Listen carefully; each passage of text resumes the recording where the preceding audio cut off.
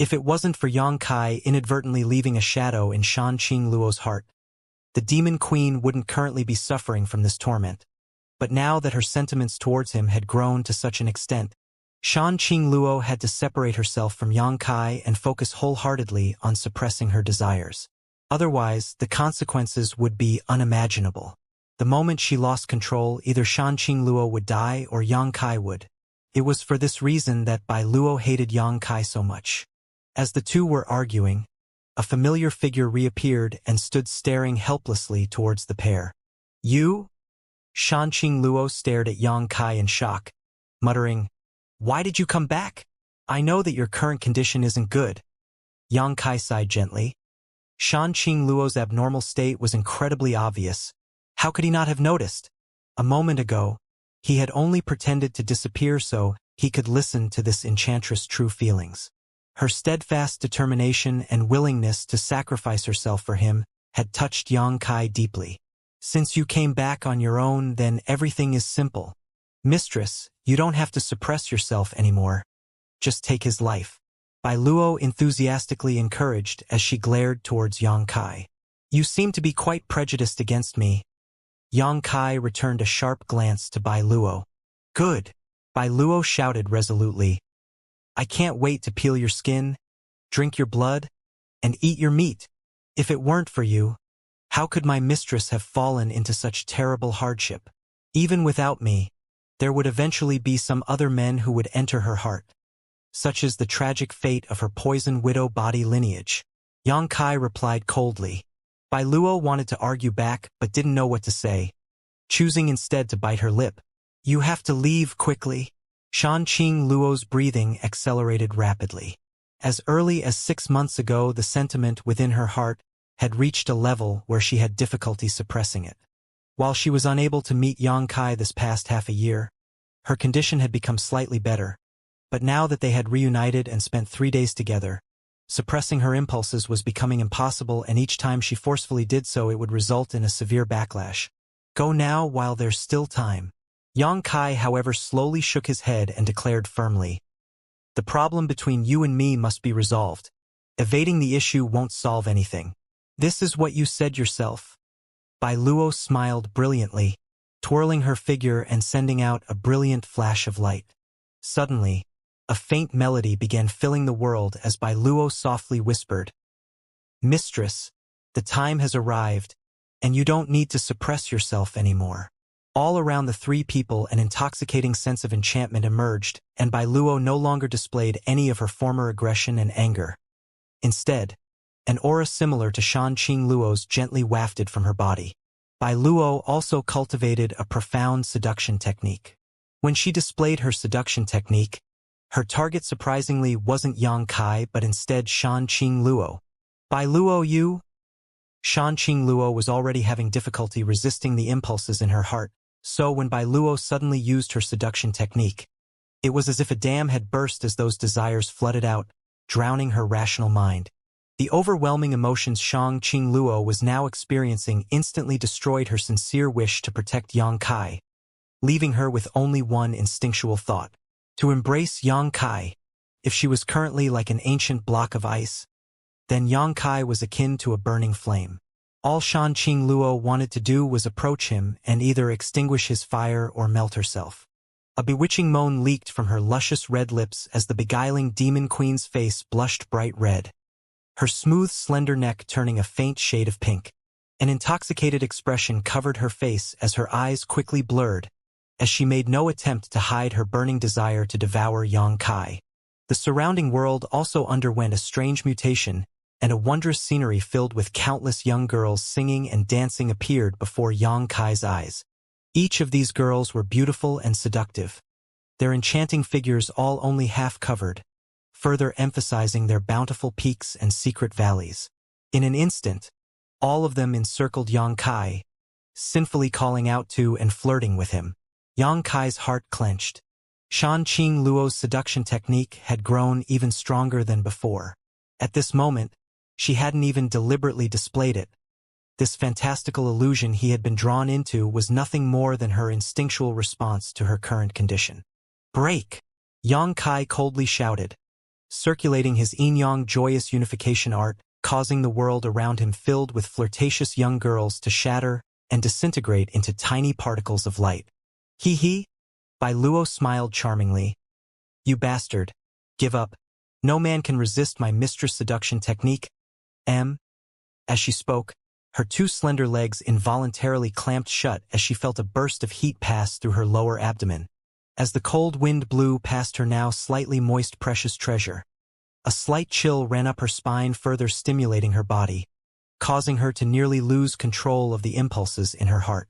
Clearly she had also been influenced by Shanqing Luo's seduction technique. I'll tidy you up later. Yang Kai glanced at her coldly and grumbled in a disgruntled tone. Humph. You'll have to live through this first. Bai Luo panted for breath as she clenched her legs and twisted her hips, biting her thin lips as she stared at Yang Kai with hot eyes. It was as if she wanted to rush over and go all out with Yang Kai, but she stubbornly resisted this urge. A delicate fan-shaped artifact appeared in the beguiling demon queen's hand at this moment, various images of men and women embroidered on its surface. These handsome men and beautiful women were all half-naked and were engaged in pleasurable acts. All of them seemed to be drowning in happiness, their lifelike faces filled with happiness and joy. Soft silk fan. Yang Kai solemnly muttered. This artifact was an heirloom that has been passed down from generation to generation in Shanqing Luo's family. Coupled together with the unrivaled seduction technique of the beguiling demon queen, it was able to display a truly fearsome power. Shanqing Luo gracefully waved the fan, and the men and women on its surface become more active, all of them soon rushing out of the fan as if they had suddenly come to life before pouring into Yang Kai's mind. Pa pa pa pa. These illusions that invaded his subconscious only lasted a short breath of time before disintegrating into powder. The yin-yang joyous unification art easily broke Shanqing Luo's seduction technique, even with the assistance of her soft silk fan, allowing Yang Kai to remain unaffected. However, Shanqing Luo in her current intoxicated state didn't seem to realize so after using her soft silk fan.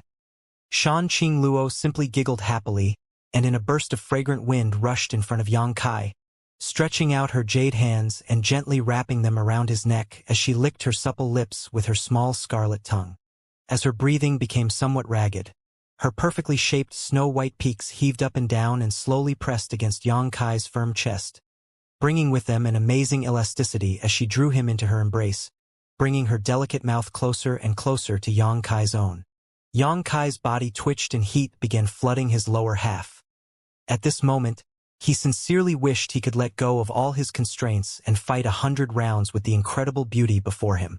But once the beguiling demon queen's emotional state reached such a high, her every breath would fill with a potent toxin that no man could withstand.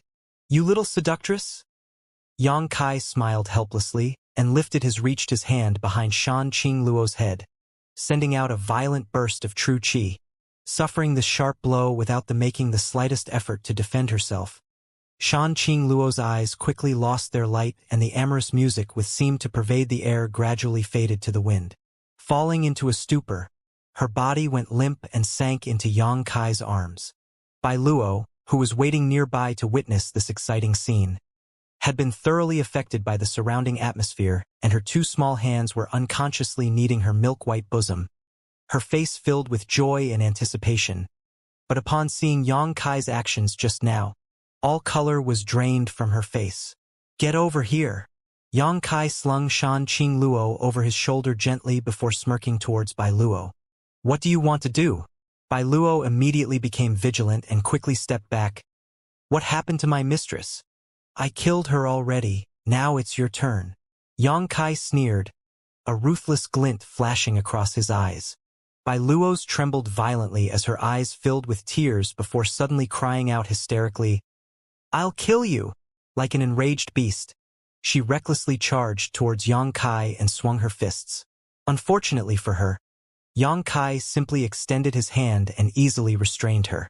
While carrying Shanqing Luo on his shoulder, Yang Kai held Bai Luo under his other arm quickly, lifted his free hand and slapped it down on her perfectly rounded bottom. Pa! Bai Luo went stiff from head to toe, as shame and anger burst from her heart.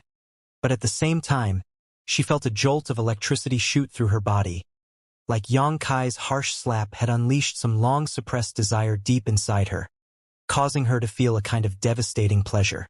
Pa! After the second strike, Bai Luo finally called out in alarm as she began struggling and squirming fiercely, shouting wildly as he punched and kicked Yang Kai. But Bai Luo's struggles were pointless because in his first strike Yang Kai had sealed her true qi and was now meting out her punishment in a rhythmical manner. Gradually, Bai Luo struggled less and less and her cries of protest began changing into seductive moans. With each preceding slap, her body filled with heat and became more and more limp, her face blushing and intoxicated pink. Noticing this, Yang Kai was dumbstruck. "There is something wrong with your taste. What's it to you, you bastard? Put me down already." Bai Luo suddenly regained her senses and angrily shouted. Pa! A squeal of pleasure resounded through the air once more. One day later, Ash-Gray Cloud Evil Land, Fragrance City. Inside Shan Qing Luo's palace, Yang Kai suddenly appeared together with the beguiling demon queen and Bai Luo. The mature beauty who Yang Kai he met before, Yun Li, along with young girls Ruyu and Ruo Qing heard the news and hurriedly rushed over, all of them genuinely happy to see Yang Kai again. However, upon seeing Shan Qing Luo and Bai Luo's current states, they couldn't help feeling shocked. The beguiling demon queen was unconscious, while Bai Luo's eyes were red and swollen. It seemed like she had been crying for a long time, but at the same time her face also had a strange glow about it, as if she had just run through a spring shower that had moisturized her skin, giving it a faint radiant luster. When Yang Kai put her down, Bai Luo let out a small yelp as her legs went soft and she sank to the floor, her two small hands unconsciously reaching down and rubbing her but as she gnashed her teeth. "Bai Luo, what's wrong with you?" Yun Li hurriedly asked.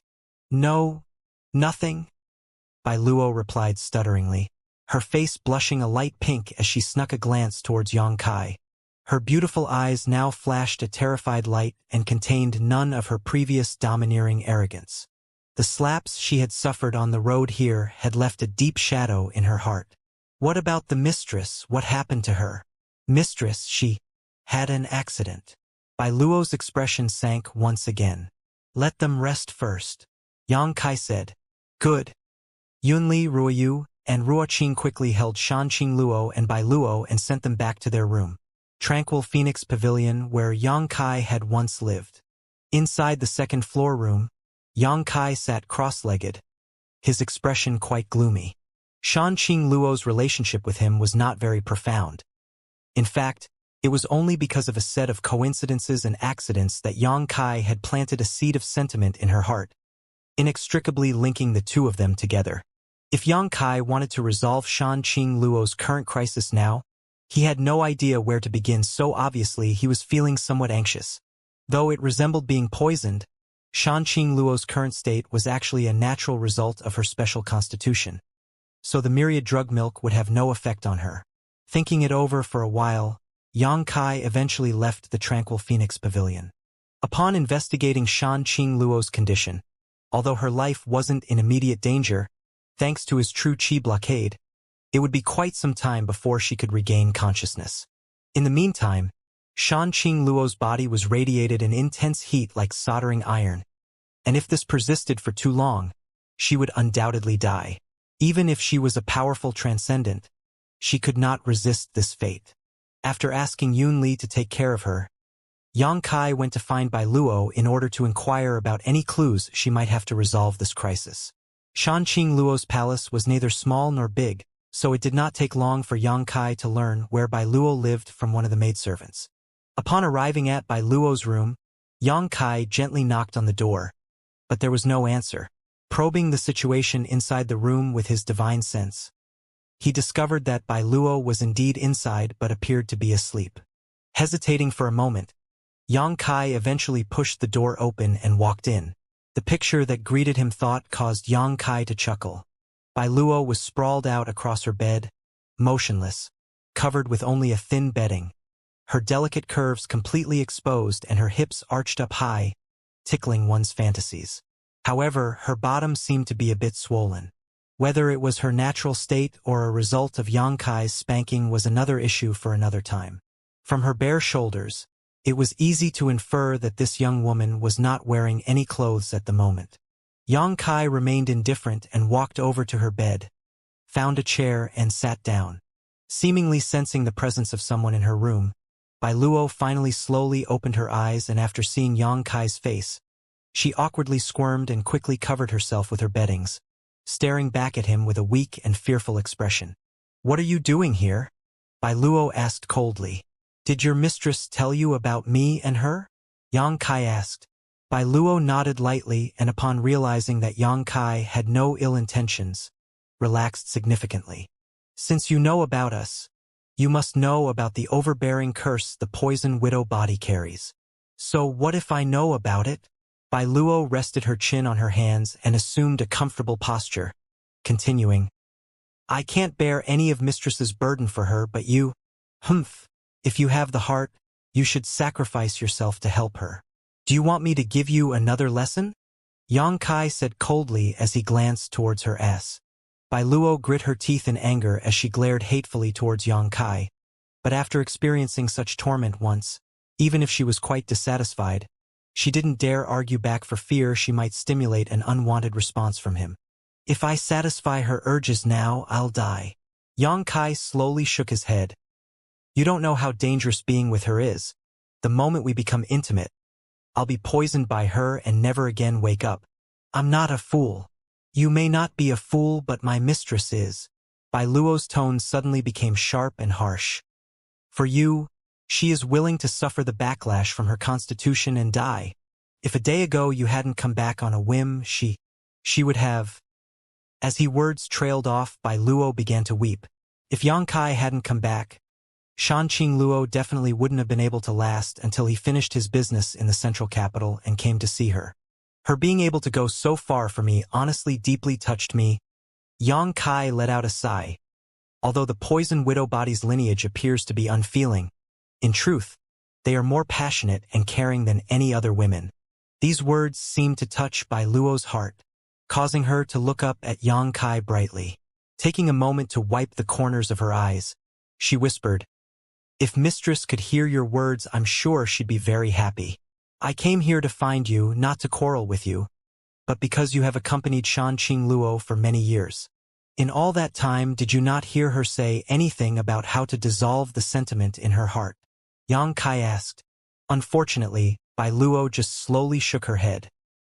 "Once her sentiments have reached such a state, they can no longer be lifted. If you want to save mistress' life, the only way is for you and her to— Xianxia smiled helplessly. "In other words, the situation is either she dies or I die." Bai Luo nodded gently. "I hope you're the one to die." Xianxia chose to ignore her comment. Bai Luo continued to softly weep for some time until she suddenly recalled something and hastily said, "Right, mistress once said that if her sentiment couldn't be dissolved, the only solution would be to resolve the issue with her special constitution that linked the release of a deadly toxin to her emotional state. If the issue of her poison backlash could be solved, then even if you and mistress really, neither of your lives would be at risk." "Oh!" Xianxia raised his eyebrow, seemingly seeing a glimmer of hope. Did she have any idea how to accomplish that? That was only something mistress hypothesized about. How could she have developed a practical method? Bai Luo's expression sank once more. On the other hand, Xianxia's expression became pensive, as if he had grasped a faint idea but had yet to completely think through it. Bai Luo fell silent and stared at Xianxia, wondering just what kind of scheme he was thinking up. After a long silence, Xianxia suddenly stood up, a thick smile adorning his face as he let out a hearty laugh. "What are you so happy about?" Bai Luo was shocked and a little annoyed by this sudden change. "I think I might have a way." "What way?" Bai Luo curiously asked. Shanqing Luo's physique was inherited from her mother, and her mother inherited it from her mother, and so on and so on. But she once told me that her special constitution was originally formed when her ancestor accidentally broke into the spider mother's lair and was affected by its poison. Instead of dying immediately, that ancestor somehow survived and became the first poison widow body owner, and each generation afterwards always consisted of a single daughter who would inherit the poison widow body. Since the poison of the spider mother was the original source of her special constitution, maybe that monster beast knows how to resolve its flaw. The more he thought about it, the more likely it seemed. Pacing back and forth while rubbing his chin, Xianxia quickly formed a plan and asked, "By Luo, where did the spider mother go? Did it die in the final battle?" During the last part of the central capital's final battle, he had been deep underground, so he was unclear about what had transpired on the surface. The spider mother shouldn't have died. The ash-gray cloud evil land suffered heavy losses and 4 of the 6 great evil kings died in battle. Only my mistress and the lightning flash shadow king managed to survive. But the central capital's forces never found the spider mother's corpse, so I'm fairly certain it managed to escape. Escaped? Good. Xianxia said. If that's the case, I should be able to find it. Do you know where it is? Bai Luo asked. Of course I know. Xianxia smiled confidently. When he initially met Shanqing Luo, the two of them had journeyed together to the spider mother's den, so he had a fair understanding of where it was located. If that's the case, we can summon all the masters within Mistress Domain, capture the spider mother, and get the information we need. No need, it'll be faster if I go by myself. Xianxia shook his head.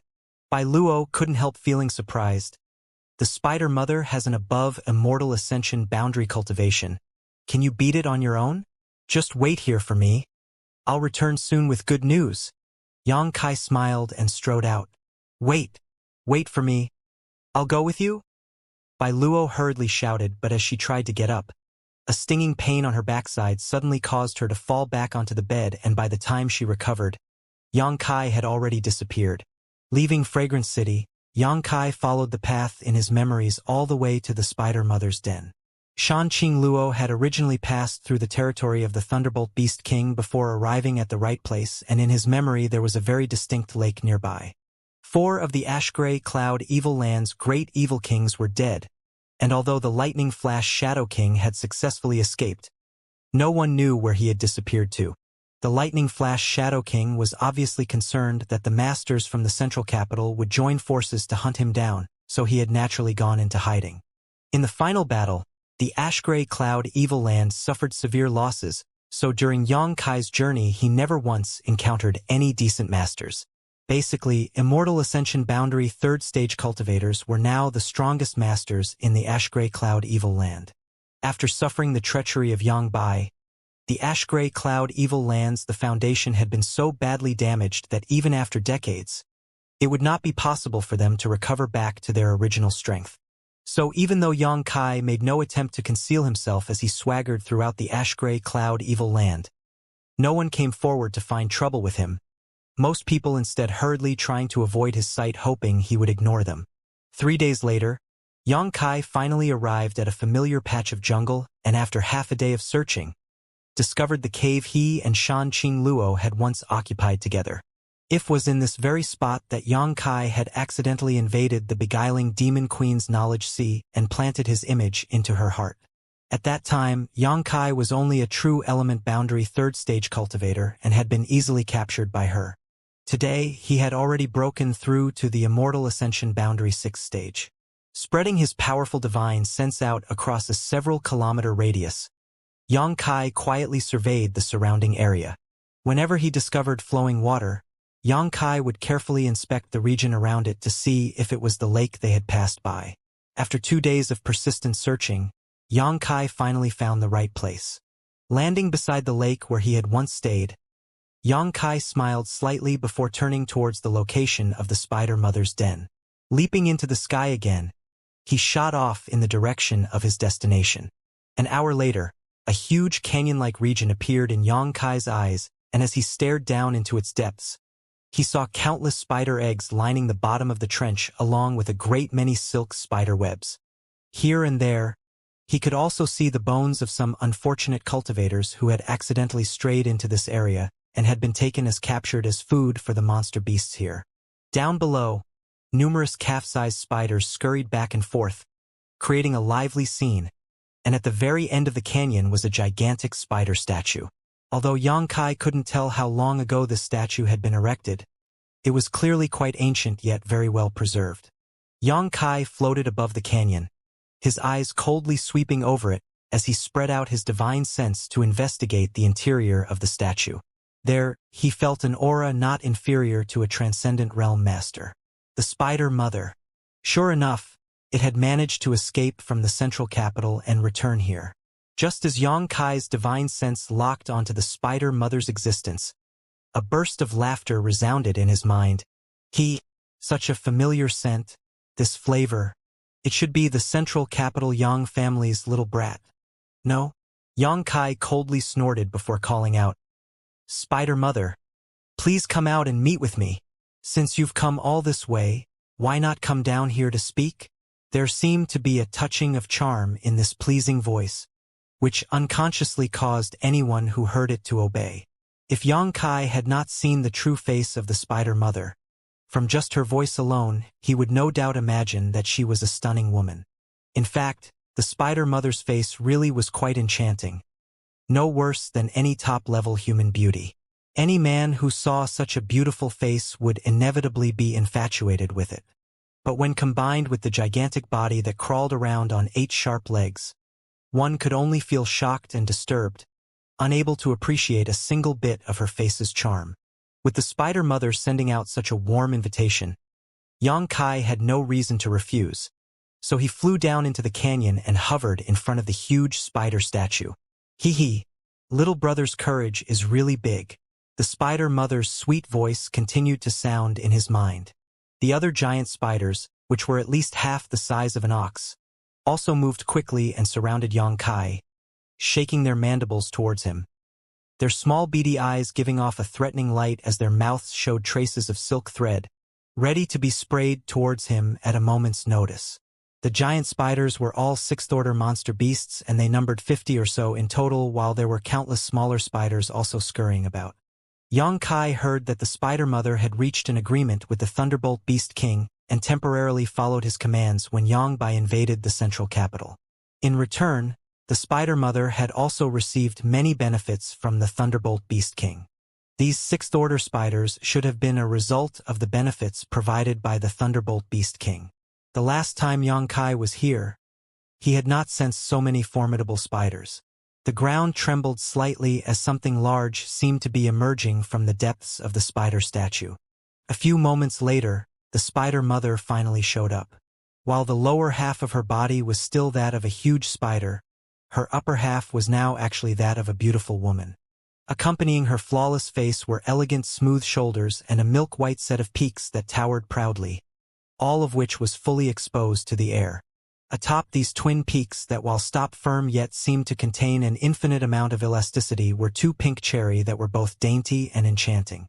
Her entire image seemed designed to stimulate the desires inside men's hearts, inviting them to leap towards her in the hopes of taking a bite of her sweet fruit. Seeing the Spider Mother's current appearance, Yang Kai couldn't help but sneer.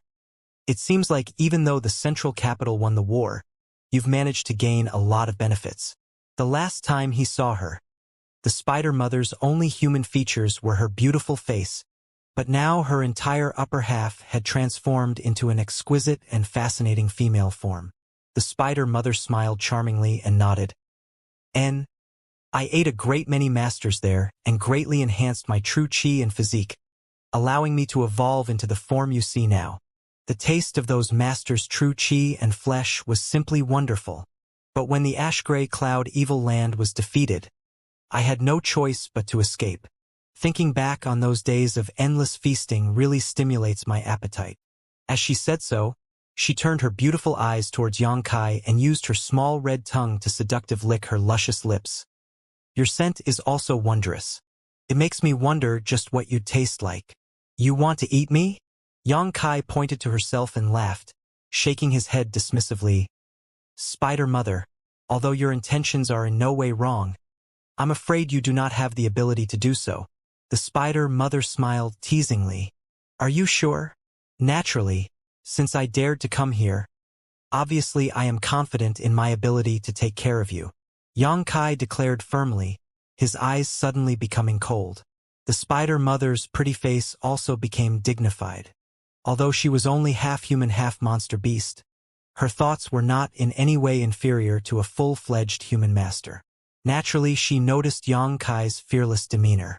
Although she didn't understand what he was relying on that gave him such confidence, she decided it was better to tread carefully. Of course, I could also not embarrass you. Yang Kai suddenly smiled and said calmly, I didn't come here today to fight with you this time. If you want to rule over this place as its queen, as long as you don't make any moves against the central capital, I couldn't care less. Oh, the spider mother was a little surprised. Then for what purpose did little brother come here? To make a trade with you, Yang Kai said. What kind of trade? Tell me how to solve the poison widow body's flaw, and in return, I'll tell you how to fully transform into human form. Yang Kai directly made his proposal. Shanqing Luo was still waiting back in Fragrance City for him, so he had to act fast. Do you really understand the method to transform into human form? The spider mother's expression suddenly became excited as she screamed out. Seeing her react so strongly, Yang Kai's expression brightened, thinking that his guess was right. The spider mother was the only seventh-order monster beast he had ever seen, and it seemed like, for this highly intelligent monster beast, its biggest goal was to assume human form. Moreover, it had obviously been working hard towards that end. Have you ever heard of the beast transformation pond? Yang Kai smiled cunningly and cast the bait in his hand. Beast transformation pond? The spider mother's beautiful eyes shimmer as her body trembled lightly, suspiciously asking, what is that? The essential component you need in order to assume human form. A profound and mysterious place. Yang Kai continued to tempt. Where is it? The spider mother's expression became more and more excited as she quickly took a few steps forward, her aura gradually becoming forceful and dangerous. Yang Kai still maintained a relaxed expression though and slowly shook his head. If you want to know where it is, you first have to tell me how to resolve the poison widow body's poison backlash. In fact, Yang Kai didn't actually know where the beast transformation pond was. It was just something he had heard Shui Ling inadvertently mention back in War City. When Shui Ling first saw the spider mother on the day of the invasion, she had confidently declared that without help from the beast transformation pond, the spider mother had no hope of completely assuming human form. This one offhand comment had revealed a great many things to Yang Kai, so he had taken special note of it. News of the beast transformation pond was also the only bargaining chip he had to tempt the spider mother with. The spider mother's excited look quickly converged as she stared at Yang Kai fixedly, a while later wearing a tender and charming smile. How do I know if you're telling me the truth or not? Beast transformation pond, huh? I've never heard of such a place before. Just because you've never heard of it before doesn't mean it doesn't exist. Do you want to remain in your current shape for the rest of your life? Do you not want to truly assume human form? Yang Kai looked up and down the spider mother sarcastically. Heh! Quite pitiful if you ask me. Shut up. Don't speak about my body so casually. The spider mother shouted angrily. Obviously, she was also quite dissatisfied with her half-human, half-monster beast form. After taking a moment to calm herself down, she asked, You came here to ask me about this for that beguiling demon queen, right? How is her situation now? Has her sentiment reached the grand accomplishment stage, and now she needs to mate with you? Seems like you already know. Yang Kai's heart jumped slightly. Since the spider mother understood this much, obviously she had a far more profound understanding of the poison widow body than anyone else. After all, this special constitution had been granted by her. Good. I agree to your proposal. Spider Mother nodded gently. First tell me where I can find this beast transformation pond, then I will tell you how to solve the poison widow body's flaw. You think I'm a 3-year-old child? Yang Kai sneered and shook his head. I don't trust you. I don't trust you either. The spider mother smiled tenderly. It seems I need to use some method to make you honest. Saying so, the giant spiders gathered around Yang Kai suddenly assumed an aggressive stance. Apparently have received an order from the spider mother to prepare to attack Yang Kai. You can try if you... Let's see if it's you or I that dies. Yang Kai shouted as he stretched out his hand and summoned a gigantic bone shield. This bone shield was several times larger than Yang Kai himself and had a great many scars and cracks along its surface, while several of the bone spurs around its edge had broken off completely. However, Despite the obvious damage it had suffered, the terrifying aura the bone shield gave off was enough to cause the spider mother to tremble. What kind of artifact is that? The spider mother couldn't help taking a few steps back and asking cautiously. A mysterious grade artifact. Xianxia sneered, calmly explaining, "This artifact of mine was originally only the size of a wash basin, but it has the ability to absorb the energy of any attack launched against me. The more energy it absorbs, the bigger it becomes. This stored energy can be released at will by me to attack my enemies. Given its current size, you should be able to imagine just how much energy this thing contains right now. So, what do you think your odds of surviving such an attack would be? On top of that, the energy contained within the bone shield right now was no ordinary energy, but was actually the force of void that had erupted from the void corridor when it collapsed under the central capital. No mere transcendent realm master would be able to withstand it. If it really came down to a fight with the Spider Mother, with his own skills and strength, Xianxia did not feel too overwhelmed by her. But in this situation, summoning the bone shield undoubtedly created a bigger deterrent. The Spider Mother's pretty face paled slightly as she glared towards Xianxia menacingly. Only after a long while did she suddenly laugh, her pair of snow-white jade peaks bouncing rhythmically in a near-hypnotic manner. "You won't kill me. Clearly you want to know the method to resolve the poison widow body's flaw quite badly." Xianxia shrugged his shoulders. "Indeed, that's why we're talking right now. Think of a safe way that both of us can accept that will allow us to get the answers we want." "I can't think of a way," the Spider Mother said expressionlessly. "Fling the problem back to Xianxia." Xianxia's expression became dignified as he sank into contemplation for a while. A moment later, seemingly thinking of something, he slowly proposed, "How about this? You send your soul into my knowledge sea, and I'll show you the secrets of the beast's transformation pond. That way you'll know I'm not lying to you." "Oh!"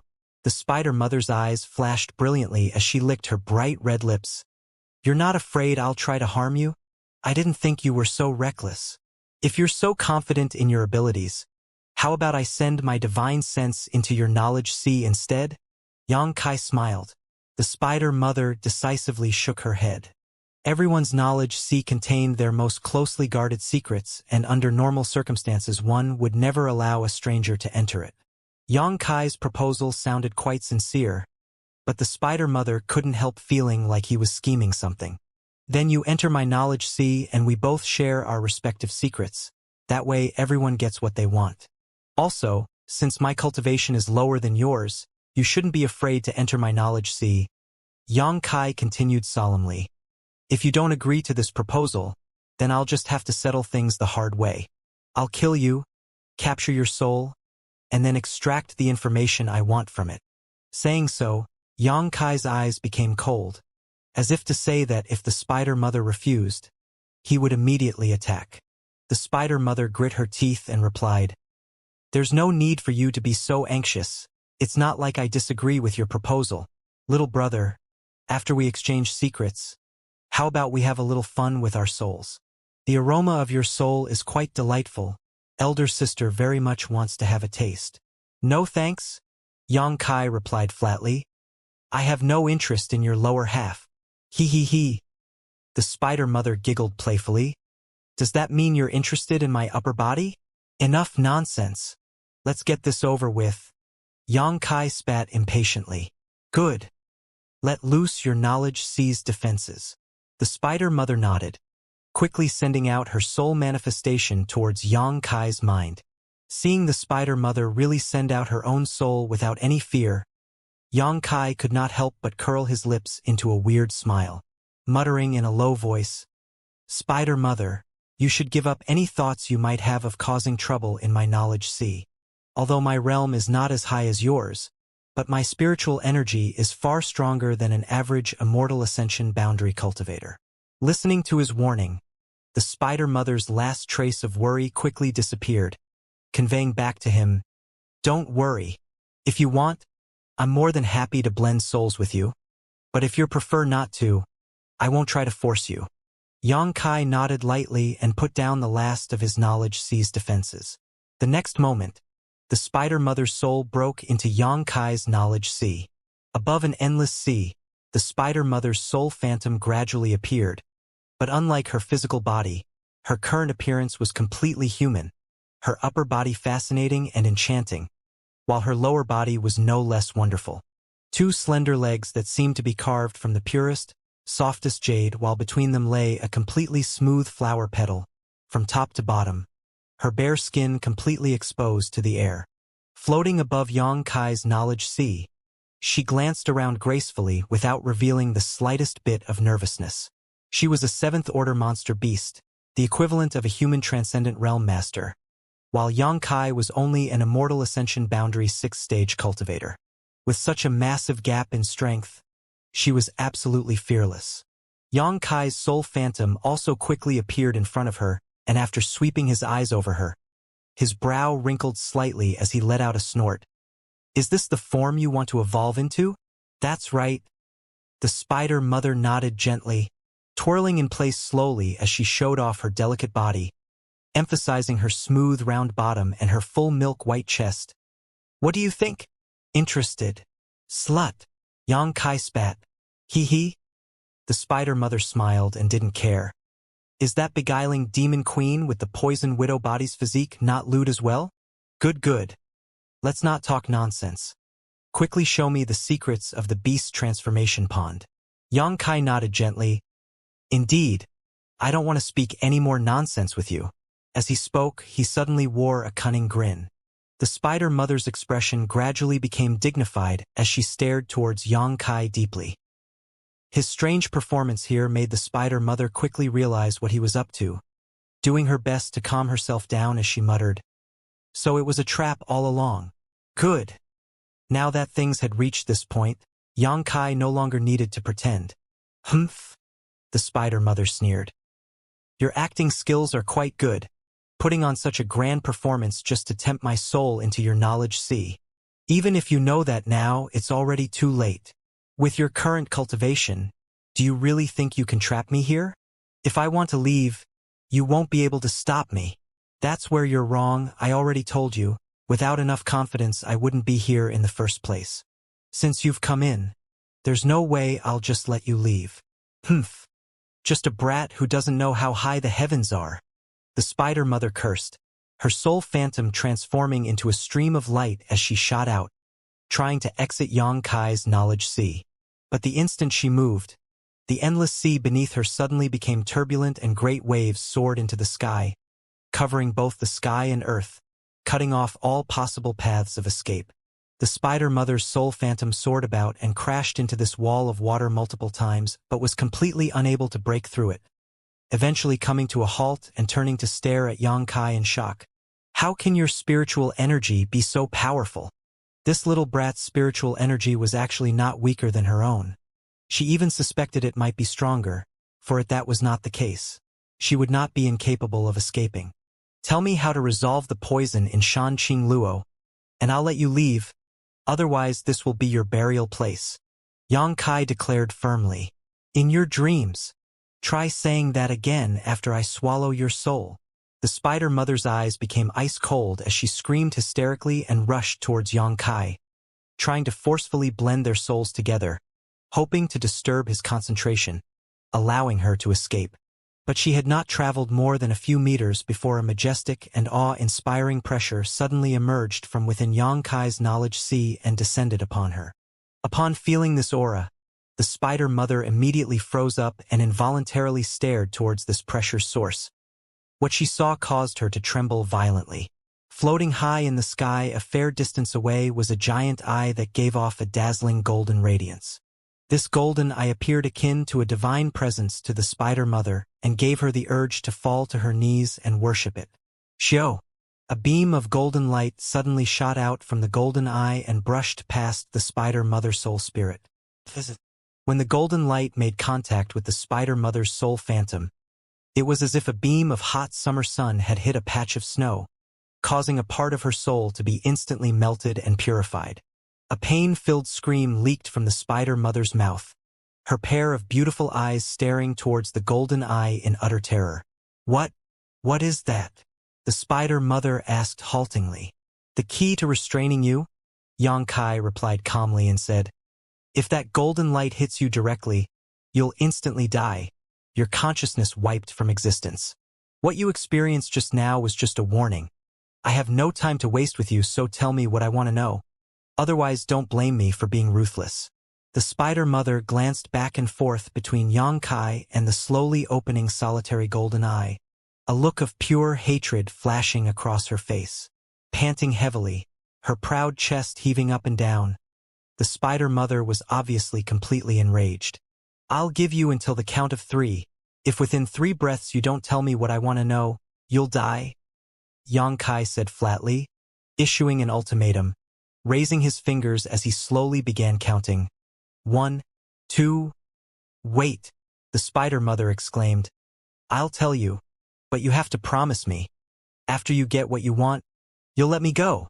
I promise you. Xianxia nodded without hesitation. The spider mother stared at him deeply, hesitating for a moment before waving her hand, sending out a small ball of light from her soul phantom towards Xianxia. This ball of white light was formed from the spider mother's own soul and spiritual energy. So separating it from herself meant she would lose that part of her memory. Doing this would obviously damage her soul. Xianxia smiled happily and reached out his hand to accept this ball of light, but before he could grasp it, the spider mother suddenly leapt towards him. Wrapping herself around him, she laughed wildly. I'm going to swallow your soul. Your spiritual energy is so powerful, it will be enough for me to enjoy for quite a while. Ha ha ha, with us being so close now, do you still dare use that golden light against me? The spider mother felt that as long as she was entangled with Xianxia's soul phantom, he would have no way of killing her without killing himself as well. At the same time, she could use her own divine sense to harass Xianxia's soul phantom, allowing her to wear down his defenses and slowly consume him. However, Xianxia just stared at her coldly, his face completely indifferent as he sneered. That thing is mine. Naturally, it's impossible for it to hurt me. You're too naive. The spider mother's smile instantly stiffened on her face as she desperately stared into Xianxia's eyes one last time. Xiao! A beam of golden light shot towards the 2 soul phantoms, instantly engulfing the spider mother's seductive form. Without even enough time to scream, the spider mother's consciousness was disintegrated, only leaving behind a mass of pure energy. Humph!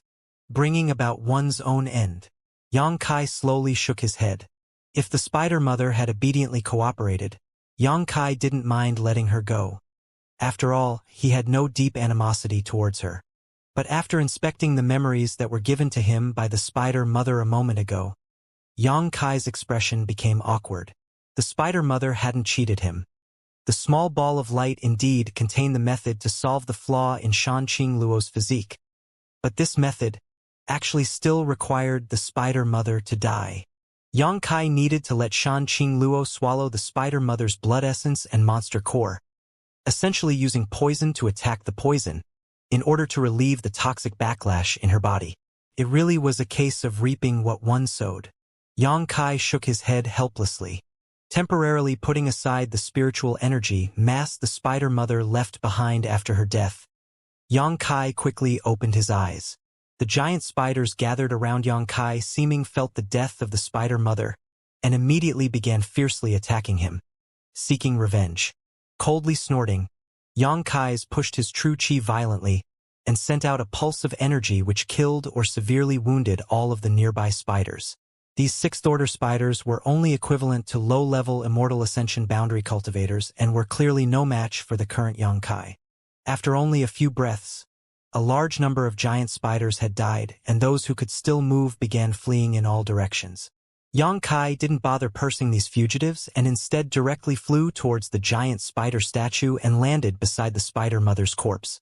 Plunging his hand into her chest near where her heart should be, Xianxia quickly extracted a 7-colored monster core. This monster core contained a massive amount of energy, and as Xianxia started at it, his hand gradually became numb and quickly turned black. Such strong toxin.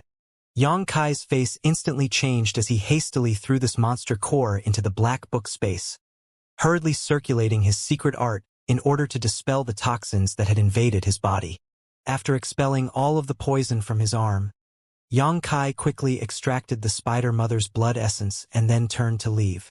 2 days later, inside Fragrance City. The moment Yang Kai came back, he heard the sounds of weeping from inside Shan Luo's room. His expression sinking sharply, he quickly pushed open the door. Inside the room, Bai Luo was kneeling beside Shan Luo's bed.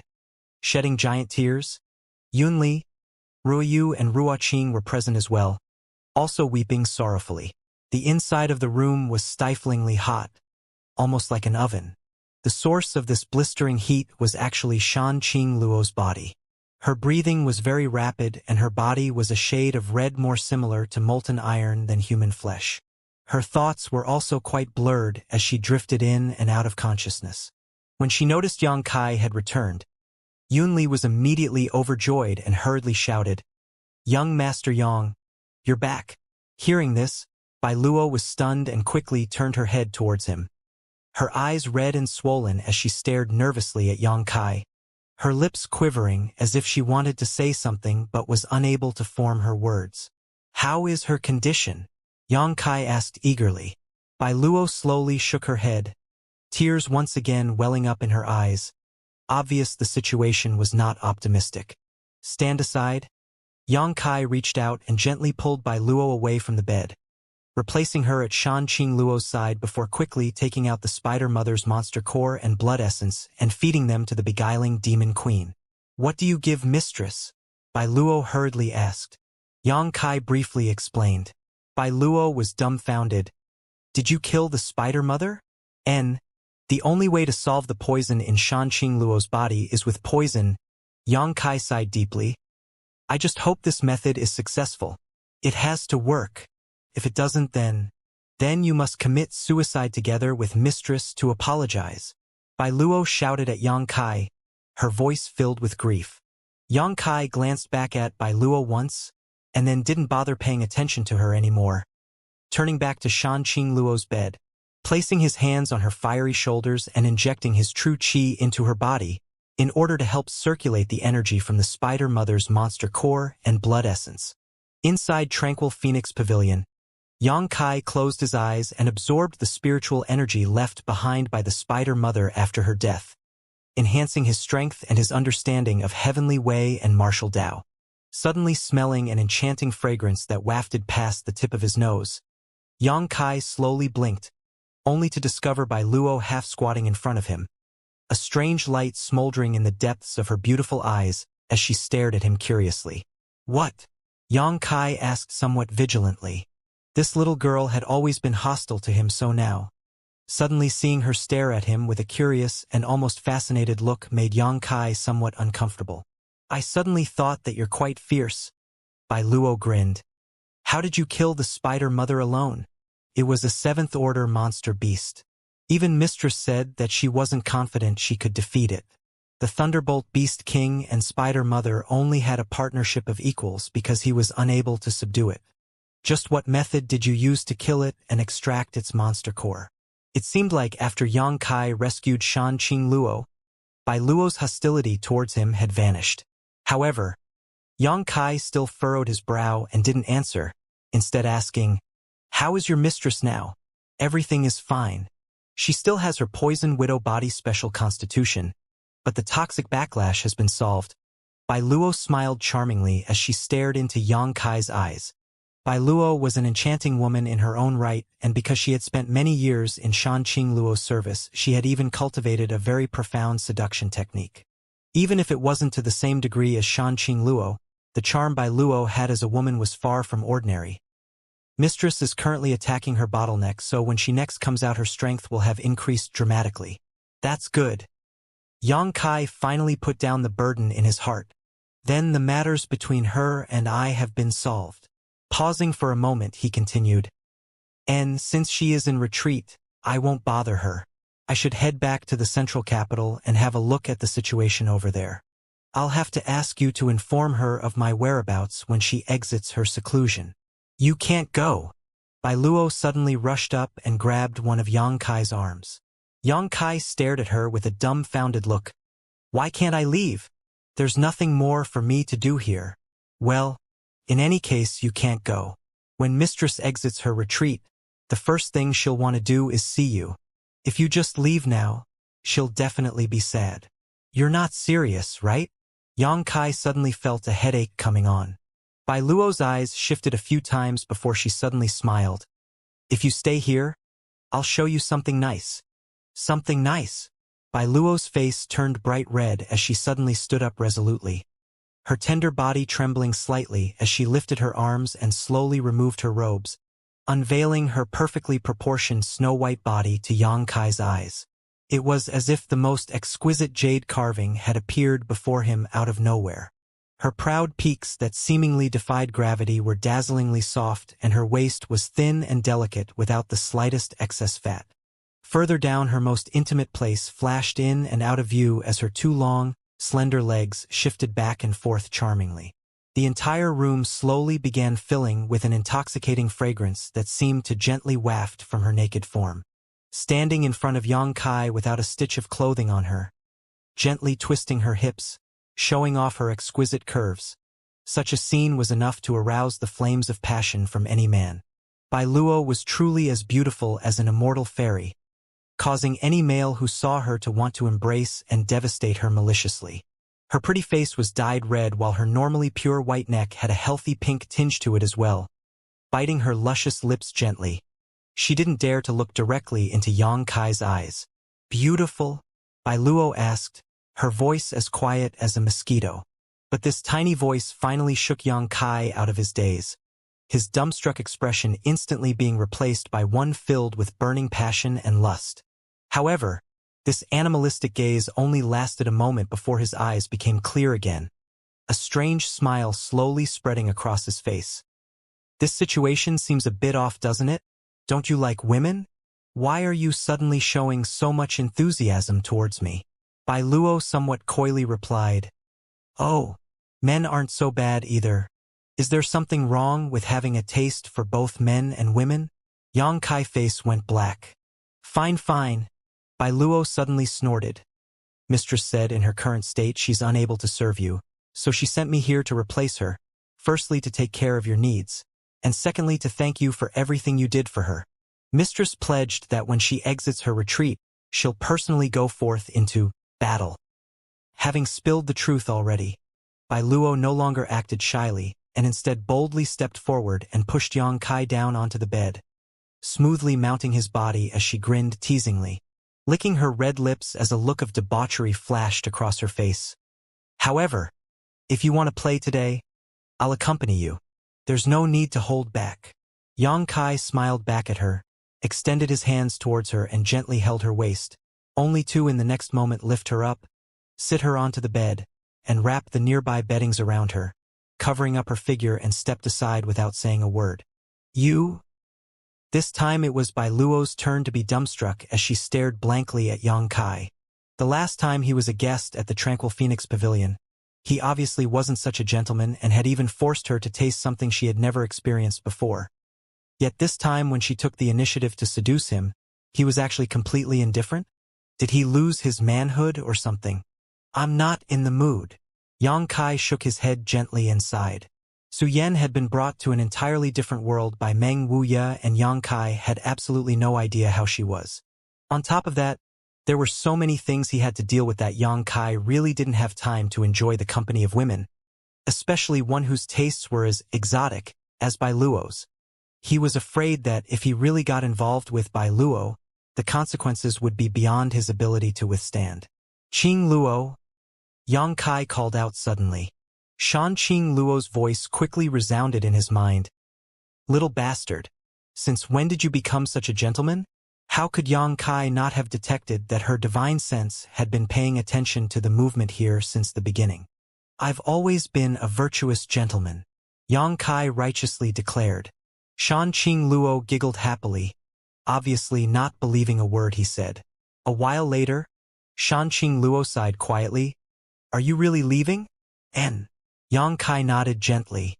Then go, when I come out, I'll come find you. I'm afraid this time you won't be able to find me. The place I'm going to is not in this world. Qing Luo curiously asked, You're going to that higher world? You know about it? Yang Kai asked in amazement. I heard about it from Yang Bai, but I don't know very much. However, you still have my soul-seeking seal within your body. Even if you travel to the ends of the earth, or even beyond, I'll still be able to find you. Shanqing Luo said smugly. Yang Kai grinned. If that's what you think, then you're welcome to try. In any case, take care of yourself. Saying so, Yang Kai glanced back at Bai Luo, who was now lying down atop the bed, and sent out a whip made of true qi that gently struck across her smooth white bottom. Bai Luo let out a half yelp, half moan, her face instantly flushing bright red as a trace of excitement flashed across her eyes. Seeing her reaction, Yang Kai laughed happily and flew out the window, a moment later disappearing across the horizon. Bai Luo slowly got up, wrapping a thin sheet around her body as she walked over to the window and leaned against it, staring off in the direction Yang Kai disappeared as she muttered, "Mistress, letting him go just like that, are you all right with that? You took the initiative to seduce him wholeheartedly, yet you couldn't even force him to remain for a single breath. Obviously, he has many important things weighing on his heart right now.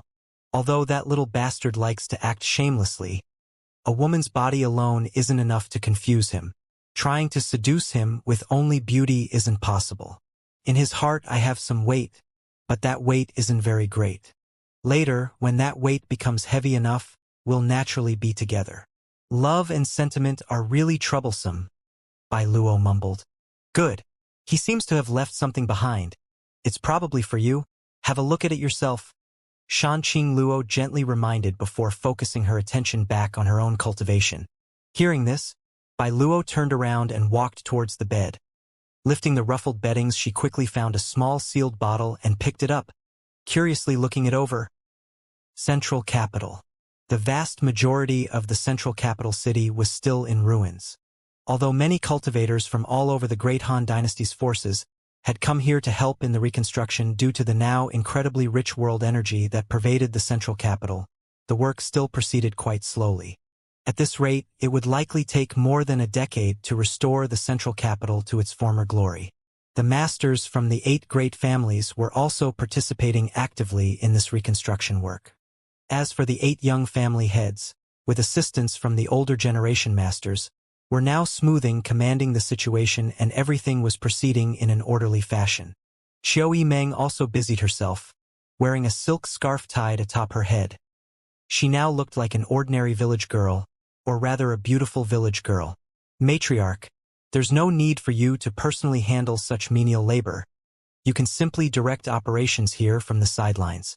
What would happen if you damage your delicate skin by slaving away in these dirty ruins under the hot sun?" Old Qiu family female elder kindly advised Qiu Yimeng, who was currently digging through the rubble with her bare hands. However, Qiu Yimeng just shook her head with a smile. "It's all right. In any case, I'm bored just sitting around signing paperwork. If I don't do something to keep myself occupied, I always have some unwanted thoughts occupying my mind. Is Matriarch still thinking about that little brat from the Yang family?" The old woman grumbled before suddenly sighed. "To die so young, the heavens truly must have been jealous of his talents." "Grandmother!" Qiu Yimeng's face suddenly became upset as she quietly rebuked, "He's not dead." The old woman opened her mouth and wanted to console Qiu Yimeng, but she couldn't find any words to say. After more than half a year, the Yang family's little brat had yet to appear. If he was still, he should have shown up long ago. 99% of people now firmly believed he was dead. Only the youths who had resided in his mansion during the Inheritance War were still convinced that Yang Kai was alive. But obviously none of them could say where he currently was. Only the young could have such unwavering trust in a person. The old woman lamented endlessly. Suddenly, a piercing eagle came echoed throughout the sky, a hint of surprise and joy apparent within its resounding tone. When she heard this eagle cry, Qiu Yimeng instinctively looked up and saw a giant golden feather eagle transform into a streak of golden light and quickly dash beyond the central capital's borders. In their search for Yang Kai, naturally they had utilized the unique sensing abilities of the Yang family's golden feather eagles. However, a dozen or so golden feather eagles had been searching for half a year and had yet to produce any results. Only the golden feather eagle that belonged exclusively to Yang Kai had been constantly hovering over the central capital since Xianxia disappeared, until today, when out of nowhere it suddenly shot off. "What happened to that eagle?" the Qiu family elder muttered, slightly surprised. Qiu Yimeng, who was still staring in the direction the eagle disappeared, suddenly became incredibly excited. A brilliant light flashed across her beautiful eyes as she shouted joyfully, "He's back! He's finally back!" Shouting so, her body flickered as she hastily chased after the golden feather eagle. "He really didn't die?" the old woman called out in shock, releasing her divine sense towards the direction Qiu Yimeng had just flown. Unfortunately, she was not able to detect anything out of the ordinary. 30 kilometers or so outside the city, Xianxia noticed a streak of golden light flying towards him from central capital, causing him to smile warmly as he flew forward to meet this old friend. A moment later, the golden feather eagle's figure flew over. Xianxia reached out his hand and the golden feather eagle perched cheerfully on his shoulders, quickly proceeding to comb his slightly messy hair with its beak, obviously very pleased that its master had returned. "It seems your sense of smell is getting more and more sensitive," Xianxia laughed as he rubbed the eagle's head. He had not expected that upon his return to the central capital, the first one to come out and meet him would actually be this eagle. Soon after the eagle reached him, a beautiful young woman soared over. Qiu Yimeng pushed her speed to the limit and had all but caught up to the eagle by the time it reunited with Xianxia. "Long time no see." Xianxia greeted her with a cheerful smile. Qiu Yimeng's face flooded with a mix of excitement, delight, concern, worry, and a myriad of other emotions as she came to a halt 10 steps in front of Xianxia, tears instantly filling her big beautiful eyes as she stared at him. She didn't dare to approach any closer, for fear that all of this was just an illusion that would collapse and disappear the moment she touched him. "What's wrong?" Xianxia asked gently. Qiu Yimeng took a deep breath, steeled her will, and stepped towards him. As soon as she was within arm's reach, her pretty face flashed a glimmer of ruthlessness as she grabbed his arm and viciously bit down on it. Staring up at Xianxia's face, her teary eyes filled with grievance, confirming that he was really real. She gradually loosened her bite and simply sobbed instead. Xianxia sighed, "Looking so sad and forlorn upon seeing me again. Have I really bullied you so badly? I thought you were really dead, that you died. You've been gone for over half a year. Where have you been all this time?" Qiu Yimeng finally couldn't stand it and burst into tears, wailing like a lost child that had finally been reunited with her family, venting all the fear and anxiety she had accumulated in her heart these past 7 months, her delicate body becoming slightly limp as she slowly squatted down, her shoulders quivering, appearing truly pitiful and helpless. Xianxia's mood suddenly became complicated. Uncertain of what he should do, he stood there dumbly, waiting for her to vent for a while before slowly reaching out and helping her up. Qiu Yimeng wiped the corners of her eyes as she did her best to choke back her sobs, her face blushing slightly, seemingly quite embarrassed.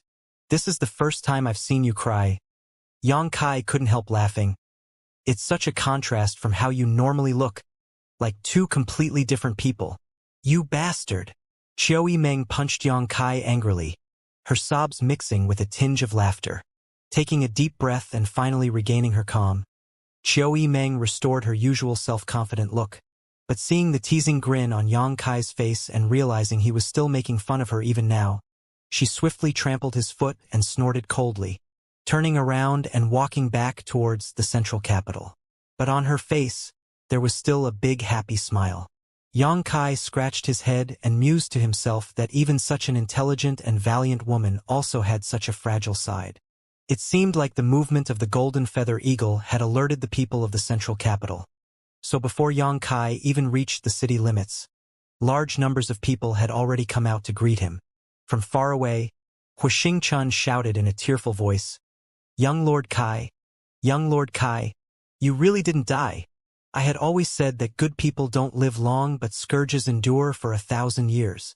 Xianxia's face immediately went black.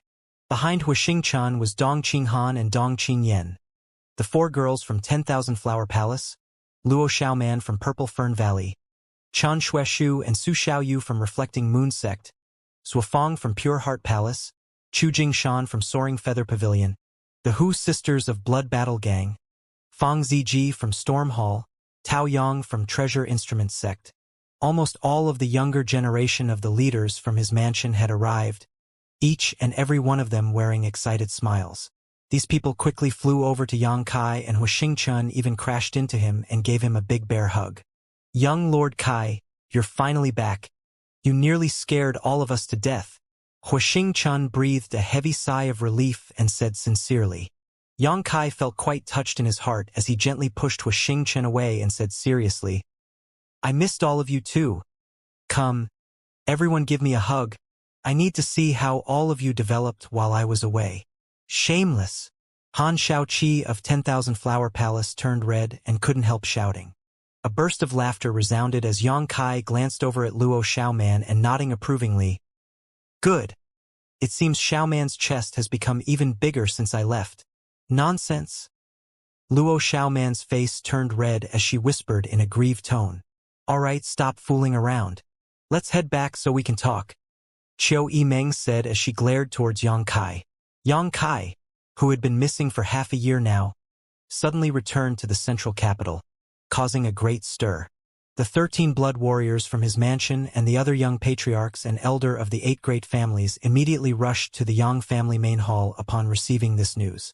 Inside the hall, the Yang Kai's parents both cried tears of joy as Dong Suzhu held tightly onto Yang Kai's hand, as if she was afraid that he would suddenly disappear again. The great hall was filled to the brim with all of the important figures from the 8 great families clamoring about, welcoming Yang Kai home. These people all stared curiously at Yang Kai, wondering just where he had been these past 7 months and why he hadn't appeared until now. They also hoped he could tell them just what had transpired beneath the central capital half a year ago. Why had so many people gone missing? Why was it that only Yang Kai had returned so far? All kinds of doubts swirled about people's hearts. "Ninth brother," Yang Zhao suddenly stood up. "Since you've returned safely, this Yang family patriarch's position." Yang Kai quickly raised his hand and interrupted him, smiling as he shook his head. "Second brother, I have no desire to hold that position. The title of Yang family patriarch suits you far better than I." Yang Zhao slowly shook his head in response. "In the inheritance war, I was thoroughly defeated. What qualifications do I have to hold the position of Yang family patriarch?" Yang Kai disagreed though. "Second brother is being far too modest. Your means and ability are obvious to everyone, and the inheritance war can't prove anything. But first listen to what I have to say." Yang Zhao paused before nodding slightly. "I am going to be leaving here soon, so it's impossible for me to take on the position of Yang family patriarch," Yang Kai slowly said. Dong Suzhu trembled violently and couldn't help grabbing Yang Kai's hand even tighter as she asked nervously, "Where are you going?" Yang Kai pointed his finger towards the sky. "A higher world." Inside the main hall, everyone stared at him blankly. The world we live in right now is not the only world. There are some places out there that we have never heard or seen before, similar to how we never knew that the above immortal ascension boundary is actually known as the transcendent realm. Many people in the halls suddenly showed curious expressions. Demon Lord Yangbai's leading the Ash-Gray Cloud Evil Land to attack the central capital was all in order to travel to that higher world. What does attacking the central capital have to do with traveling to another world? Dong Qinghan asked in confusion. Beneath the central capital there is an earth pulse, and at the heart of that earth pulse, there was a portal that led to that higher world. Yang Bai's real objective was that portal. Yang Kai took a short breath and continued. 7 months ago, he started that war in order to obtain enough fresh blood to locate and open the earth pulse with a special blood sacrifice ritual, allowing him to enter it and find that portal.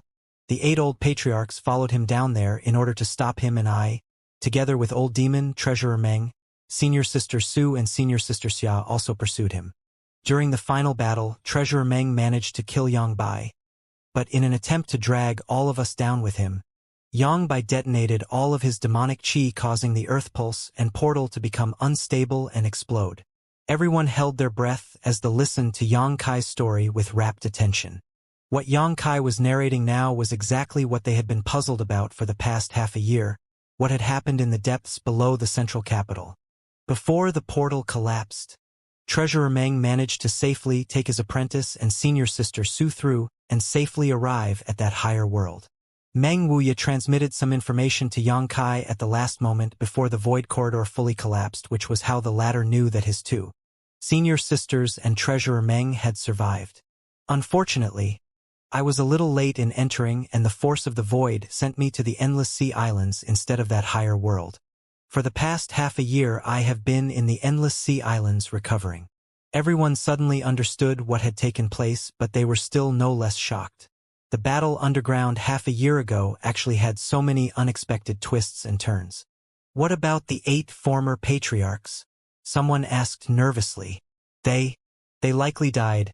Xianxia's expression became a little gloomy. They entered the portal after me, so while the force of the void sent me far away, they must have taken it head-on along with the shockwave from the earth pulse exploding. They're probably buried deep underground. It's a great loss for the 8 great families. Hearing this news, everyone couldn't help feeling a little depressed. But you managed to survive. Ling Taisu nodded gently. We all thought that everyone who went down there had died. But now we know that some of you managed to survive. This is truly good news. Meng Wuya surviving that incident obviously made Ling Taisu quite happy. The main hall fell silent for a while before Chiu Meng asked, Xianxia, you said you were going to a higher world? Do you know anything about that place? I do, but not much. Xianxia shook his head, a meaningful grin suddenly appearing on his face as he turned his eyes towards a remote corner of the hall. Although I am somewhat ignorant about that place, there is someone here with knowledge of it. Am I right? Shui Ling? In the corner of the hall, a young girl with light blue hair that stood out from the crowd leaned against the wall, calmly chewing on a piece of fruit as if this conversation had nothing to do with her. But when Xianxia turned his gaze to her, Shui Ling couldn't help grinning. If I'm not mistaken, you should be from that world, right? The same as Treasurer Meng and Old Demon. At that moment, everyone's eyes turned towards Shui Ling. What of it? Why are all of you staring at me for? Shui Ling said in a slightly annoyed tone. She was upset that she hadn't followed Meng Wuya at that time. Because if she had, she could have returned home 7 months ago and not had to idle away in this backwater place any longer. I'd just like to know what that world is like. Xianxia asked politely. Is that all? Shui Ling furrowed her brow slightly. If you want me to describe it for you, I don't think I can give you a complete picture. Thinking about it for a moment, she continued, but for example, in this place you divided sects and families into super, first, second, and then third-class forces, correct? Xianxia nodded, urging her to continue. Then if we were to consider your central capital 8 great families as a single force, by that world standard you'd only be a second-class force at best.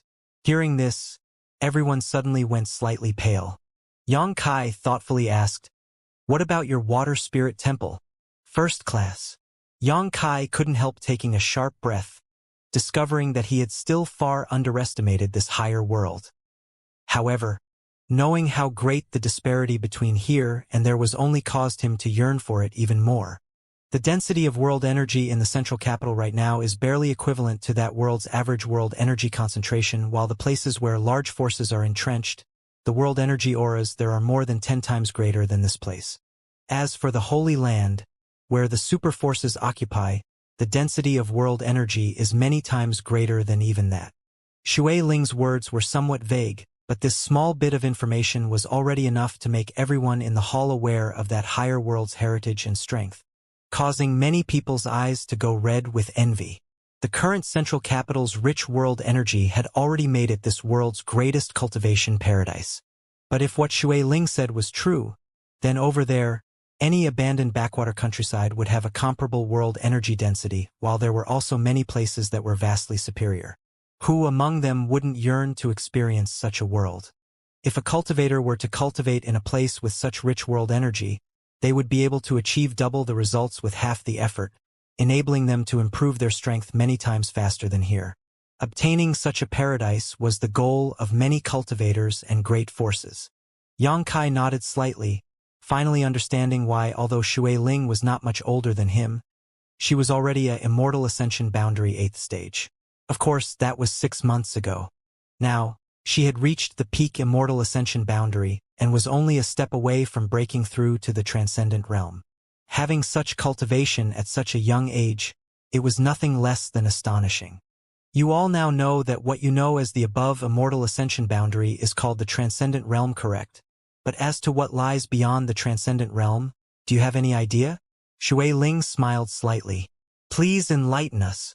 Yang Zhao's eyes shining brightly as he humbling asked. Those who ascend beyond the transcendent are known as saints. Above the transcendent realm is the saint realm. Shui Ling did not hold everyone in suspense and directly dispelled their doubts. On the other side, only forces with saint realm masters can be considered top forces. My water spirit temple only has one such powerhouse, so we can barely be counted as a first-class sect. On top of that, artifacts, precious treasures, and pills that are capped here at the mysterious grade here have 2 additional levels over there that correspond to the transcendent and saint realm, respectively known as spirit grade and saint grade. Spirit grade and saint grade? Everyone murmured in amazement. Shui Ling suddenly knit her brow. I don't know why, but there seems to be some kind of shackle related to this world's heavenly law that hampers the development of your cultivators and simultaneously limits the grade of artifacts and pills that can be refined.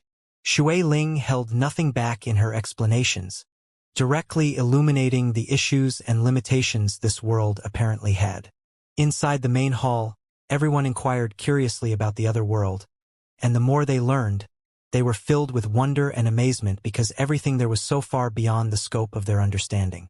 The question and answer session continued on and time passed by inadvertently, yet no one felt the slightest bit bored. It seemed like all of them had suddenly become eager young scholars with strong desires for knowledge. The things they learned from Shui Ling broadened their horizons, which greatly pleased them. After a whole day, with evening approaching, everyone had dry mouths from all the questions they had asked, and even Shui Ling was beginning to get irritated. Answering 1 or 2 people about a few issues was no problem, but dealing with over 100 had severely taxed her patience. Good.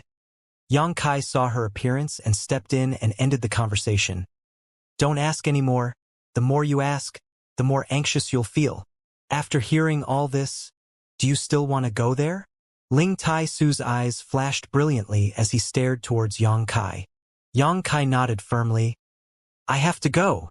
Su Yan was there, Xianing Chang was also there, and at the very least he had to find both of them. I'll support your decision. Ling Tai Su smiled. Men should be like this. You should not restrict yourself to this small place. Many thanks, Grand Master. Since Ling Tai Su had said so, Yang Yingfeng and Dong Suzhu naturally would not raise any objections, and although they were somewhat reluctant to part, this was the path Yang Kai wanted to pursue. How could they stand in his way? I'll scout the path ahead, and after establishing a footing there, I'll return and open the way for everyone else. Yang Kai smiled lightly. The reason I wanted Shui Ling to tell all of you about that world was to let you know the difference between there and here. After I leave, you can't relax. Otherwise, when I one day return, if your strength is too low, you may not be able to cross over to the other side.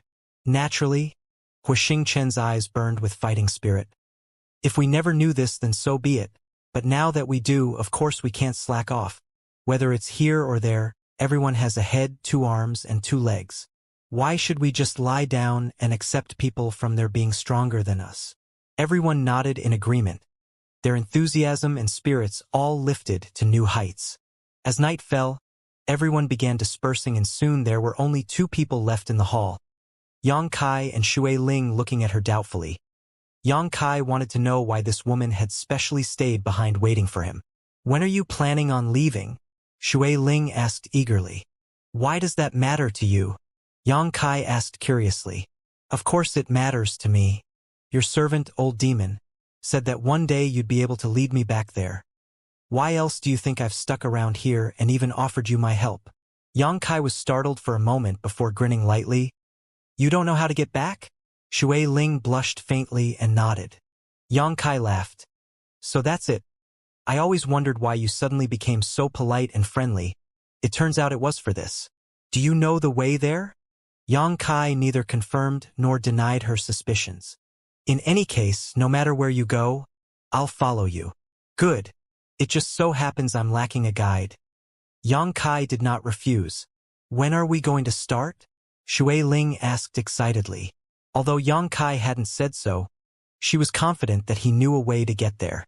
It'll be a little while longer. I still have some things here to deal with.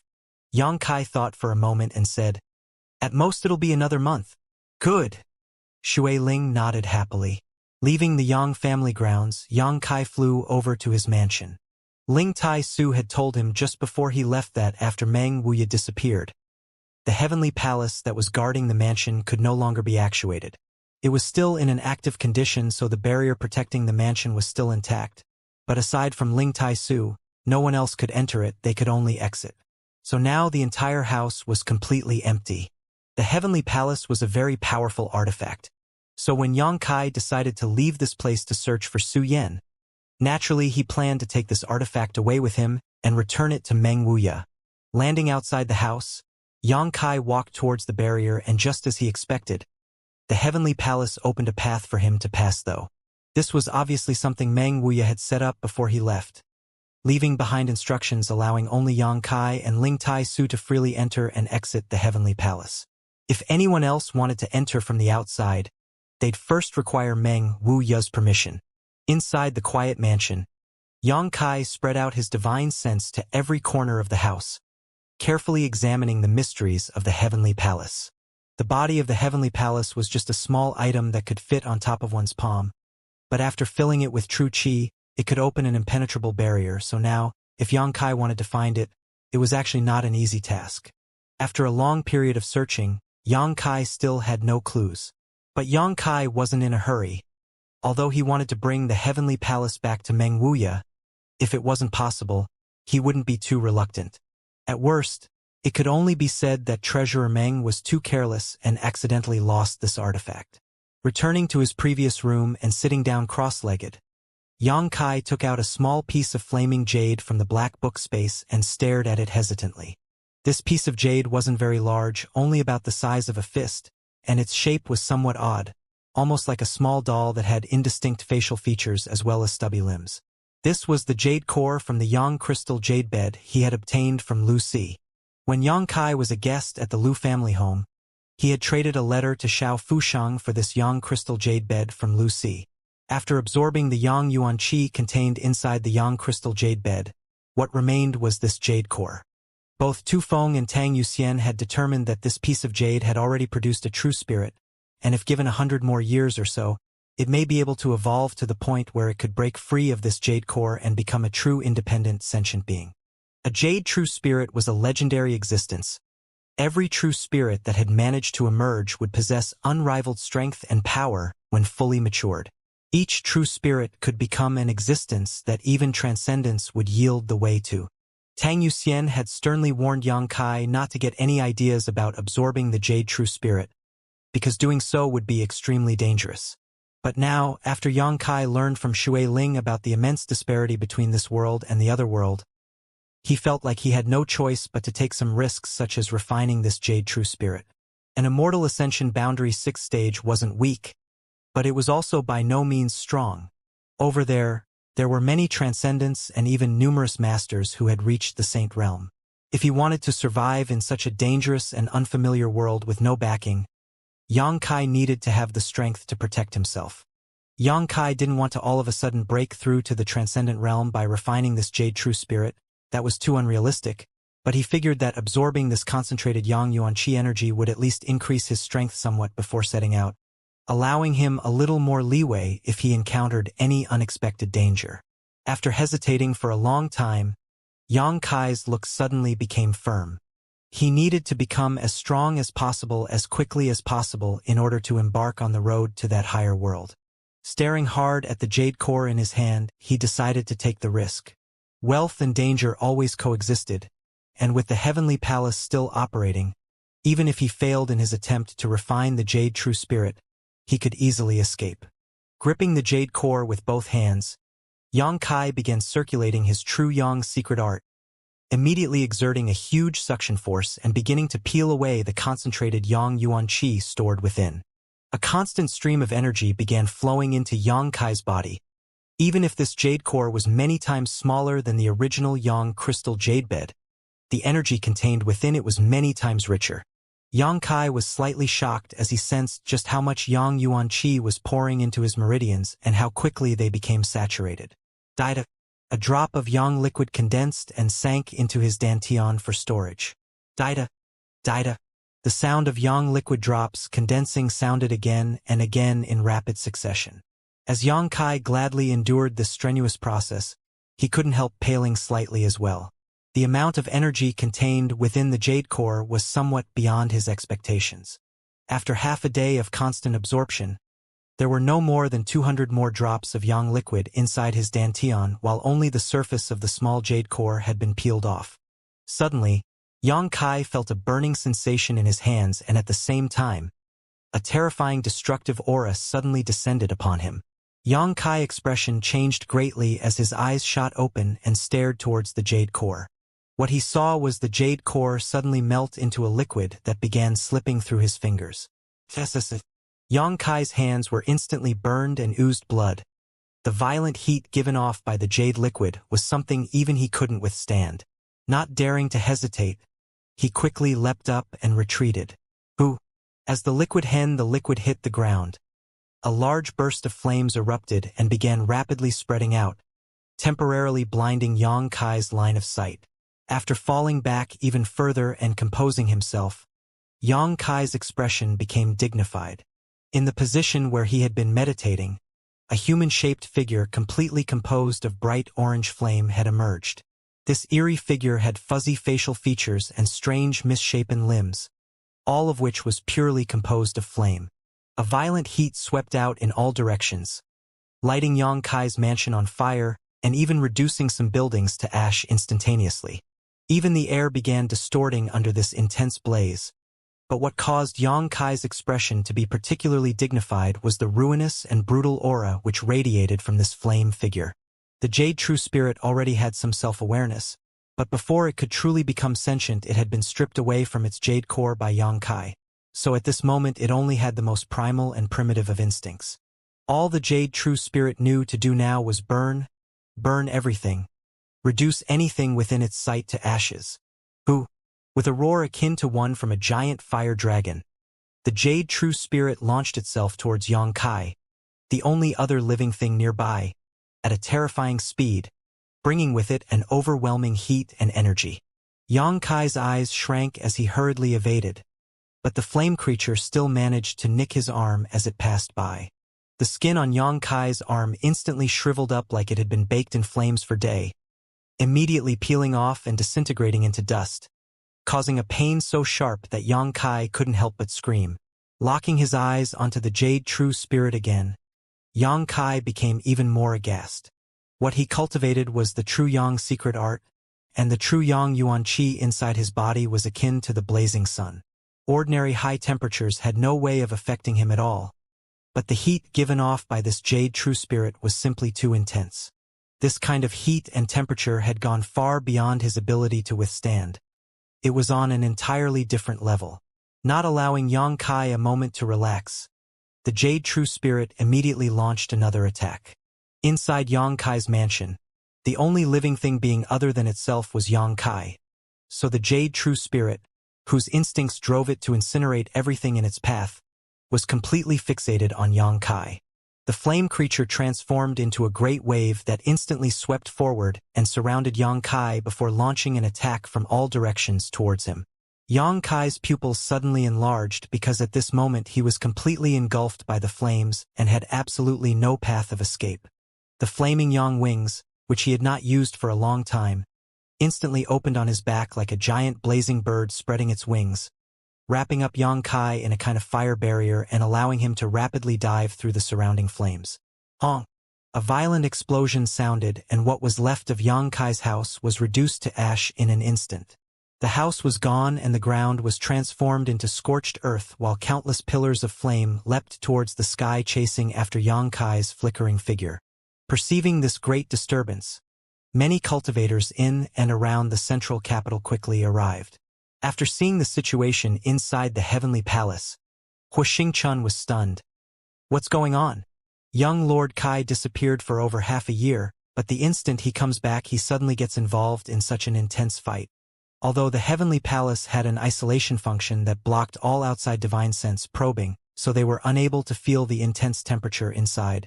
The terrifying pressure given off by the Jade True Spirit was enough to make them shudder. What is he doing? Xiao Yimeng was incredibly anxious, her beautiful eyes staring at the scene playing out before her, only somewhat able to make out Yang Kai's fluttering figure inside the heavenly palace. The flaming world inside was completely isolated from any attempt at outside investigation. After a while, the chaotic scene gradually became clearer.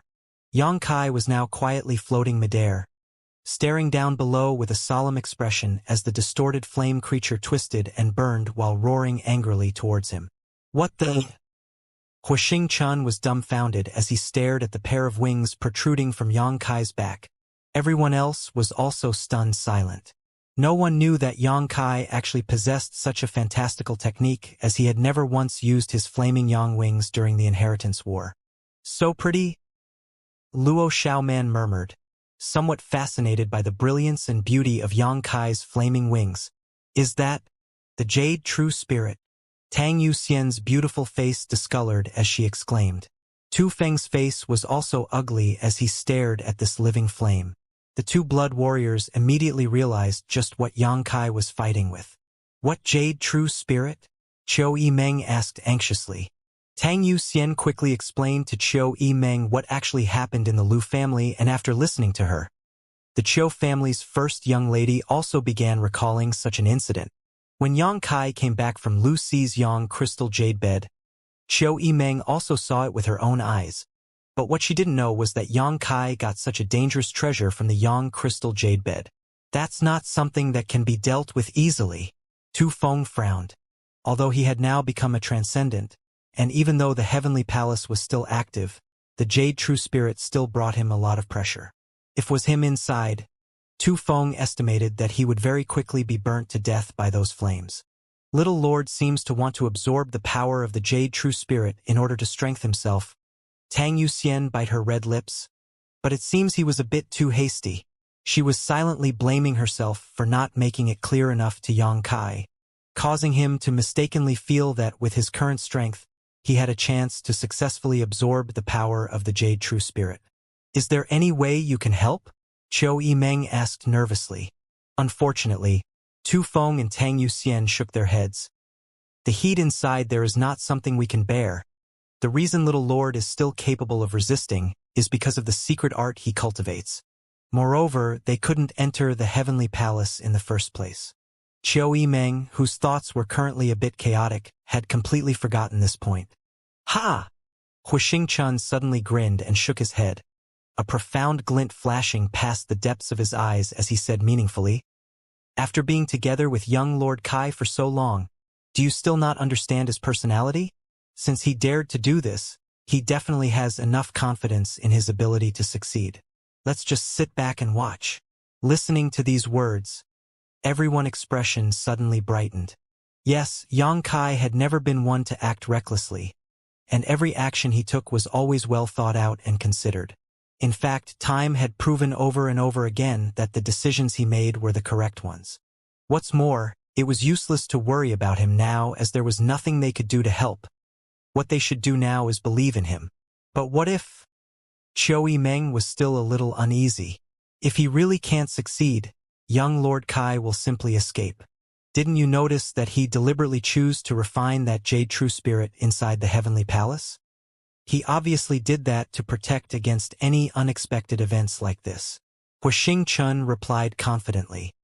His analysis of the situation was quite sharp, and he explained it clearly and eloquently enough that no one could rebut. Inside the heavenly palace, Yang Kai stared at the raging flames down below, while continuously using his divine sense to try to subdue the Jade True Spirit. If he wanted to finish absorbing the power of the Jade True Spirit, he would first have to force it to surrender. However, the extreme power of the Jade True Spirit coupled with its thirst for destruction had made it instinctually arrogant, so it was consciously refused to submit to Yang Kai. A flash of hot flames burst forth one more and spread throughout the entire heavenly palace. Yang Kai coldly snorted as his flaming yang wings waved, dodging in and around these erupting flames to quickly arrive at a particular spot in the mansion. This was the location of the Su Yan's room. Of course, since the entire building had been destroyed by the Jade True Spirit, it was now just a flat open space. When he arrived here, Yang Kai stopped dodging and dove towards the ground. Breaking through the surrounding rubble, he quickly flew down into the wreckage, only to return a moment later carrying a giant block of ice in his hands that was even now emitting strong waves of cold chi. Su Yan's ice crystal jade bed.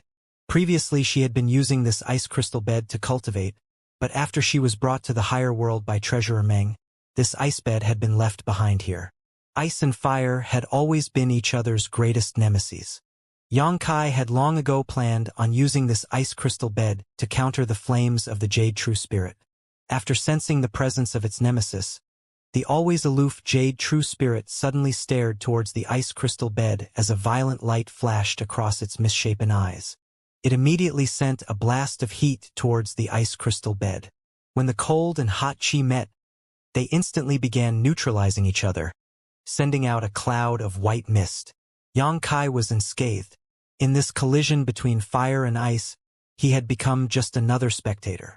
An angry roar rang out, and all of the dispersed flames inside the heavenly palace were quickly taken back by the Jade True Spirit. In the next moment, these flames condensed into a strange beast that's snarling and rushing towards Yang Kai, its facial features warping constantly. Yang Kai took a deep breath and stared at the rushing Jade True Spirit beast. But this time, instead of trying to avoid it, he simply picked up the ice crystal bed. Devil transformation! Shouting eerily, an earth-shaking pressure began radiating from Yang Kai's body, as a pure and rich demonic chi burst forth from his golden skeleton, quickly filling the heavenly palace. Simultaneously, he lifted the ice crystal bed up high and then slammed it towards the oncoming beast.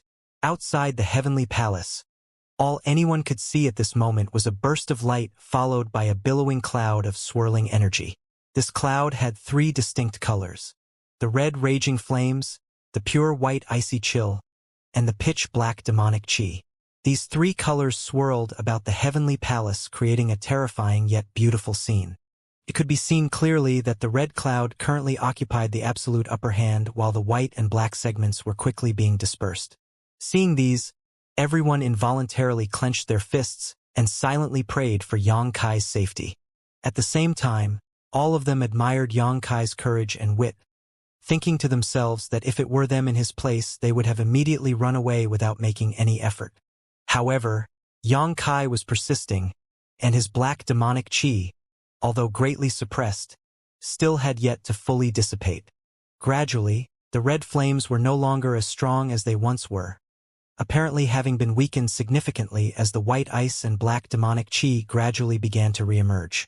A burst of wild cheers broke out as the surrounding crowd celebrated joyfully. As the white and dark lights within the cloud became stronger, the two together began to push back against the red flames. At this moment, the situation had become a stalemate with neither side able to gain the upper hand. Time passed, the moon rose and fell, and an entire day had come and gone. The situation inside the heavenly palace was still ongoing, and the destructive aura pulsing from it had now spread across the entire central capital, causing the previous night to be quite restless, resulting in many being unable to sleep or eat in peace. However, those who had come to Yang Kai's house to observe the situation had not left or rested, all of them waiting patiently for the moment when Yang Kai would safely emerge. Suddenly, the white ice light suddenly weakened significantly. No one knew what was going on, but a moment later the red flame light also began to dim, while the black demonic chi suddenly became dominant. Seeing this scene, everyone once again cheered happily, as they knew that Yang Kai had fully grasped the initiative. They were now no longer worried, but instead looking forward to what kind of changes Yang Kai would have after this event and to what extent his strength would grow as a result of absorbing the Jade True Spirit. As time passed, the three-colored cloud inside the heavenly palace began to visibly change. The black demonic chi became more and more prevalent as the red and white fire and ice light gradually disappeared. After nearly a month, a loud bang resounded, and the entire heavenly palace became completely filled with black light, all traces of red and white thoroughly annihilated. Immediately, the black demonic chi began rushing towards a single point, as if a great whirlpool had appeared and was vigorously swallowing it up. Soon after, Yang Kai's figure appeared in the eyes of the crowd, the dense ruinous aura that had covered the central capital finally fading as he came into view. Xiao. The heavenly palace which was surrounding Yang Kai also apparently exhausted its energy supply and collapsed. Yang Kai didn't know what grade of artifact the heavenly palace was, but seeing how Meng Wuya had left long ago, yet it was still able to guard Yang Kai's mansion until now. Its power was obvious to all. A little palace-shaped object gently floated through the air and arrived in front of Yang Kai, who casually reached out and received it. This artifact belonged to Meng Wuya, so when Yang Kai tried to communicate with it using his divine sense, it did not respond at all. Having expected this though, Yang Kai simply gave up trying and stored it into the black book space. Quietly standing in the same place and feeling the changes he had undergone, Yang Kai's mouth curled into a smile. The people surrounding the mansion also stepped forward at this time, each of them wearing a joyful face as they swarmed around Yang Kai. "Young Lord Kai, it looks like your harvest this time isn't small," Xianxia laughed. Yang Kai gently nodded. "Not too bad." The 13 blood warriors, on the other hand, were slightly puzzled because after absorbing the power of the Jade True Spirit for an entire month, Yang Kai's cultivation hadn't changed at all. He was still at the Immortal Ascension Boundary 6th stage. This discovery made them somewhat confused. If there was no change in his cultivation, where had all the power Yang Kai absorbed from the Jade True Spirit go? That overwhelming destructive energy was clearly contained a large amount of extremely pure true Yang Yuan Qi, and should have been enough for Yang Kai to advance at least 2 or 3 minor realms. However, since Yang Kai didn't open his mouth to explain, none of them asked. Sometimes, an increase in strength didn't always necessitate an increase in realm. Vaguely, the 13th blood warriors now felt a sense of pressure when facing Yang Kai which they had not felt previously. It seemed like, if Yang Kai wanted to, he would be capable of taking any of their lives in an instant. Unable to understand and unwilling to ask, they simply shook their heads and smiled. Having absorbed the power of the Jade True Spirit and receiving the Heavenly Palace, Yang Kai had now completed all of his remaining business in the central capital, and it was time for him to depart. The only thing he felt regretful about was that Su Yan's ice crystal bed had completely melted in his fight with the Jade True Spirit. In the end, the grade of the ice crystal bed was unfortunately inferior to the Jade True Spirit. After spending another 3 days in the central capital making some travel arrangements and saying goodbye to his friends and family, Yang Kai embarked on his next journey. Shui Ling was the only one to follow him and was clearly quite excited to finally be leaving. Outside the central capital's gate, a large group of people came to see Yang Kai off, many of them with wet, puffy eyes, quite reluctant to see him go. With young Lord Kai traveling there, it seems that Otherworld won't be as peaceful from now on, Xianxia muttered under his breath, seemingly prophesying the future. All the way, Shui Ling's demeanor was particularly upbeat. Since she had accidentally fell into this world, she had been unable to find a way back and 2 years had passed by. Now that she had hope of returning home, naturally she was quite happy. As they traveled together, she would often tell Yang Kai various things about the other world. Yang Kai didn't respond much to her and simply listened in order to learn as much information as he could. Shui Ling wasn't annoyed by his silence though, and also didn't try to hurry their pace, welcoming opportunities to stop and rest along the way. The speed of these two was neither fast nor slow, flying the whole way under their own power while enjoying the different local customs and sceneries, allowing them to relax even though Yang Kai's heart was still full of expectation and enthusiasm for the future.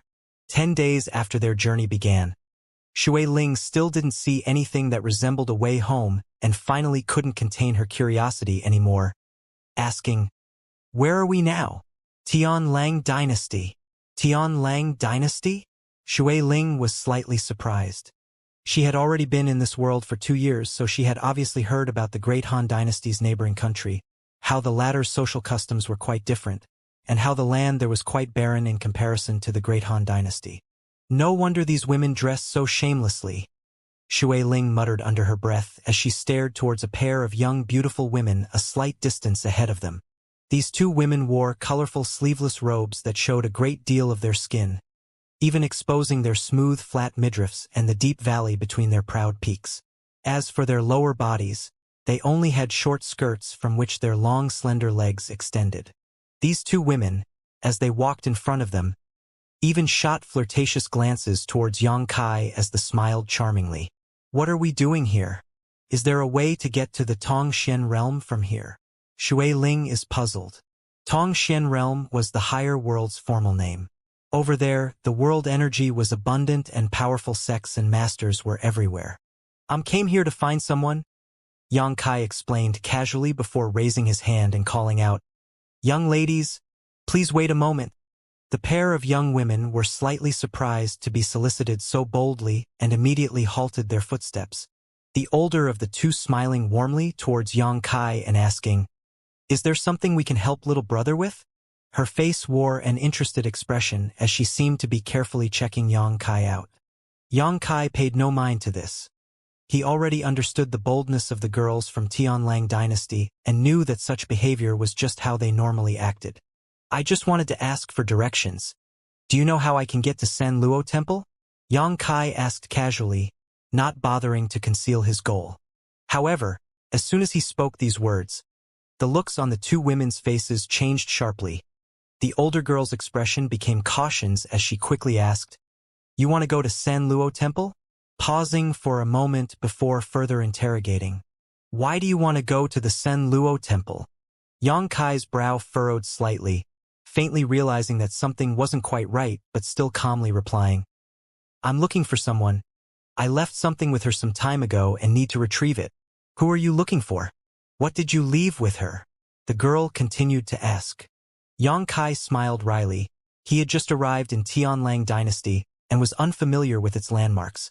So upon finally encountering these two young women, he had naturally wanted to ask them for direction. But he had never expected them to react so vigilantly towards him. Apparently, when he said he was looking for San Luo Temple, he had caused some kind of misunderstanding. He didn't know anything about the internal affairs of Tianlang dynasty and didn't want to get involved in any matters regarding San Luo Temple. All he wanted to do was look for ZMO and retrieve the thread of divine sense he had planted in her mind all those years ago. Having been reminded by Old Demon, Yang Kai knew that leaving that thread of divine sense in the mind of another posed a danger to himself. Once the other party died, Yang Kai would suffer a blow to his soul as well. Of course, that was not his only purpose in coming here. After retrieving his thread of divine sense, Yang Kai also wanted ZMO to lead him to Tianlang dynasty's most famous forbidden zone. These two girls' intense reaction and wariness towards him had slightly irked Yang Kai though.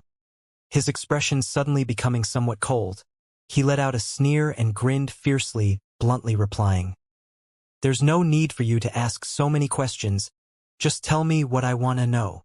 Seeing the gentle young man in front of them suddenly undergo such a dramatic change in personality caused the two young women to retreat a few steps and begin circulating their true chi, preparing to hit back against Yang Kai if he made any aggressive moves. Yang Kai simply snorted and released a huge pressure from his body, causing the girls in front of him to suddenly feel like they were carrying mountains on their shoulders, their pretty faces to cringe as they began panting for breath. The older girl's face went pale as she realized just how horrifying Yang Kai's strength was, stealthily flicking her delicate hand, seemingly sprinkling something on the ground. Yang Kai's eyes narrowed slightly as he quickly stretched out his hand and created a strong suction force. Shio shio shio. A few small objects that had just burrowed into the ground quickly flew into Yang Kai's palm. Soul-controlling insects? Yang Kai's muttered curiously as he stared at the small bugs on top of his palm, a touch of nostalgia flashing across his eyes. Many years ago, in that isolated world, several cultivators from Tianlang dynasty had used these same soul-controlling insects to enslave hundreds of monster beasts and cause great damage to the great Han dynasty cultivators. ZMO had also wanted to use this trick to deal with Yang Kai, but he had easily resolved it. Just now, This girl sprinkling these few soul-controlling insects towards the ground was obviously trying to do the same thing as ZMO had once done and control Yang Kai. But having experienced this situation once before, how could Yang Kai allow her to succeed? When he so easily dealt with their soul-controlling insects, the two girls' expression became panicked as the older of the pair shouted in fright, "How did you know?" "Of course I would know." Yang Kai smiled smugly. "Impossible, from the way you dress, you're clearly cultivators from the Great Han Dynasty. The soul-controlling insects are one of our faction's core inheritances. How could you possibly understand them? Your faction's core technique?" Yang Kai's brow wrinkled, his sinister grin becoming slightly more menacing. "What is your relationship with ZMO?" The beautiful girls showed a dumbstruck expression as she exclaimed, "Do you know our senior sister?" "Senior sister?" This time Yang Kai was the stunned one. He had just asked casually but never expected this pair of girls to really have such a relationship with ZMO. When he first encountered her, ZMO had told Yang Kai she belonged to one of Sen Luo Temple's factions that focused on the study and control of special types of insects. So when he saw this girl also used soul-controlling insects, Yang Kai naturally thought she might be connected to ZMO somehow. Suddenly meeting her junior sisters, Yang Kai's expression became a bit awkward. Apparently, such coincidences did happen. ZMO is our faction's big senior sister. How do you know her?" the girl asked. "We're old acquaintances." Yang Kai furrowed his brow. "Since you are ZMO's junior sister, I'll return these soul-controlling insects to you." Saying so, he tossed the small insects back to the girl. The girl reached out and looked Yang Kai up and down, her expression now containing some slight confusion and embarrassment, but also a deep sense of dread. "Take me to see your senior sister. I have something I need to discuss with her," Yang Kai faintly said. The two young girls stared at him, but after hesitating for a while, the older girl nodded gently. "People below have to bow to those with power. Such is the way of the world." As the pair lead the way, Yang Kai and Shui Ling casually following behind, from time to time the two young girls would glance back and whisper amongst themselves, apparently not understanding how their big senior sister knew this Great Han Dynasty cultivator. And from his demeanor it seemed like he and their big senior sister seemed to have some history. He wouldn't be here to seek revenge, would he? The pair secretly guessed, suddenly becoming somewhat worried. This youth seemed to be about the same age as them, but they were unable to see through his cultivation, which obviously made them feel anxious. If he was really here to settle a grudge, these girls weren't too worried. After all, their faction also had a powerful master protecting them. If he arrogantly tried to barge in, he would no doubt only be seeking his own death. Considering all this, the pair settled down and walked forward while trying to strike up a conversation with Yang Kai, hoping to glean some information from him about his origins. Facing the inquiry of these young girls, Yang Kai chose to remain completely silent, trying to show the demeanor of a powerful master. Shui Ling, who on the other hand was still in a good mood, immediately began mingling with these two fellow females and was soon chattering non-stop. But whenever they asked anything about Yang Kai, Shui Ling cleverly changed the subject. Along the way, the pair of girls from Sun Luo Temple didn't manage to obtain any useful information. They still didn't know what purpose this young male and female had for coming to Sun Luo Temple, or what their relationship with their big senior sister ZMO was. Half a day later, Yang Kai suddenly came to a halt and turned his head towards a certain direction, a smile slowly forming on his lips. He had suddenly a sense of resonance, a fluctuation that belonged to his soul. ZMO should be close by. The leading girls also stopped walking when they noticed Yang Kai stop, not knowing what to do. However, Yang Kai was too lazy to explain anything to them and instead just shot off in the direction he sensed the familiar aura. "Hey!" The pair from Sun Luo Temple cried out in shock and tried to ask what was happening. But by the time they came to their senses, Yang Kai had already disappeared. A short moment later, in the sky over a lush jungle, Yang Kai stood mid-air, staring down at the land below him, his brow furrowed slightly. In front of him was a range of low undulating mountains covered in a thick jungle, with not the slightest traces of any buildings, much less the grand constructions of a superforce. Instead, Some 50 kilometers away, Yang Kai discovered a large number of magnificent structures and could sense the auras of many powerful masters. That place should be the real base of Tianlang Dynasty's Sen Luo Temple. But if that was so, what was ZMO doing here? As far as he could see, there were no unusual fluctuations here, nor even the shadow of people. There also didn't seem to be some kind of heaven's cave in the depths of these mountains.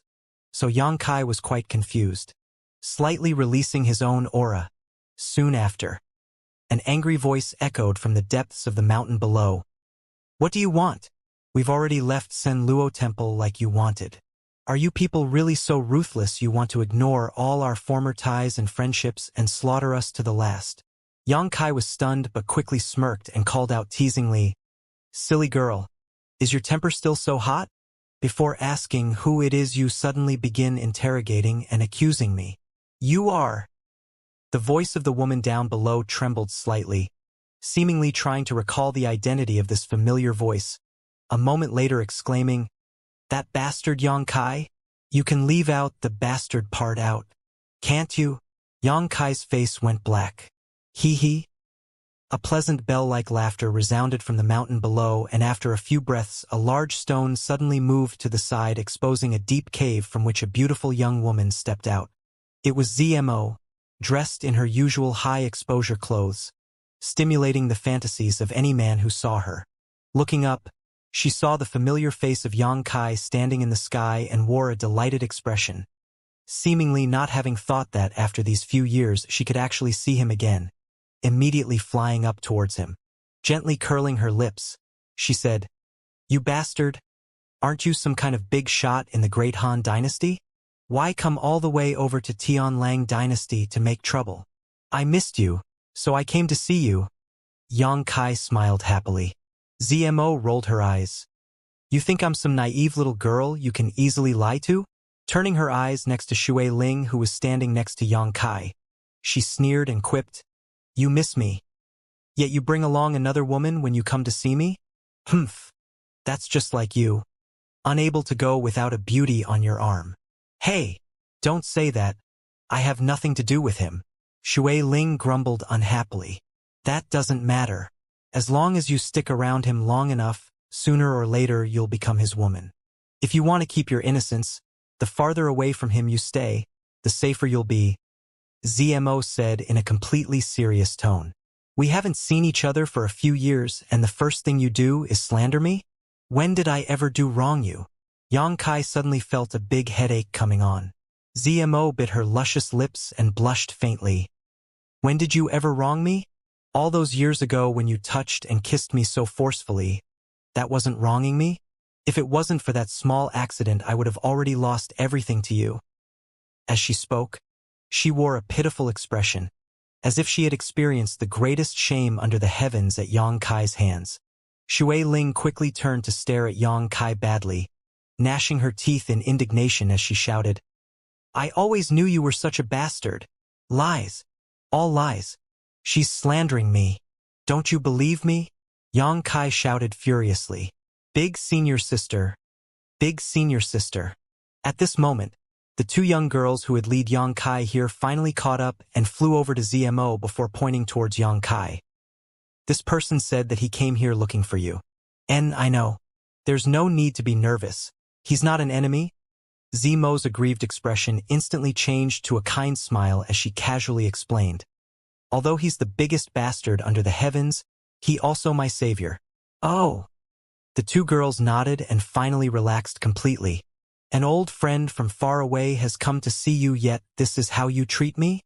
Yang Kai sighed helplessly. "Ha! Women really are the most ruthless creatures. Stop putting on airs." ZMO rolled her eyes again before waving her hand. "Come inside first, we can talk there." "Big senior sister." The two other girls were shocked. "Don't worry, I'll explain everything to Master later," ZMO said calmly. Yang Kai's eyes flashed, although there were a lot of doubts in his heart. He also knew that he shouldn't ask too many questions. The more he did, the more trouble he'd bring to himself.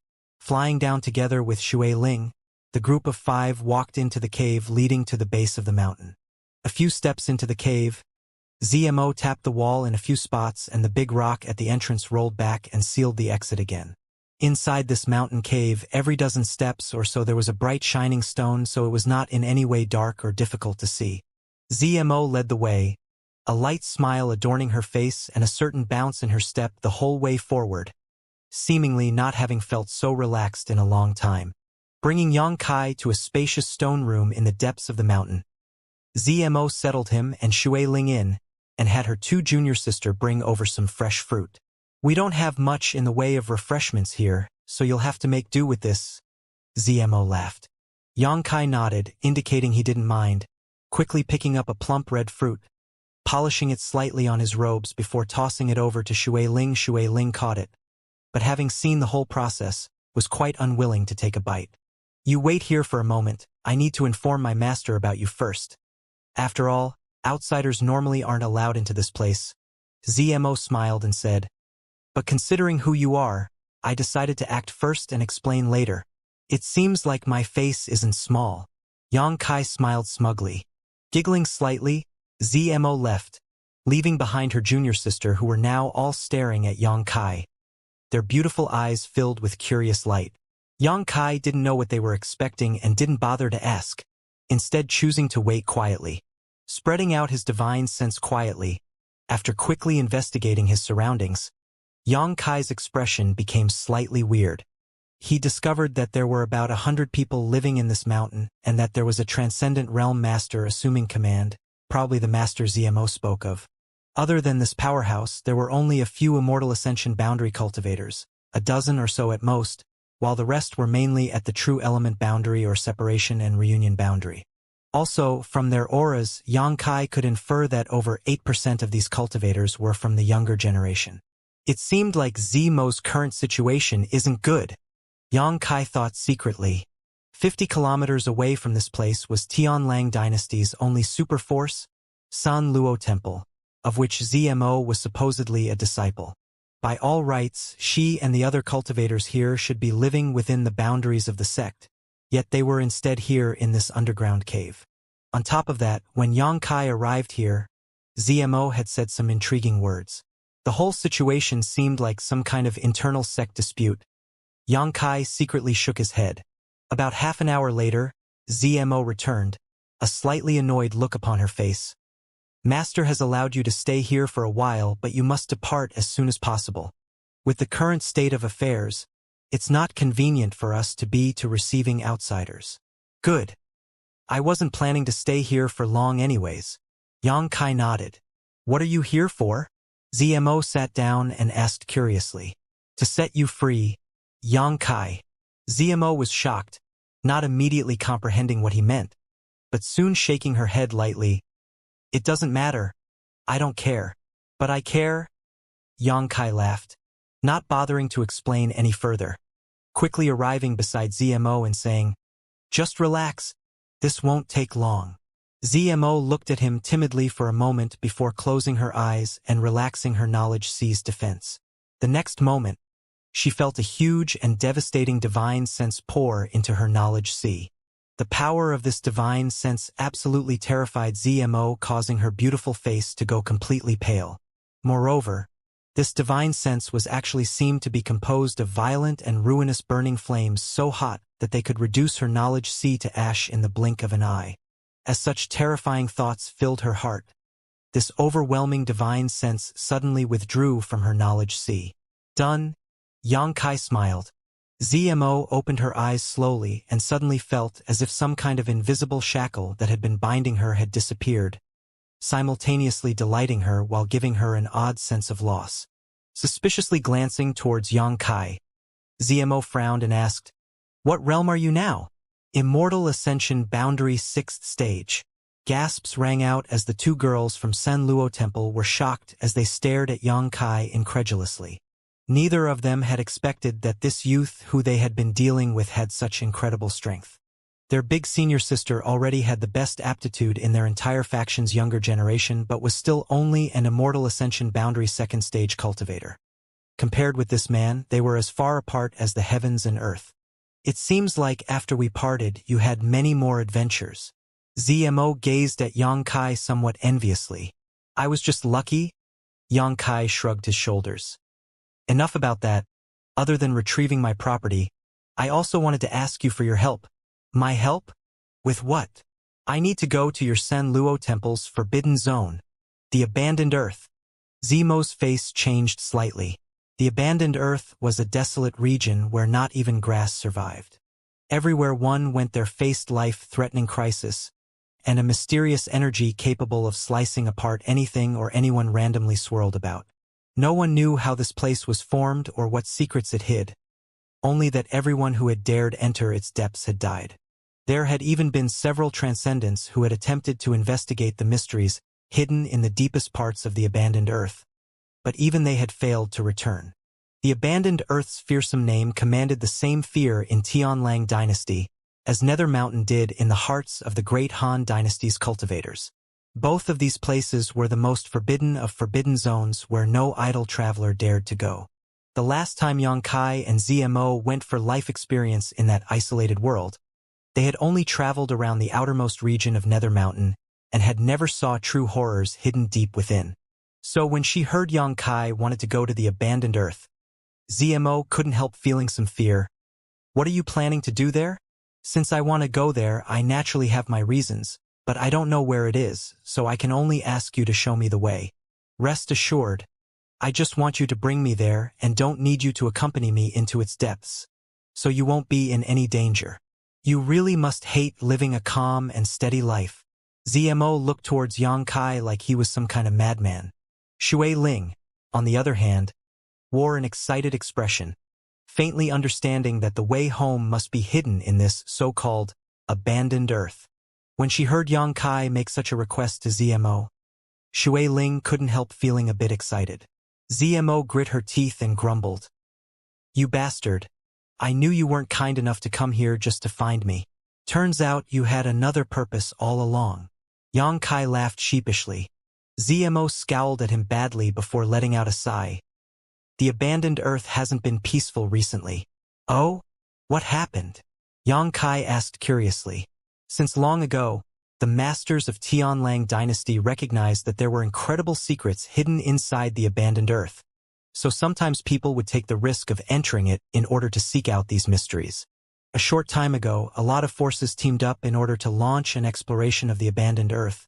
If you go there now and are discovered, even with your current strength, I'm afraid you won't have a good end.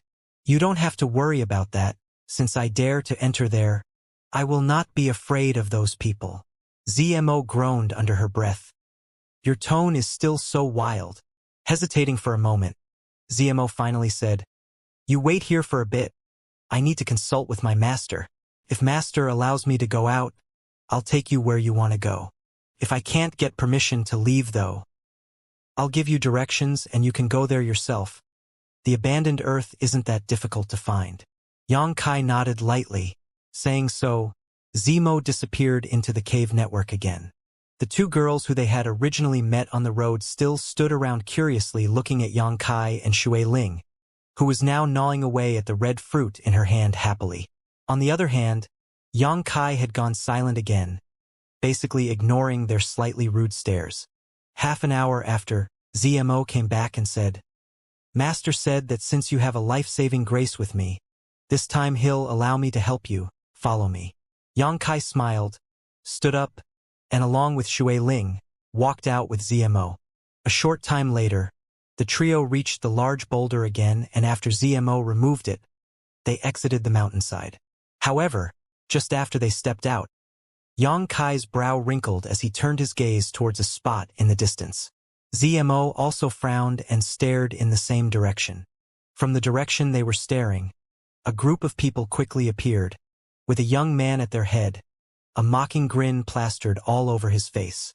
The young man had an Immortal Ascension boundary 3rd stage cultivation, so it was obvious his aptitude was quite good. As for the people around him, most of them were also Immortal Ascension cultivators, numbering only a dozen or so in total. This group of people flew forward and immediately blocked the trio's path, sneering deviously the whole time. After seeing the outfits of Shui Ling and Xianxia, this group of people couldn't help knitting their brows, especially when they noticed Shui Ling's unusual pale blue hair. The leading young man showed a strong interest in her and kept sweeping his gaze wantonly over Shui Ling, from time to time an obscene light flickering across the depths of his eyes. Shui Ling's face and figure were both quite outstanding, and coupled with her hair that seemed to shimmer like water, it was only natural she became the focus of much unwanted attention. "Xing Bao, what are you doing here?" ZMO immediately stepped forward and coldly asked the youth, her beautiful face now filled with loathing. The young man named Xing Bao smiled back smugly and replied, "Junior Sister Z's question is quite interesting. This place is within the territory of my Sen Luo temple, so why can I not be here?" "Oh right, Junior Sister Z is no longer recognized as a disciple of Sen Luo temple. Perhaps I should just call you ZMO now." As he spoke these words, the arrogance on his face only became thicker. The group of people behind him also wore disdainful expression, clearly taking great pleasure in others' misfortune. Zemo's tender body slightly trembled before she coldly snorted and shot back. "My Imperial Insect faction has only temporarily withdrawn from San Luo Temple and has not formally separated from the sect." "What? ZMO? Do you still not know that Lord Sect Master has ordered the expulsion of your Imperial Insect faction from San Luo Temple?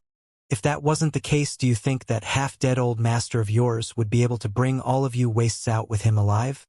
Whatever the case, since you now know you're not disciples of my Sen Luo temple, you should know you can't stay within our territory anymore. Hurry up and get the hell out. If you dare linger here any longer, even if you want to leave, you won't be able to." Zemo's face changed from red to blue. "Are you really so ruthless?" "Ha, ruthless, why shouldn't I be?"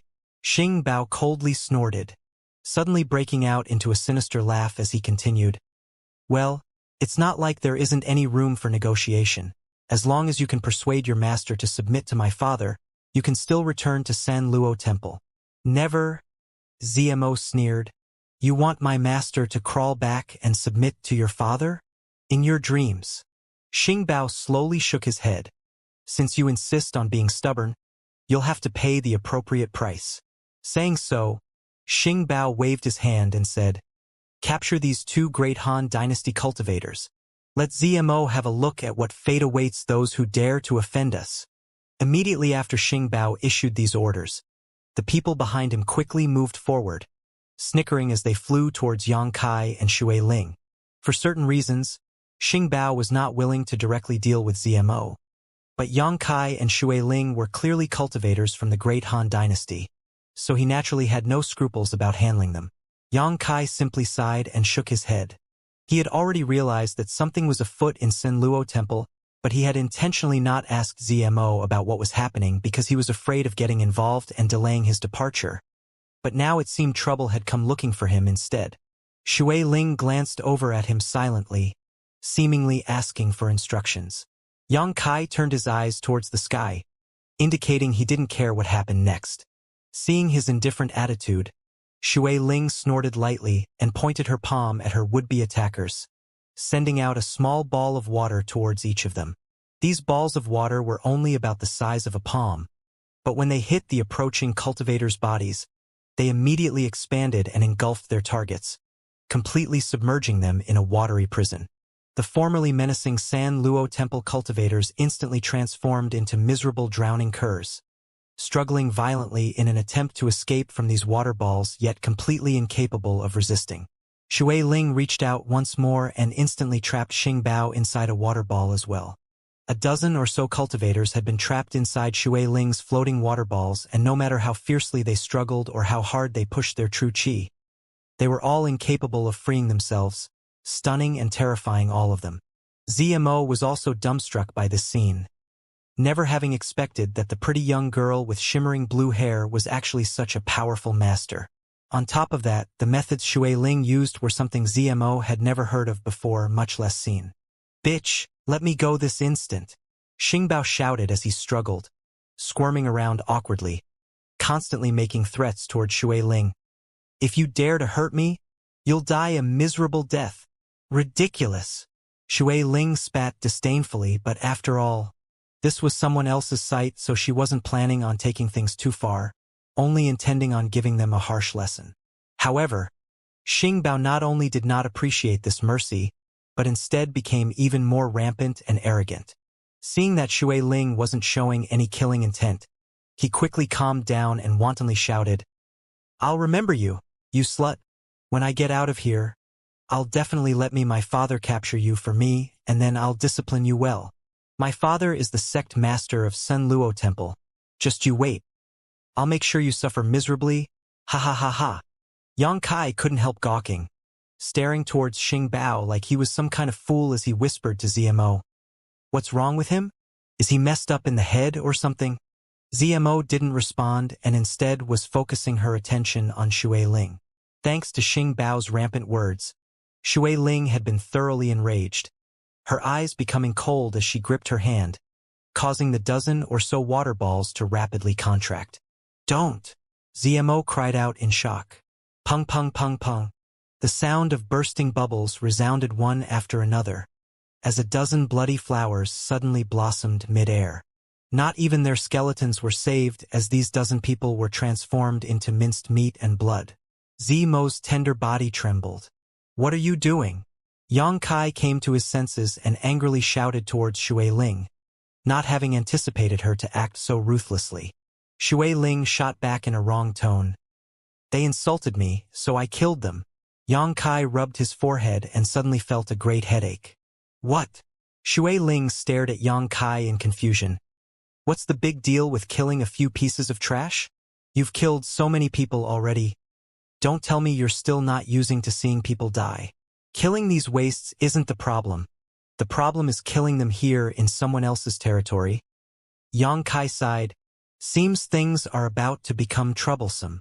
"Troublesome indeed." ZMO stared speechlessly at Yang Kai, thinking to herself she really couldn't have any connection with this man again. This bastard had only just arrived in Tianlang dynasty, yet he had already provoked so much trouble. Letting out a sigh, Yang Kai shrugged his shoulders. "What's done is done.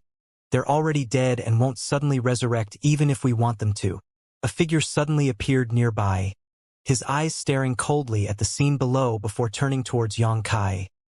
"Little friend, do you think this old master can use those words to smother the anger of Sen Luo Temple?" "Probably not." Yang Kai smiled calmly. "Master!" ZMO shouted. "I'm sorry, I didn't react in time." The old man floating nearby simply raised his hand to stop her and shook his head. "It's not your fault. They're the ones who killed them."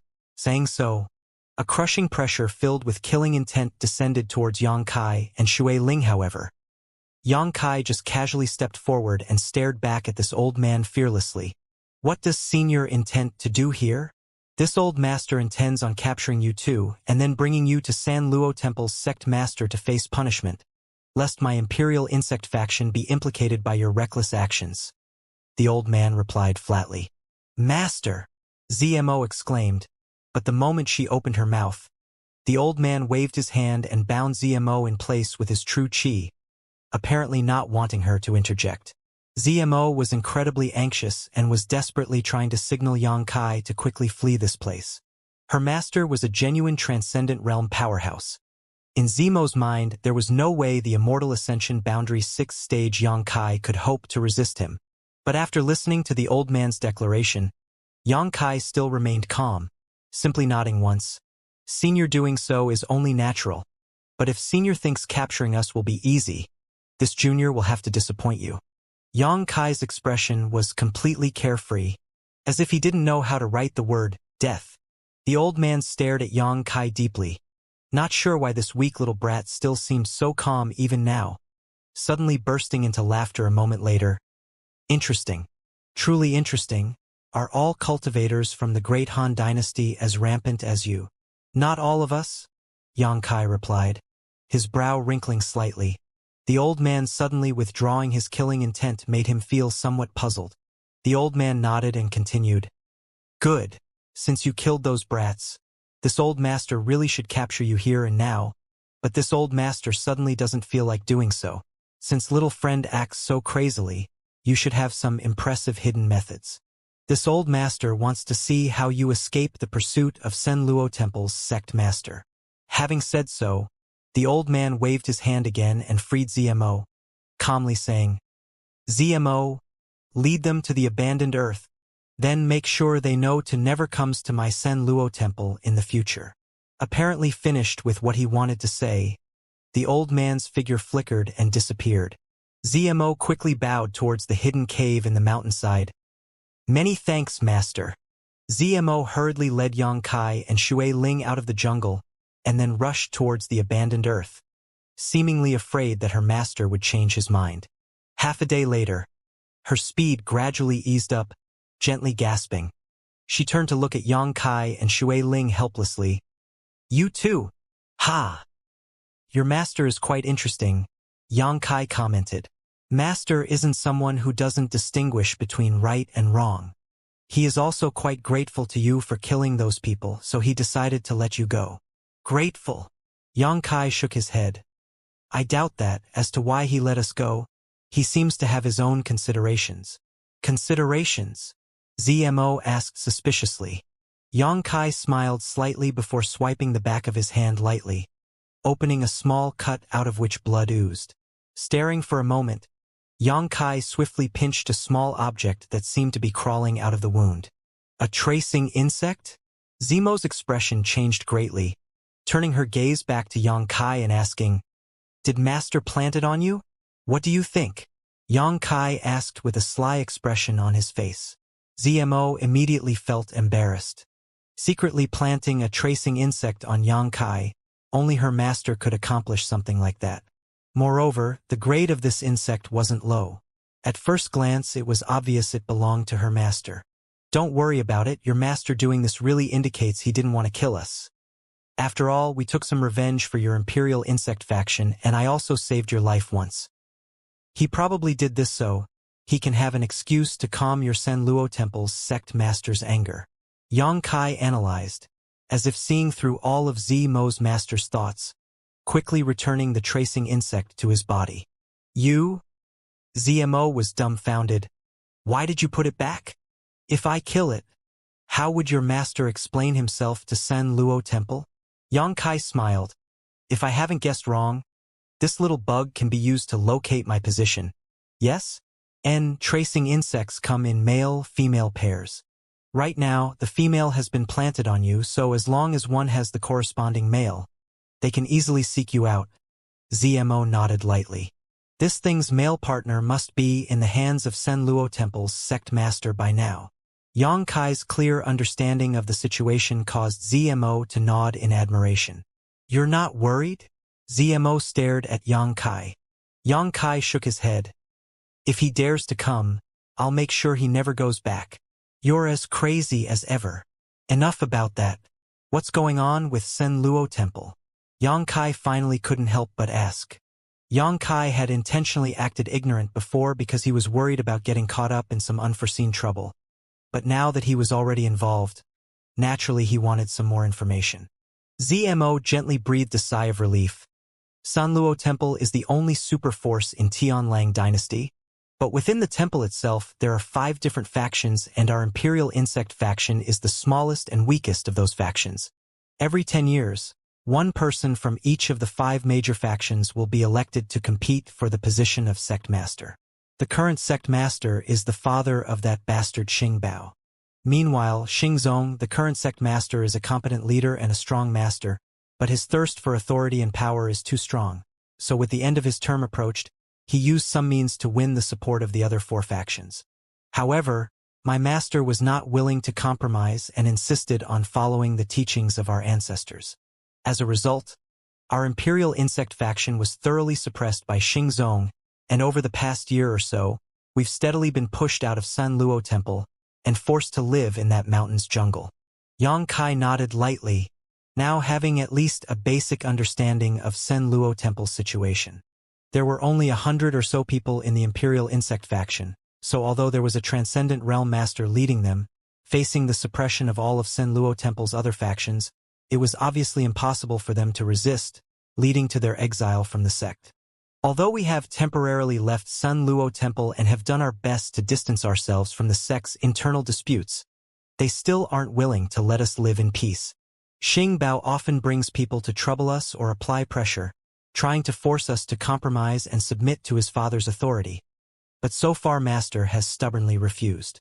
No wonder when I first arrived you said those words to me. Yang Kai smiled. Zmo smiled faintly. I didn't know it was you. After all, it's been so many years since we separated. How was I to know you were even still alive? Suddenly letting out a sigh, Zmo grumbled. Well, the situation is like that. Yang Kai nodded silently. If Zmo had been a cultivator from the Great Han Dynasty, he could easily invite her to go to the central capital, but since she belonged to Tianlang Dynasty, it wasn't convenient for Yang Kai to interfere too much. Even if Zmo was willing to move to the central capital, her master definitely would not be. Judging from his uncompromising attitude towards Xingzong, that old man obviously had a stubborn personality. Such people were generally not willing to leave their homelands behind. Yang Kai was unwilling to intervene in another sex's matters, but if they decided to find trouble with him, he would respond in kind. At the same time, above a lush jungle 50 kilometers outside Sen Luo Temple, a tall man with a stern face who appeared to be in his 40s suddenly flew over. Staring down at several piles of minced meat and dried blood, the stern-faced man's breath became ragged as a violent true qi began surging from his body, turning towards a nearby mountain and roaring angrily. Lu Yun, get out here! Sect Master, I've been waiting for you. Zmo's master appeared and calmly greeted. Who killed Xing Bao? Xingzong furiously interrogated, his aura fluctuating wildly as he was on the verge of erupting, staring at Lu Yun with an expression that seemed to say, if you can't give me a satisfactory answer, I'll kill you where you stand. It was two cultivators from the Great Han Dynasty. Cultivators from the Great Han Dynasty? Xingzong fumed. Why would cultivators from the Great Han Dynasty appear here? Are you saying you colluded with outsiders to attack my son? Sect Master must be joking. If I wanted to act against your son, Xing Bao would have been dead many times over by now. It is only because of Sect Master's face that this old master tolerated his arrogance. Lu Yun coldly snorted, clearly not afraid of Xingzong's threatening posture. In response to these ruthless words, Xingzong's anger slightly abated, but he still refused to let the issue drop. What exactly happened? Lu Yun's tone also became more temperate as he narrated the course of events, shrugging his shoulders indifferently. This old master didn't expect the two of them to kill so decisively. By the time I realized it was already too late. Where are they now? Xingzong asked. Did you capture them already and were just waiting for me to arrive? Lu Yun slowly shook his head. They've fled. Xingzong's aura became dangerous once more. With you here, they still managed to escape? Could it be you just stood by and watched them leave? You could say that. After all, I have no enmity with them, so why would I attack them for no reason? Lu Yun calmly retorted. Hearing this, Xingzong's anger fully erupted. A thick killing intent burst forth from his body as he coldly shouted. If you don't give me an explanation right now, I'll personally exterminate your imperial insect faction. To this naked threat, Lu Yun simply sneered. This old master just thought that seeking revenge for the death of one's child should be solved by Sect Master himself. Therefore, this old master decided to take a step back so as not to interfere in this important affair. Saying so, he took out a small insect and held it up. Sect Master should know what this is, correct? A tracing insect? Xingzong's eyes flashed brilliantly. Indeed, Lu Yun nodded gently. This male tracing insect's female partner has been planted on the person who killed Xing Bao. As long as Sect Master has this, it should be easy for him to track down the murderer. Give it to me. Xingzong hastily put his hand out. However, Lu Yun shook his head once more.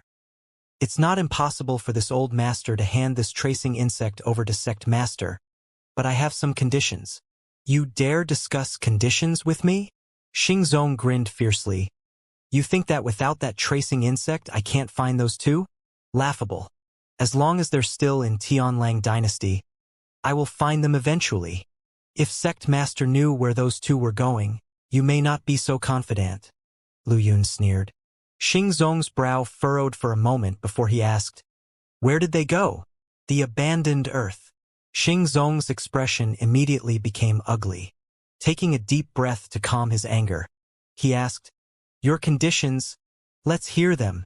The abandoned earth, even if it was Xingzong, he couldn't guarantee that he could find one or two people inside that forbidden zone. The energy inside that place was far too chaotic and dangerous. Without some kind of reliable guidance, it was even possible that he could lose his way and never be able to leave. The Imperial Insect faction returns to San Luo Temple, and the 10-year tradition of electing a new sect master is restored according to our ancestral teachings. If sect master refuses, this old master will immediately crush this insect. "You dare!" Xingzong roared as he flew into a rage. Lu Yun sneered dismissively, gathering his true qi into his palm, calmly waiting, exhibiting a completely uncompromising stance towards Xingzong. After rampaging for a moment, Xingzong grit his teeth and nodded. "Good. I swear to you, as long as I can take revenge for my son's murder, I will fulfill all of your conditions. I hope Sect Master will honor his words," Lu Yun said coldly, although he did not have much faith in Xingzong. Right now this was the best he could hope for, so he decisively tossed the male tracing insect over. Reaching out and grabbing the tracing insect, Xingzong coldly snorted before turning and flying towards the abandoned earth. 2 days later, at the periphery of the abandoned earth, Yang Kai's trio came to a stop. Looking at the barren wasteland that stretched out before them, completely devoid of all life, Yang Kai and Xue Ling were both somewhat amazed. The aura surrounding this place was extremely odd, giving them a truly ominous feeling. No wonder it had become Tianlang Dynasty's most dangerous forbidden zone. "We're here," ZMO said with a tinge of panic apparent in her voice, apparently quite unwilling to go any further. "Thank you," Yang Kai nodded lightly. Over the past 2 days, ZMO had told Yang Kai everything she knew about the abandoned earth in the hopes that it would at least somewhat useful to him. "Do you really want to go in?" ZMO stared at Yang Kai anxiously, wondering just what he was going to do in the abandoned earth. "I have to. Then I'll wait here for you to come out." ZMO sighed and no longer tried to dissuade him. "No need." Yang Kai shook his head. "After we go in, I'm afraid we won't see each other for a very long time. At the very least, I don't plan on ever coming out from this place again. You should return to San Luo Temple." ZMO was dumbstruck. "Go back and tell your master. If he dares plot against me again, even if he is your master, I'll still kill him." Yang Kai grinned fiercely, his face filled with an evil light, laughing recklessly as he led Xue Ling into the abandoned earth. ZMO stood silently for a moment before quickly coming to her senses, shouting out, "Yang Kai, be careful. Don't you dare die." Yang Kai didn't look back, just waving his hand casually as he continued forward. Soon, both his and Xue Ling's figure disappeared from ZMO's view. Seeing him vanish, ZMO suddenly felt an odd sense of loss. In truth, her friendship with Yang Kai wasn't too deep. It was just that when she was together with him in that isolated world, his various performances and achievements had left a deep impression on her. This time, when they reunited after all these years, the shock Yang Kai brought here was even greater. Unknowingly, this bastard of a man had actually become an immortal Ascension Boundary 6th stage master. Perhaps because he was the most outstanding man she had ever met, Yang Kai's departure had made her feel a little regretful. A place with no life, where not even grass grows. An endless wasteland where dust and gravel swirl randomly and one can barely see 10 meters in front of their face. This was the abandoned earth. Upon stepping into this place, Yang Kai couldn't help becoming more vigilant. According to ZMO, the flow of energy in the abandoned earth was chaotic and disaster could strike at any moment. If someone was even a little careless, even their bones might not remain. Moreover, due to this chaotic energy, it was very difficult to maintain a sense of direction, so it was easy to become lost. Every year, a large number of powerful masters would come here seeking opportunities, but most of them would never return. How did the abandoned earth form? ZMO didn't know too much, only that this place had suddenly appeared some 200 years ago. The region where the abandoned earth now stood on had not always been this desolate. Although it wasn't a rich, vibrant land, at the very least, there were flowers and trees and traces of human activities. The appearance of the abandoned Earth more than 200 years ago had created a big stir and to this day was one of the greatest mysteries in Tianlang dynasty. But while ZMO didn't know the origins of the abandoned Earth, Xianxia did. Tianlang dynasty's most famous forbidden zone was actually created by Meng Wuxia. Treasurer Meng had passed Xianxia a message at the last moment before the void corridor to Tongshan continent collapsed. In that divine sense message, he had told Xianxia a route to take to get to Tongshan continent. It was because of this message from Meng Wuxia that Xianxia had come here. If it weren't for Meng Wuxia, Xianxia would never have known that there was a hidden void corner in this abandoned Earth. If he could find it, he could travel to the other world. When Meng Wuxia first arrived in this world from Tongshan continent, he had used the void corridor where the abandoned Earth was now located, and in order to protect this passage, he had used a profound technique to create a protective array here, turning this place into a kind of forbidden zone. Over time, feeding on the surrounding world energy, this array became more and more dangerous and eventually grew beyond the scope that Meng Wuxia could control, gradually growing to its current size and scope. 200 years ago, Meng Wuxia had come to this world through this void corridor. So just how old is Treasurer Meng? Xianxia recalled the content of the message he had received and couldn't help wondering. Treasurer Meng was really mysterious. Every time Xianxia thought he had figured Meng Wuxia out, he would quickly realize that he actually understood nothing about him. Xianxia even faintly thought that Meng Wuxia's current third-order transcendent realm cultivation was not his full strength. That old fox! Xianxia grumbled to himself as he shook his head. Shui Ling followed Xianxia's footsteps closely. Although she was already a peak Immortal Ascension boundary cultivator, this place still gave her a rather insecure feeling. She did not dare stray too far from Xianxia for fear of them being separated. Walking only a short distance, Xianxia suddenly paused, closed his eyes and listened carefully. A moment later his expression becoming solemn as he grabbed Shui Ling and pulled her forward rapidly. After only rushing out several dozen meters, a terrifying wind howled behind them. Shui Ling turned around instinctively to look and immediately went pale.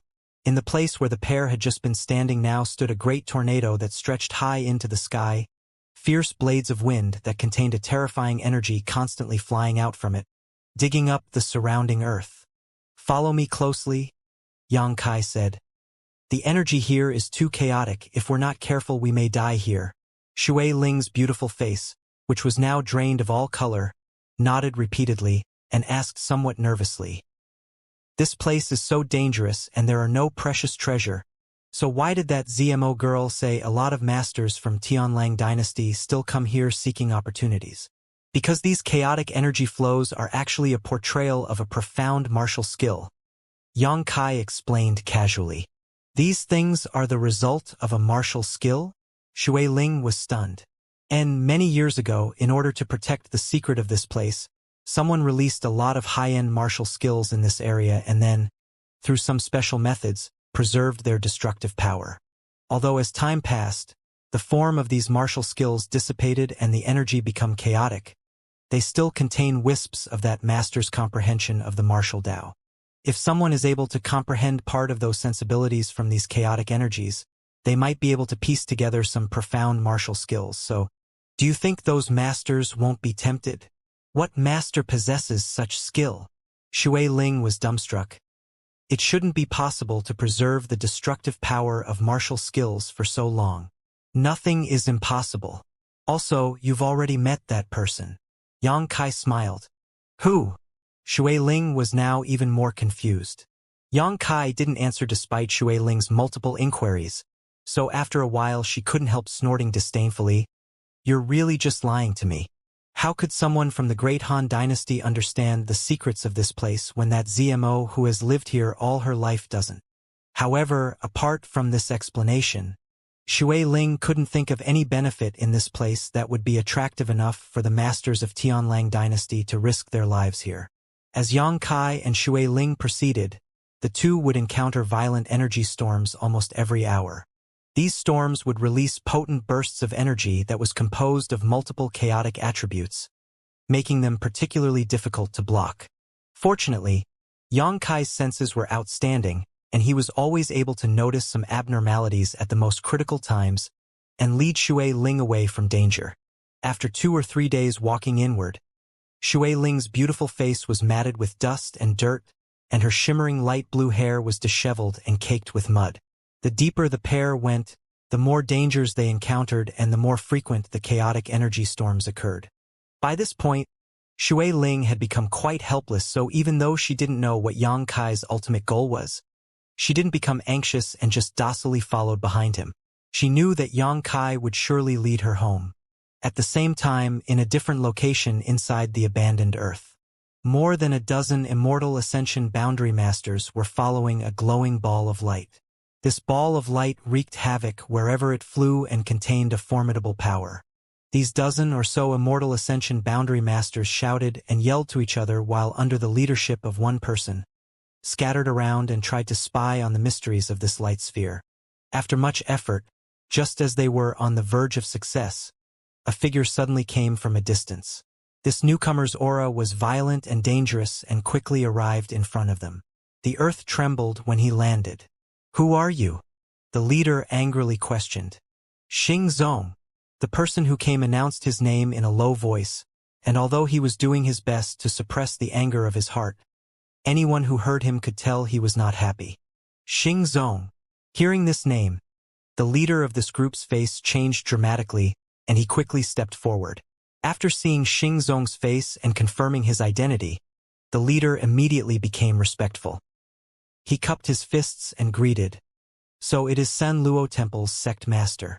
Sun Luo Temple was the only super force in Tianlang dynasty, so its status was completely unmatched. Although the people gathered here now all had not small prestige in Tianlang dynasty, facing Xing Zong they still couldn't help becoming respectful, all of them offering polite greetings. Xing Zong simply nodded lightly. The leader of this group wore a big smile on his face as he cautiously asked, "Did Sect Master Xing come to the abandoned Earth in search of opportunities as well?" In response, Xing Zong coldly snorted, "I don't have so much free time." "Then for what reason has Sect Master Xing come here today?" the leader asked, slightly puzzled. The abandoned Earth was not a hospitable place, and since Xing Zong wasn't here seeking inspiration, why had he suddenly decided to come here? "My son was killed by 2 cultivators from the Great Han Dynasty. Since you arrived here, have any of you seen a pair of foreigners?" Hearing this, the leader's expression changed to one of astonishment. Young sect master was killed by cultivators from the Great Han Dynasty? The other masters gathered here also became indignant. The reputation of Sun Luo Temple in Tianlang Dynasty wasn't very good, but the son of its sect master being killed by 2 Great Han Dynasty cultivators naturally aroused some ire. No matter what contradictions cultivators had, when facing foreign enemies, they would feel a common enmity. "None of us have seen such a pair, but since they dared come to this place, they definitely have some skill," the leader muttered. How could someone without any skill or strength dare enter the abandoned Earth? What difference was that from seeking death? "Sect Master Xing, do you have need of our assistance?" Thinking for a moment, Xing Zong nodded and said, "Good. I have a method of that can trace their approximate location, so it is only a matter of time before I find them. All of you follow me, and if they try to escape, help me block them.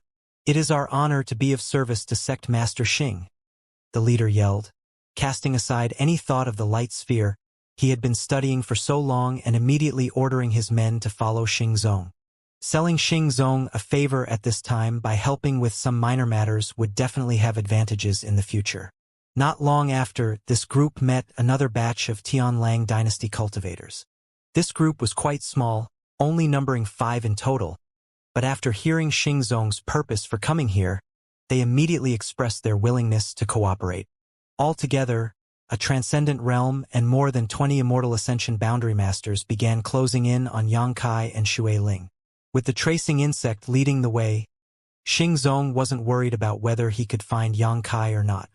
The special link between the male and female tracing insects was valid even in this chaotic environment.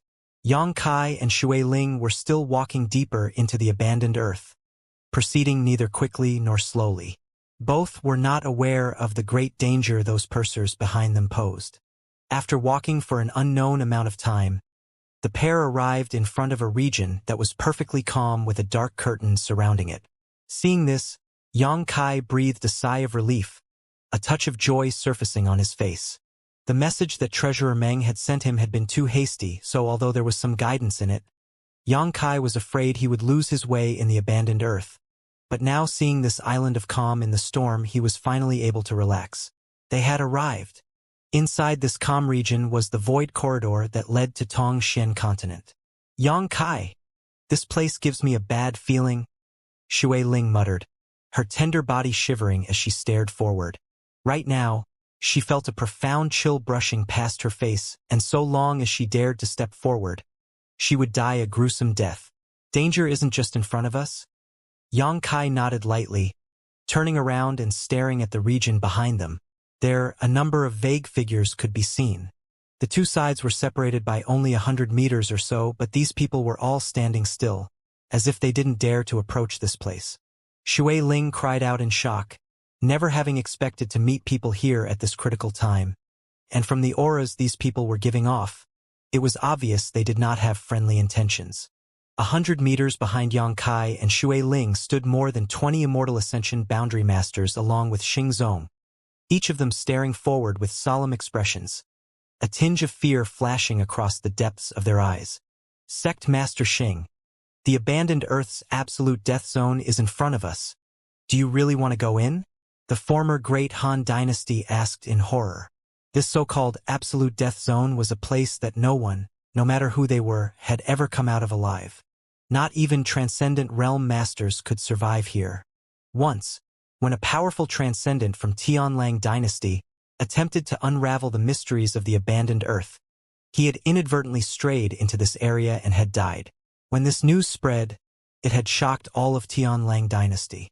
From then on, 100-meter area in front of Xingzong and the other Immortal Ascension Masters had become known as the Absolute Death Zone. Anyone who came to the abandoned Earth would take care to stay as far away from this place as possible. None of them had expected that the two Great Han Dynasty cultivators they were chasing had actually ran here, causing all of them to become somewhat hesitant. Even Xingzong was slightly anxious, learning from his predecessor's mistakes and not underestimating this place. But after hesitating for a moment, Xingzong steeled his will. What is there to fear? Aren't those two safe and sound right now? It seems that those old rumors aren't true. If you don't have the guts to go any further, then just stand back and watch. I can easily take care of those two trivial Great Han Dynasty cultivators myself. Xingzong had brought these 20 or so people along with him out of an abundance of caution. Although he was a transcendent, and killing these two cultivators from the Great Han Dynasty would be as easy as flipping his hand, but inside the abandoned Earth, not everything could be measured by common sense. Having a few extra helpers around in this place wasn't a bad idea. Having made up his mind, though, Xingzong strode forward, anger and hatred reappearing on his face as he closed in on his targets. The other 20 or so masters exchanged a few nervous glances before reluctantly following. The 100-meter gap was quickly crossed. When Xingzong arrived in front of Yang Kai and Shui Ling and saw their faces, he couldn't help feeling surprised. He had never expected that the two Great Han Dynasty cultivators he had been chasing were so young. Noticing the presence of a group behind them, Yang Kai casually placed his hand on the back of his nape and removed the tracing insect, burning it to ashes. I take it you're Sen Luo Temple's sect master? Yang Kai glanced over at Xingzong casually and asked in a carefree tone. Xingzong coldly snorted, his face twitching slightly as his eyes became slightly bloodshot. Since you can recognize my identity, you should be the one who killed my son, yes? However, Yang Kai just smiled and shook his head. Nope, she's the one who killed him. Saying so, Yang Kai calmly pointed his finger towards Shui Ling. In response, Shui Ling put on the timid expression of one who dared commit a wrong but dared not accept responsibility, quickly hiding herself behind Yang Kai. She didn't know why Yang Kai was so calm facing a transcendent realm master, but understanding his personality, Shui Ling realized that Yang Kai must have something to rely on, so she didn't hesitate to push all the trouble onto him. Xingzong's eyes narrowed, turning a fierce glare towards Shui Ling as he angrily spat. It doesn't matter which of you did the deed. Both of you will have to pay the price. Yang Kai cocked his head to the side and stared at Xing Zong for a moment before chuckling and asking, "And why kind of price does Sect Master Xing wants us to pay? For murdering my son you must pay with your lives. Only your blood and souls can comfort my son's spirit in heaven. Can we not sit down and discuss this?" Yang Kai's brow furrowed slightly. "To be honest, although your son's behavior was repugnant, I didn't have any desire to kill him. But my companion here has something of a short temper, so when your son sexually harassed her, she struck him down in a single blow. All of this was his fault, if you considered it seriously." "Scoundrels!" Xing Zong roared, interrupting Yang Kai's casual explanation. "Just because he harassed her a bit she had to take his life? If I didn't kill him there, it wouldn't have ended with a little harassment. About your son's character, you should be the most clear." Shui Ling poked her head out from behind Yang Kai and shot back indignantly. Xing Zong took a deep breath and quickly glanced over Shui Ling and quickly noticed that beneath all the dirt and dust her features and style were indeed quite astounding. Immediately understanding what Xing Bao had been up to. "What you're saying is, my son was the one to commit the first wrong?" Shui Ling nodded. "Good. Then I'll give you a chance to choose. Choose how you want to die." The group of masters behind Xing Zong snickered as they stared at Yang Kai and Shui Ling, secretly shaking their heads, thinking that these two great Han Dynasty cultivators really had eyes but failed to see. Filling the son of Sect Master Xing, they had sealed their own fate. "It seems like there's no room to negotiate then." Yang Kai shook his head helplessly. "I only intended on passing through Tianlang Dynasty and did not want to have any conflict with you Tianlang Dynasty people. Nor did I want to kill people needlessly." "You're still thinking about killing people?" Listening to Yang Kai's words, Xing Zong couldn't help staring at him as if he was some kind of fool, coldly snorting. "You don't have to worry about such things anymore. Soon, you'll be nothing but a corpse. You'll never kill anyone ever again." In response, Yang Kai simply grinned and suddenly summoned his gigantic bone shield. The bone shield was now several times larger than him, and the sharp spurs around its edge were no more akin to large spears, the great beast maw on its face pulsing with a horrific energy. Yang Kai lifted the bone shield up and pounded it down towards the Tianlang Dynasty cultivators. Xing Zong and the more than 20 Immortal Ascension boundary masters suddenly felt a sense of terror wash over them. As soon as this thought flickered across their minds, a terrifying energy seemingly capable of shattering the heavens and destroying the earth surged towards them. A beam of light visible to the naked eye shot from the beast mouth on the bone shield's face, bringing with it the power of the void, carving out a 100-meter swath in the abandoned earth. In this 100-meter region, everything was instantly vaporized by the unstoppable power of the void. The Immortal Ascension boundary masters from Tianlang Dynasty didn't even have time to react before they were reduced to dust.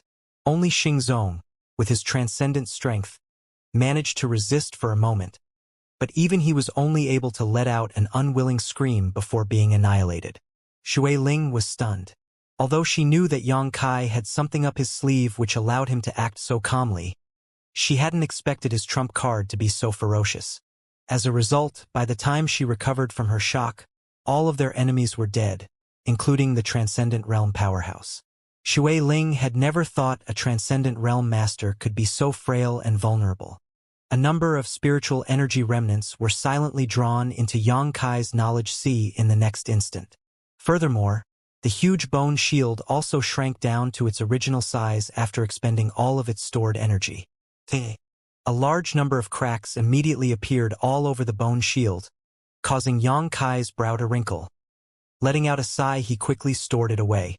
The bone shield had suffered a great deal of damage the last time he had used it to protect himself when the void corridor beneath the central capital had collapsed, and after using it in such a condition, it had only become further damaged.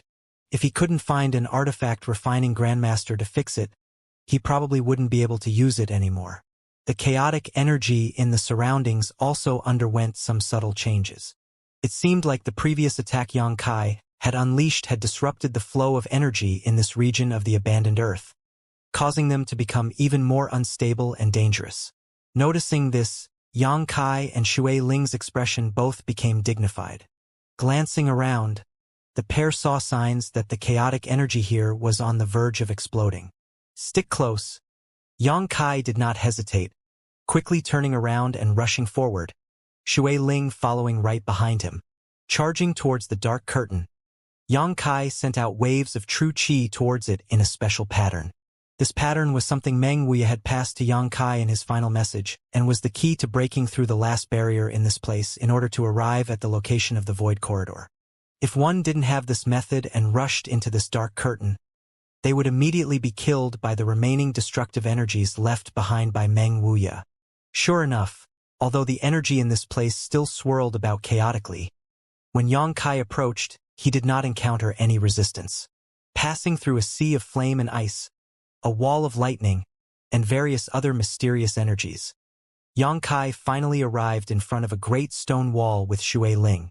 Having reached his destination, Yang Kai stretched out his hand and furiously poured his true qi into the stone wall. The stone deformed in the next instant and the familiar energies of the void began pulsing from it. The way home! Shui Ling's eyes flashed brilliantly as she called out in an excited tone. Let's go! Yang Kai grabbed Shui Ling and flung her into the void corridor, jumping after her in the next moment. Inside the corridor it was pitch black. Everywhere one looked there was only a vast emptiness as if nothing existed in this place. No sun, no moon, no sky, no earth. The feeling of emptiness that surrounded them caused even the usual calm Yang Kai to feel somewhat anxious. In the next instant, a small hand reached out from the darkness and grabbed hold of Yang Kai's hand. Naturally, it was Shui Ling. She was also nervous and afraid and unconsciously sought some sense of security from Yang Kai. Yang Kai squeezed her hand gently, offering what little comfort he could. This time, the void corridor had a very different feeling than in the past. The last time Yang Kai used a void corridor, it had only been to travel across a large part of the Great Han Dynasty, so the distance hadn't been too great, but now he was actually crossing worlds. If Yang Kai had to describe it, it was as if he was falling through a never-ending expanse.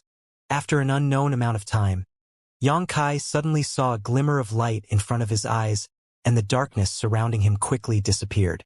Replacing it was a vast blue sky, and a fresh scent of earth soon filled his nostrils. Papa! Two splashes rang out as Yang Kai and Shui Ling hit what seemed to be a marshy ground. Quickly recovering, the two stood up and looked around. The pair found themselves in the middle of a muddy swamp surrounded by a forest of short trees with many small beasts scurrying back and forth nearby, probably disturbed by their sudden arrival. There didn't seem to be any danger nearby, but Yang Kai's expression was still somewhat solemn. It was because the world energy here was extremely rich, even more so than the central capital after the earth vein had detonated. In this place, the millions of pores on his skin all automatically opened and his true yang secret art circulated furiously, drawing in this rich world energy at a breathtaking pace. Ha ha!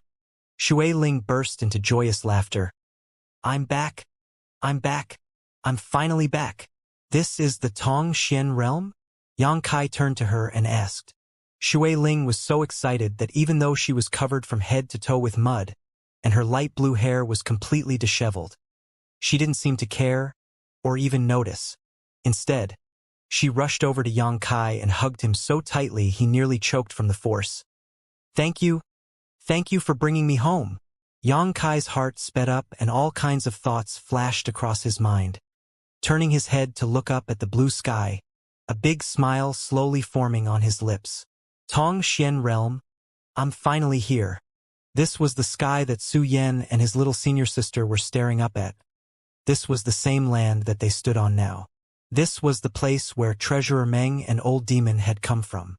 As long as they were here, he would eventually be able to find them.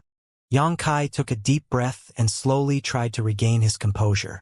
In the swamp, Shui Ling completely let loose, not minding her sloppy appearance, simply celebrating and dancing around joyfully. Infected by her jubilance, Yang Kai's mood also gradually became bright. As he let go of all of his tension, Yang Kai began to feel like something was off because his body had never before felt so unrestrained, as if a layer of shackles that had been weighing him down had suddenly been lifted. His true yang secret art circulated faster and faster, and the true qi in his meridians flowed much more smoothly than before. Shui Ling. Yang Kai called out, his brow furrowed slightly. What's wrong? Shui Ling stopped her revelry for a moment and stared at him curiously. I have to break through. Shui Ling covered her mouth in shock and asked, right now? Yang Kai nodded, immediately sitting down and closing his eyes. Thinking about it for a moment, Shui Ling suddenly understood. That's right, in your former world there was a layer of shackles that seemed to fetter the development of all cultivators. But after arriving here on the Tongxian continent, those shackles vanished, creating an opportunity for you to break through. It's just... Taking a glance around, Shui Ling frowned slightly. The two of them didn't even know where they were right now, so to break through in such an environment was not ideal. If Yang Kai's breakthrough was to be disturbed by a powerful monster beast or some other hidden danger, the consequences would be serious. Can you suppress it? Shui Ling proposed. Yang Kai struggled to open his eyes, and with a single glance said all he needed to say. Closing his eyes again, he quickly calmed himself and focused on his breakthrough. Forget I asked. Shui Ling sighed helplessly. Sudden breakthroughs like this were great strokes of fortune that could not be asked for, so intentionally trying to suppress one was quite unreasonable. Now that things had gotten to this point, all Shui Ling could do was spread out her divine sense to scan the local region and probe for any signs of danger. During her investigation, Shui Ling found nothing within a radius of 10 kilometers that could pose a threat to them and subsequently relaxed, waiting quietly while Yang Kai completed his breakthrough, observing the surrounding territory in an effort to determine where they were. More than a dozen kilometers away from Yang Kai and Shui Ling's position, a small group of people were quietly lurking behind some tall grass. There were only 8 people in this group, but all of them were Immortal Ascension boundary cultivators. The leader, a beautiful young woman with a plentiful chest and excellent style.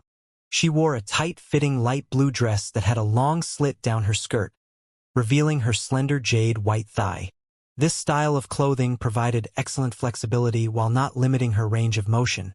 But any time, whenever she made any big or rapid movements, her wondrous legs would become fully exposed. The beautiful spring scenery made the males of her group breathe a little harder and their mouths go dry.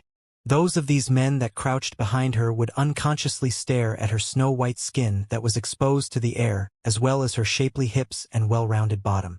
The natural seductive power of her body and her current posture that further emphasized her abundant capital caused blood to rush to many of their heads.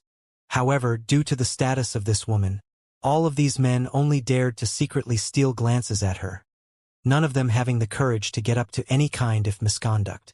This young woman in front seemed to not care about these nervous gazes behind her. Not only did she not try to awkwardly hide herself, but she was even able to maintain a calm smile. All of you are breathing too heavily. Keep it down. If that thing is startled by you and runs away, I'll hold all of you accountable. Suddenly, the young woman faintly warned. The men assembled behind her all awkwardly cringed before nodding lightly, consciously turning their eyes away from her beautiful figure. Do all of you know what our goal is this time? The young woman asked softly. This time all of them nodded firmly. Good. The young woman expressed her satisfaction and smiled. This scarlet blood orchid is a world spirit treasure, so it already has a certain amount of sentience. Don't underestimate it. According to the information I gathered, this scarlet blood orchid already has 7 leaves, which would make it at least 1,000 years old. It is incredibly valuable, and as long as we can obtain it, everyone will naturally obtain many benefits. One of the men behind her with a big bushy beard grinned. Young lady, if we succeed here, what kind of reward can we get? 20 crystal stones per person, the young woman replied. Hearing this, everyone's breathing became heavy again. It seemed like 20 crystal stones was a huge amount for them. In an instant, everyone's fighting spirit had risen to a new height, the beautiful young woman's figure no longer clouding their eyes as all of them held their breaths and completely focused their attention on the task at hand as they waited for the scarlet blood orchid to make an appearance. Soon, the young woman whispered, every month, it will surface here for a time to absorb some sunshine, and today is the day it's scheduled to appear. It won't be long until we achieve our goal. Don't worry, young lady. The barriers and traps we set are more than enough to capture it. As long as it dares to appear, it won't be able to escape. The man with the big beard confidently said, chuckling under his breath. Very good. The young master of Xianxia's sacred ground is currently wounded and is in desperate need of the scarlet blood orchid to recover from his injuries. You should also be aware of the benefits our bold independent union will obtain if we can forge a relationship with Xianxia's sacred ground. The young woman gently breathed, her plentiful chest trembling slightly, drawing eyes once more. Everyone present nodded again. The bold independent union's strength wasn't bad, but without a true powerhouse assuming command, it was still disparaged by many forces in the nearby region, while Xianxia's sacred ground was a true great force. If they could forge a strong relationship with Xianxia's sacred ground this time, it would be quite beneficial to bold independent union's development. It's here. In the next moment, one person quickly called out. Everyone in the group looked up towards the water in front of them anxiously. There, in the middle of the swamp, amidst the murky muddy water was a faint red glow, and as time passed, the red glow became brighter and clearer. Gradually, a blood-red seven-leaved orchid began emerging from the swamp, the lines on its surface which resembled meridians giving off a soft glow. Everyone's breathing became rapid as they stared at this 1,000-year-old scarlet blood orchid, each of their hearts pounding fiercely, threatening to make unwanted noise. Fortunately, all of them hurriedly calmed themselves. A moment later, the scarlet blood orchid gradually exposed itself completely. Although it was a plant, since it was a world spirit treasure, it had its own consciousness and sentience, so it was able to detect danger and was capable of taking actions to protect itself. Young lady! The big bearded man couldn't control himself and called out. Wait! The young woman quickly said. It's quite crafty, showing itself like this is still just to probe. Sure enough, as soon as the young woman said so, the scarlet blood orchid rapidly sank into the mud and disappeared. A short while later, it still had not resurfaced, causing everyone to feel slightly anxious, worrying about whether their whereabouts had been exposed, causing the scarlet blood orchid to withdraw. Only the young woman still wore a confident expression. After almost half an hour, the red light reappeared beneath the murky water's surface, and soon the scarlet blood orchid showed itself for a second time. This time, it had completely emerged from the water and quickly arrived at a nearby patch of grass, taking root and exposing its 7 leaves completely to the sun. Now! The young woman shouted. This was no doubt their best opportunity, as the scarlet blood orchid was now in its most relaxed state. As soon as the bearded man heard the order, his hands quickly moved, forming a series of seals in order to activate the traps they had set. But before these traps and barriers could activate, more than a dozen kilometers away, a powerful burst of energy erupted. Sensing the arrival of this intense energy fluctuation, everyone's face couldn't help sinking. The young woman didn't hesitate, her lithe body suddenly transforming into a stream of light as she shot out towards the scarlet blood orchid. Unfortunately, she was still too late. When it noticed this energy fluctuation, the scarlet blood orchid immediately leapt into the swamp and disappeared, causing the young woman's hand to grab nothing but air, her pretty face cramping up as she stood there with her rage soaring to the heavens. The other members of her group slowly walked over, all of them showing aggrieved looks. 20 crystal stones had just disappeared in front of them. Obviously, none of them was in a good mood. How come there are other people here? The young woman angrily shouted, turning to glare the bearded man. Didn't you say that everyone within a 50-kilometer radius had been dispersed? In order to obtain the scarlet blood orchid this time, their bold independent union had begun making preparations any entire month ago and had designated everywhere within 50 kilometers of here a forbidden zone, not allowing anyone to set foot in this region. Before this action, their group had also performed an intense search of the area and had not found any outsiders, but now this energy fluctuation was clearly a sign that someone had just had a breakthrough. The bearded man blushed and opened his mouth timidly. We really didn't discover anyone within 50 kilometers of this place during our morning search. So how did this happen? The young woman roared. We already promised Xianxia's sacred ground that we would deliver them the scarlet blood orchid within half a month. Now what are we going to do?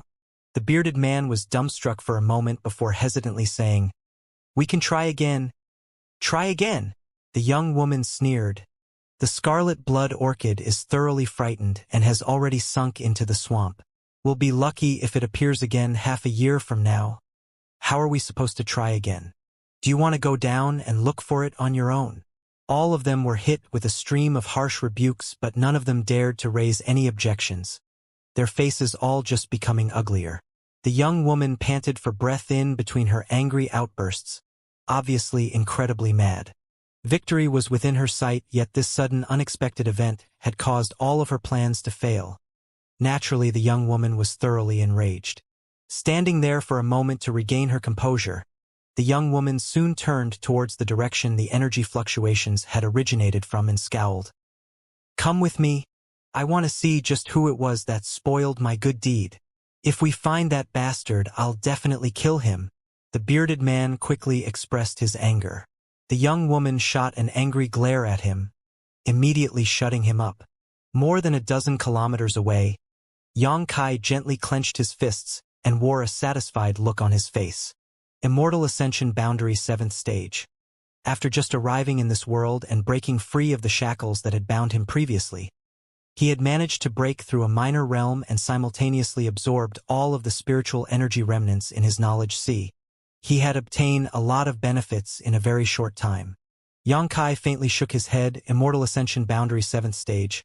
Such a cultivation on the other side was not bad. But after learning about Tongxian realm and understanding the mysteries of the Transcendent and Saint realms, Xianxia didn't dare think too much of himself.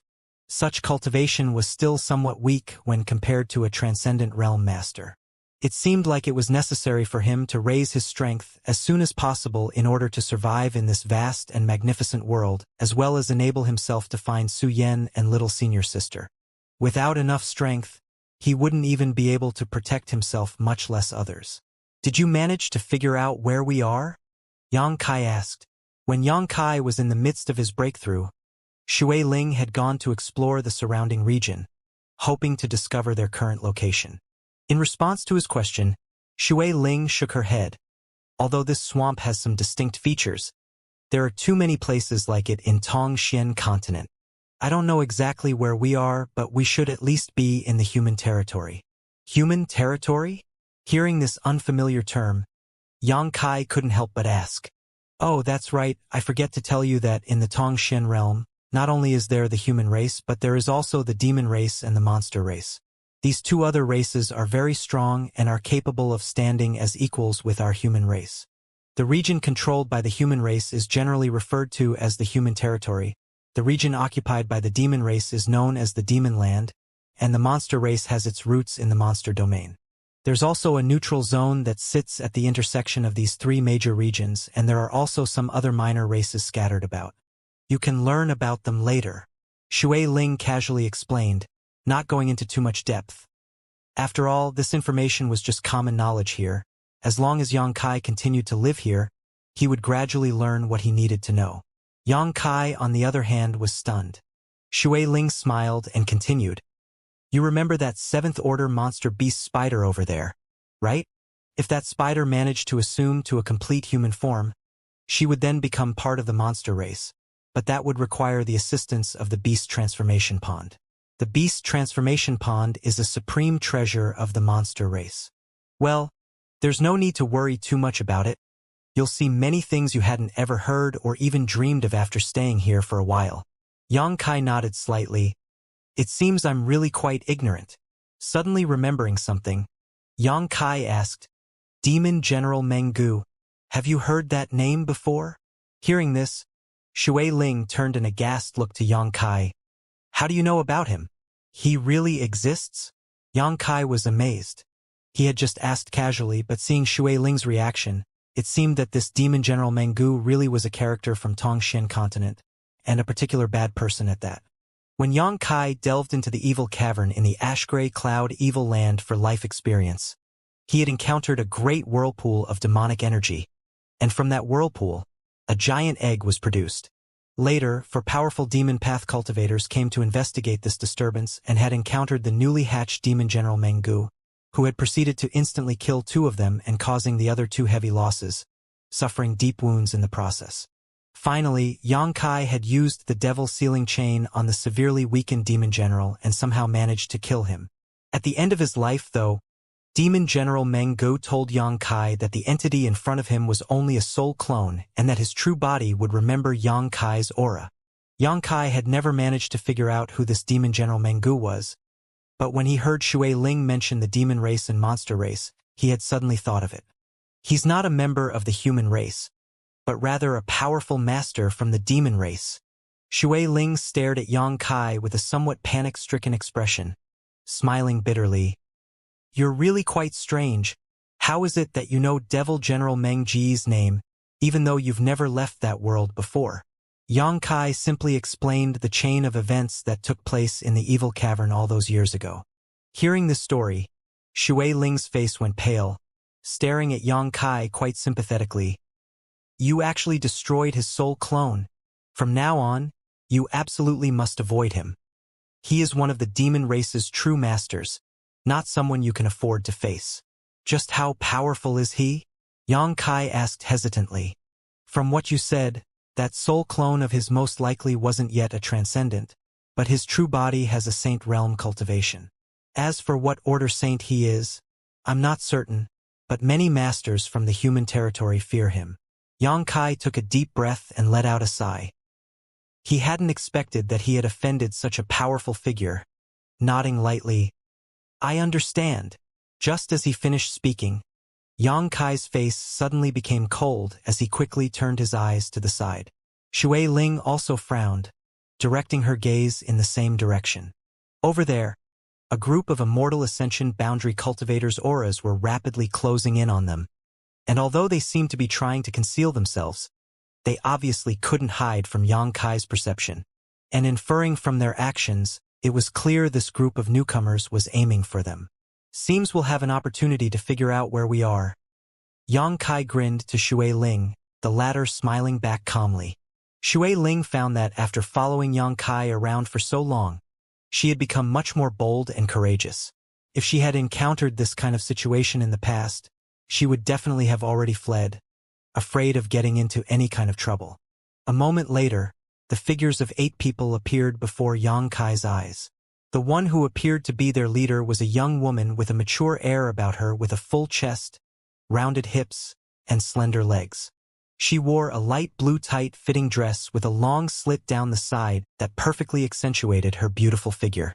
Seeing her, Yang Kai's eyes flashed an appreciative light. After coming to Tongxian realm, the first stranger he met was actually a beautiful young woman. It was quite unexpected. However, the young woman's expression was gloomy, seemingly quite unhappy. The 7 people behind her also had cold auras, and upon seeing Yang Kai and Shui Ling, they immediately took an aggressive stance. The bad attitude of this group of people caused Yang Kai to feel somewhat puzzled.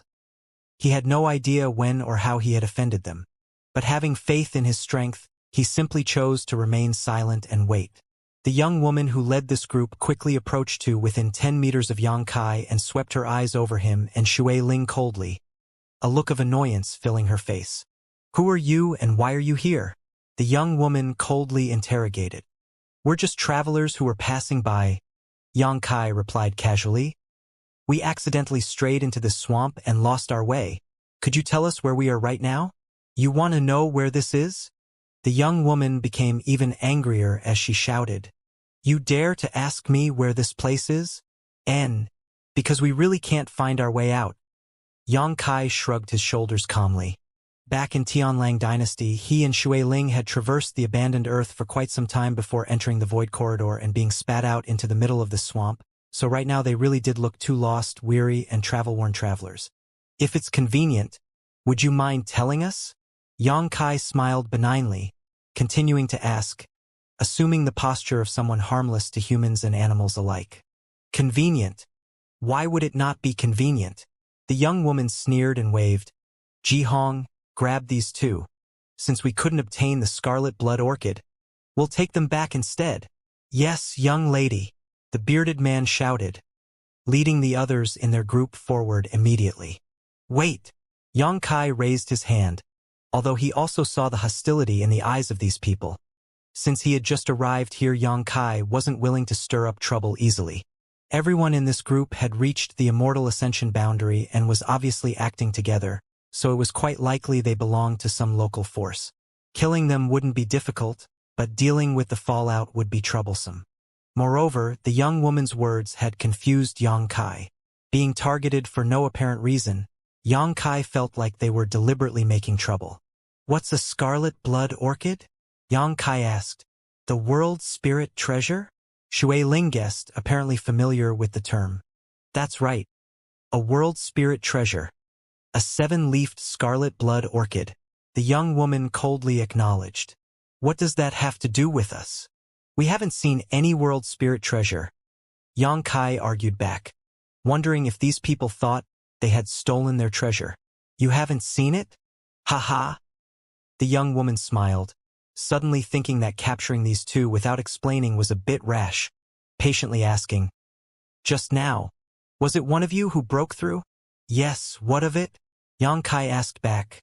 The young woman in front of him was indeed a beauty, but her words and actions were all over the place, and she wouldn't get to the point, so he was beginning to become annoyed. The noise he had made during his breakthrough was too loud, so Yang Kai didn't bother trying to deny it. "Good. Because of the disturbance caused by your breakthrough, you frightened off the scarlet blood orchid and wasted all the arrangements we spent the last month putting together, so you tell me, do you still think this has nothing to do with you?" Yang Kai was stunned as he turned to look at Shui Ling, both of them showing helpless expressions. Connecting all of this young woman's words together, Yang Kai quickly understood what was going on. He had also seen world spirit treasures before, such as the Yinyang monster ginseng and the 9 yin yuan condensing dew. These special treasures all have their own consciousness and knew how to seek opportunities and avoid danger. So the energy fluctuations from his breakthrough a moment ago really might have startled the scarlet blood orchid and caused it to flee. After unraveling the whole story, Yang Kai's stomach full of grievances disappeared and was immediately replaced by a sense of awkwardness. "I apologize. We didn't know you were attempting to capture a world spirit treasure. If we had known..." "Ahem," Yang Kai said helplessly. In truth, even if he had known, this sudden breakthrough was not something he could have suppressed. Although all of this was unintentional, and Yang Kai did feel some regret and responsibility, it could only be said that these people's luck was just too bad. "Your apology is useless to us," the young woman sneered. "We had an extremely important use for that scarlet blood orchid. Do you think all of this can be resolved with just a few words? Then what do you want?" The apologetic tone in Yang Kai's voice quickly faded, and a dismissive sneer crept onto his face. If this group was willing to be reasonable, Yang Kai had no problem compensating them for their loss. But the aggressive attitude of this young woman made Yang Kai feel quite disgruntled, so he stopped acting humble. If it really came down to a fight, Yang Kai was confident he could kill all of these people within 10 breaths. It was now up to them to show some restraint. Yang Kai's sudden change in attitude caused the young woman to be stunned as she quickly shot back. "What? You want to pick a fight with my bold independent union in our own territory?" "Bold independent union?" Shui Ling smiled suddenly. "It turns out that you are disciples of bold independent union. That would make this place Western Lake Marsh." "Correct." "Indeed." The young woman nodded and looked suspiciously towards Shui Ling. "It seems you're not totally ignorant. Just who are you?" Shui Ling's smile grew bigger as she calmly replied, "I'm from Water Spirit Temple." Hearing this, the faces of the young woman and 7 people behind her all changed greatly as they stared towards Shui Ling. Seeing this change, Yang Kai secretly thought that Water Spirit Temple's strength and reputation wasn't as weak as Shui Ling had originally told him. Shui Ling had previously disclosed a lot of information to Yang Kai, including how different sects were classified here, and had even frankly admitted Water Spirit Temple was just barely a first-class force, because they had a single Saint Realm Master protecting their sect. Her modesty had made Yang Kai think Water Spirit Temple wasn't very strong. But now, seeing the big dramatic transformation in attitude of these bold independent union disciples, Yang Kai realized that the force Shui Ling belonged to wasn't weak. At the very least, when the young woman leader heard the name Water Spirit Temple, her expression became dignified and she restrained much of her initial hostility, while even a hint of dread flashed across her eyes. Staring at Shui Ling hesitantly for a moment, the young woman and her group took a few steps back and began whispering to each other. Yang Kai had no intention or interest in spying on what they were discussing, so he just stood in place and waited quietly. Shui Ling's expression also completely relaxed. Before figuring out where they were, she hadn't dared to reveal her identity. But now knowing they were in bold Independent Union's territory, she had no more scruples. Water Spirit Temple was not too far from bold Independent Union, only about half a month's journey. So the two forces would occasionally engage in trade and had some small friendship. The group from bold Independent Union whispered back and forth while occasionally glancing over at Yang Kai and Shui Ling, seemingly trying to determine the validity of Shui Lin's statement. After a brief discussion, the young woman let out a sigh and called towards Shui Ling. "Miss, since you say you're a disciple of Water Spirit Temple, would you mind showing us some identification?" "Sure." Shui Ling smiled and took out a blue jade token and casually threw it to the young woman. The young woman caught it and after a quick examination, wore an even more solemn expression, nodding her head as she said, "This jade token does contain a trace of water chi and should have been carved by a master who cultivates the water attribute. But I'm sorry, I've never seen this kind of jade token before, so I cannot definitively determine you are a Water Spirit Temple disciple." Saying so, she threw the jade token back and the last trace of hostility on her face disappeared, only leaving behind a look of helplessness. After a moment of hesitation, the young woman continued, "So, if it is convenient, can the two of you come to my bold Independent Union for a while? If we can confirm that you are indeed a disciples of Water Spirit Temple, we will no longer investigate what happened here today. But if you're not, you understand." The young woman's words were neither angry nor depressed, neither arrogant nor servile, fully demonstrating her adaptability and ability as a leader. "Good." Shui Ling smiled, not trying to refuse. In any case, her identity was real. As long as bold Independent Union inquired slightly, they would soon be able to confirm this. "Yang Kai, what do you think?" Shui Ling also consulted Yang Kai. After all, she knew Yang Kai was someone who only ate soft food but refused hard food. These people clearly wanted to detain them. If that angered him and he was unwilling to cooperate, then their only option would be to fight. But Yang Kai this time just shrugged his shoulders. "It doesn't matter. I don't know where to go from here anyway." Shui Ling couldn't help but breathe a sigh of relief. The young woman nodded and waved. "Then it's settled." Saying so, she turned around and led the way, Yang Kai and Shui Ling following close behind, and the other 7 Immortal Ascension boundary cultivators bringing up the rear. Their formation clearly showed they were still wary of Yang Kai and Shui Ling's identities and motives. As they walked through the marsh, the young woman also intentionally or unintentionally asked Shui Ling some questions, all of which Shui Ling carefreely responded to, making no attempt to hide anything. And the more the two talked, the more the young women felt Shui Ling wasn't lying. "Right, you mentioned a scarlet blood orchid, right? What's all that about?" Shui Ling asked casually. The young woman wore a forced smile but did not avoid the topic, briefly explaining what had just happened. As she listened to their story, Shui Ling turned to Yang Kai, stuck out her tongue playfully. Yang Kai wore an innocent expression. He too didn't know what importance the scarlet blood orchid had to these people. After fleeing this time, it will be at least half a year before it shows itself again, and it is quite likely it will leave this area of the swamp altogether. Finding it again will be quite difficult. The young woman sighed. "Why is that scarlet blood orchid so important to you?" "The orchid isn't something our bold Independent Union has great need of, but it is essential for the young master of Xianxia Sacred Ground. We promised to hand over that scarlet blood orchid to Xianxia Sacred Ground half a month from now. But since we've lost our only opportunity to obtain it, I don't know how we're going to explain ourselves to them." "Xianxia Sacred Ground's young master? Mu Hui? Was he injured?" Shui Ling was surprised. "Does young miss know young master Mu?" We've met before." Shui Ling nodded. The young woman's eyes flashed as she let out a laugh, her attitude becoming noticeably warmer. "It looks like young miss really is a disciple from Water Spirit Temple. Naturally, our Water Spirit Temple and Xianxia Sacred Ground are close friends. Seeing how Mu Hui is the one who needs that scarlet blood orchid, maybe I can help you."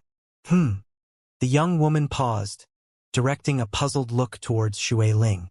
You said the scarlet blood orchid dove into the depths of the swamp? Yes? That's right. Take me to where it disappeared, and I'll see if I can find it again. The group of people from Bold Independent Union stared blankly at Shui Ling.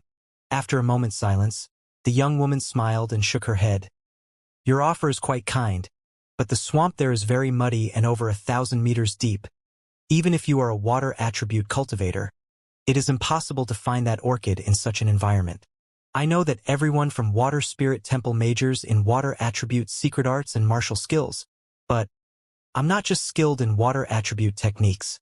Shui Ling smiled confidently. Shui Ling possessed the water spirit body, a genuine special constitution. So in a place like this with lots of water, all of her abilities would be enhanced 10 or 20%. The young woman thought about it for a while before finally agreeing, turning in a different direction and waving, "This way." At this point, she decided to let Shui Ling give it a try.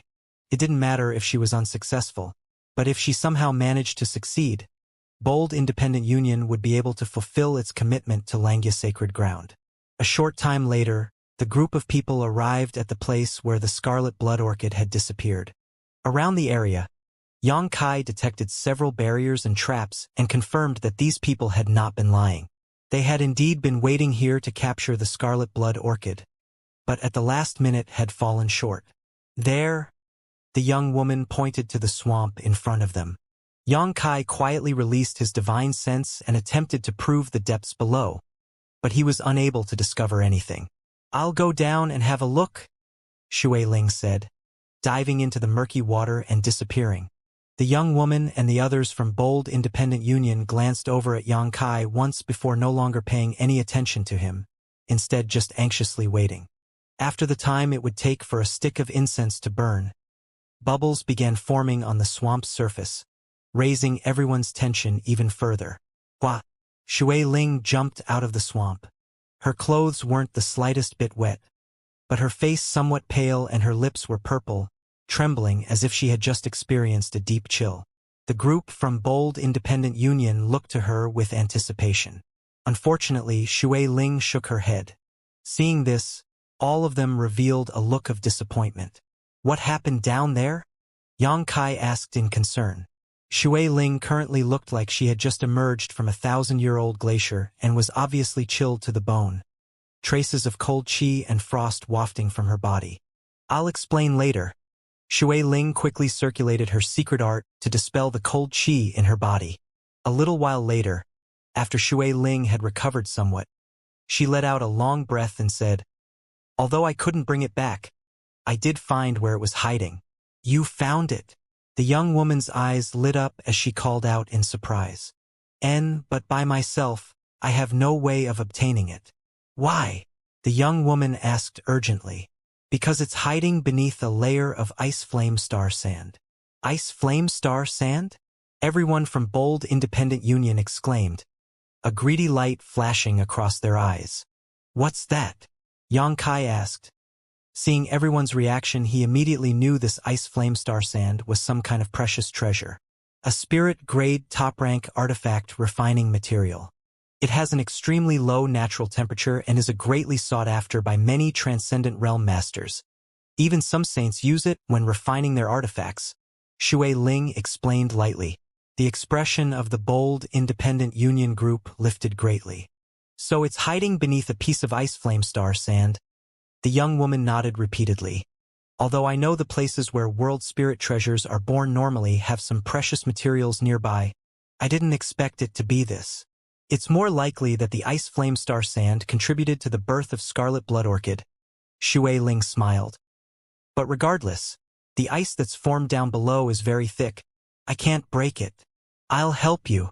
A chubby man from Bold Independent Union immediately came step towards Shui Ling and summoned a ball of flame onto his palm, proudly declaring, "I cultivated a fire attribute secret art, perfect for melting through ice."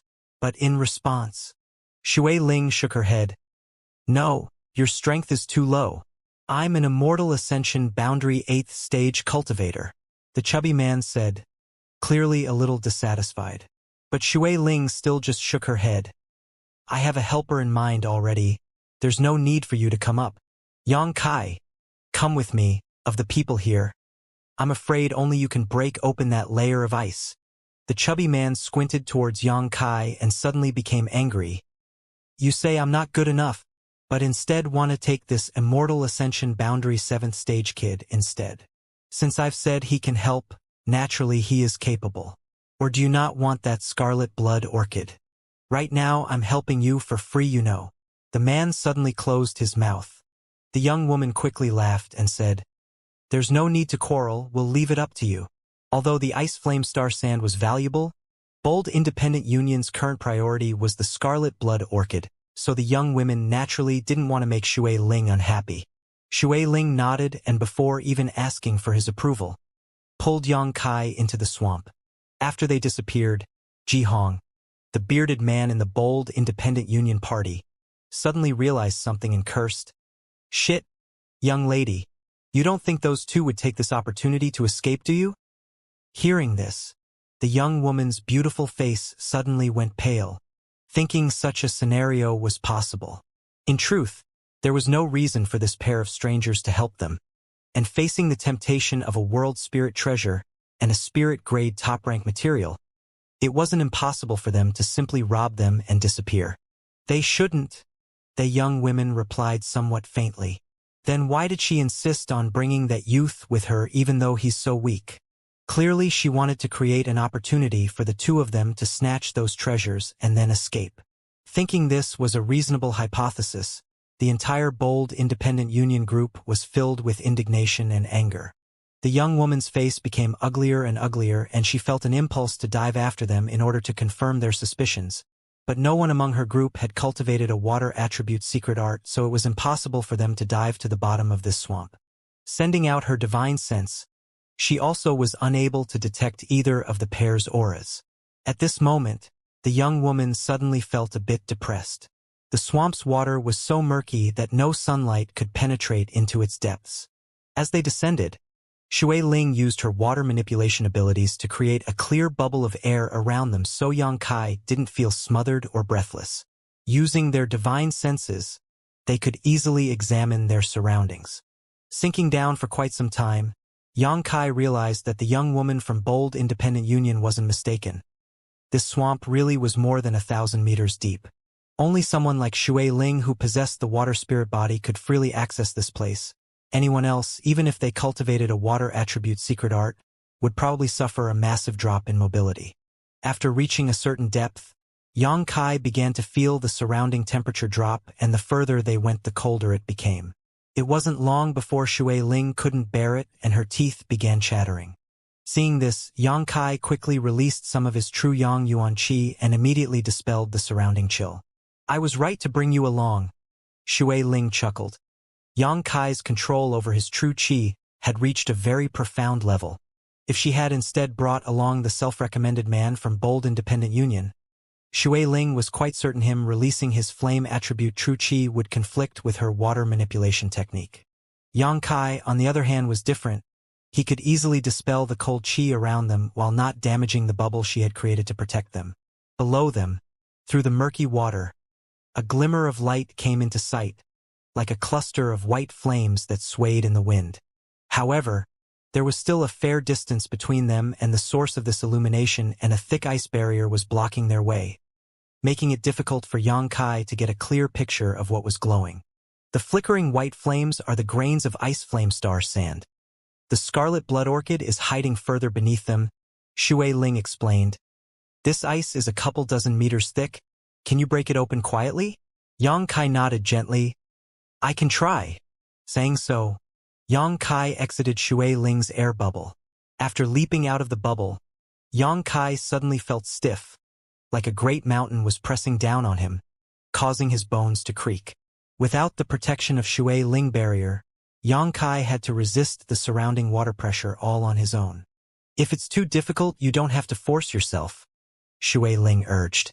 Yang Kai nodded once before closing his eyes. After taking a moment to adapt to the huge water pressure, he slowly began. From the palm of his hand, true Yang Yuan Qi burst out, and like a sharp blade, it sliced deep into the ice layer in front of him, melting it away at a rapid pace. As he pushed his true Qi fiercely, Yang Kai bore through the thick ice like as easily as smashing a piece of rotten wood. Shui Ling brought her bubble and quickly followed behind Yang Kai. In this way, Yang Kai managed to bore through the several dozen-meter thick ice layer in less time than it would take to boil a cup of tea. The pair soon arrived at the location of the ice flame star sand. "You collect the star sand while I go deal with the scarlet blood orchid," Shui Ling said excitedly, darting away towards the scarlet blood orchid. A mysterious force soon created a large barrier around the surrounding water, keeping the scarlet blood orchid from running away. Yang Kai glanced around once at Shui Ling's methods before turning his attention back to the white flame-like grains, casually digging them out and stuffing them into his black book space. Although these things appeared like flames, they were actually solid grains of star sand. They were quite different from ordinary sand, however, each grain like a beautiful gem that gave off a cold, biting aura. Even the inexperienced Yang Kai could tell this was a valuable treasure.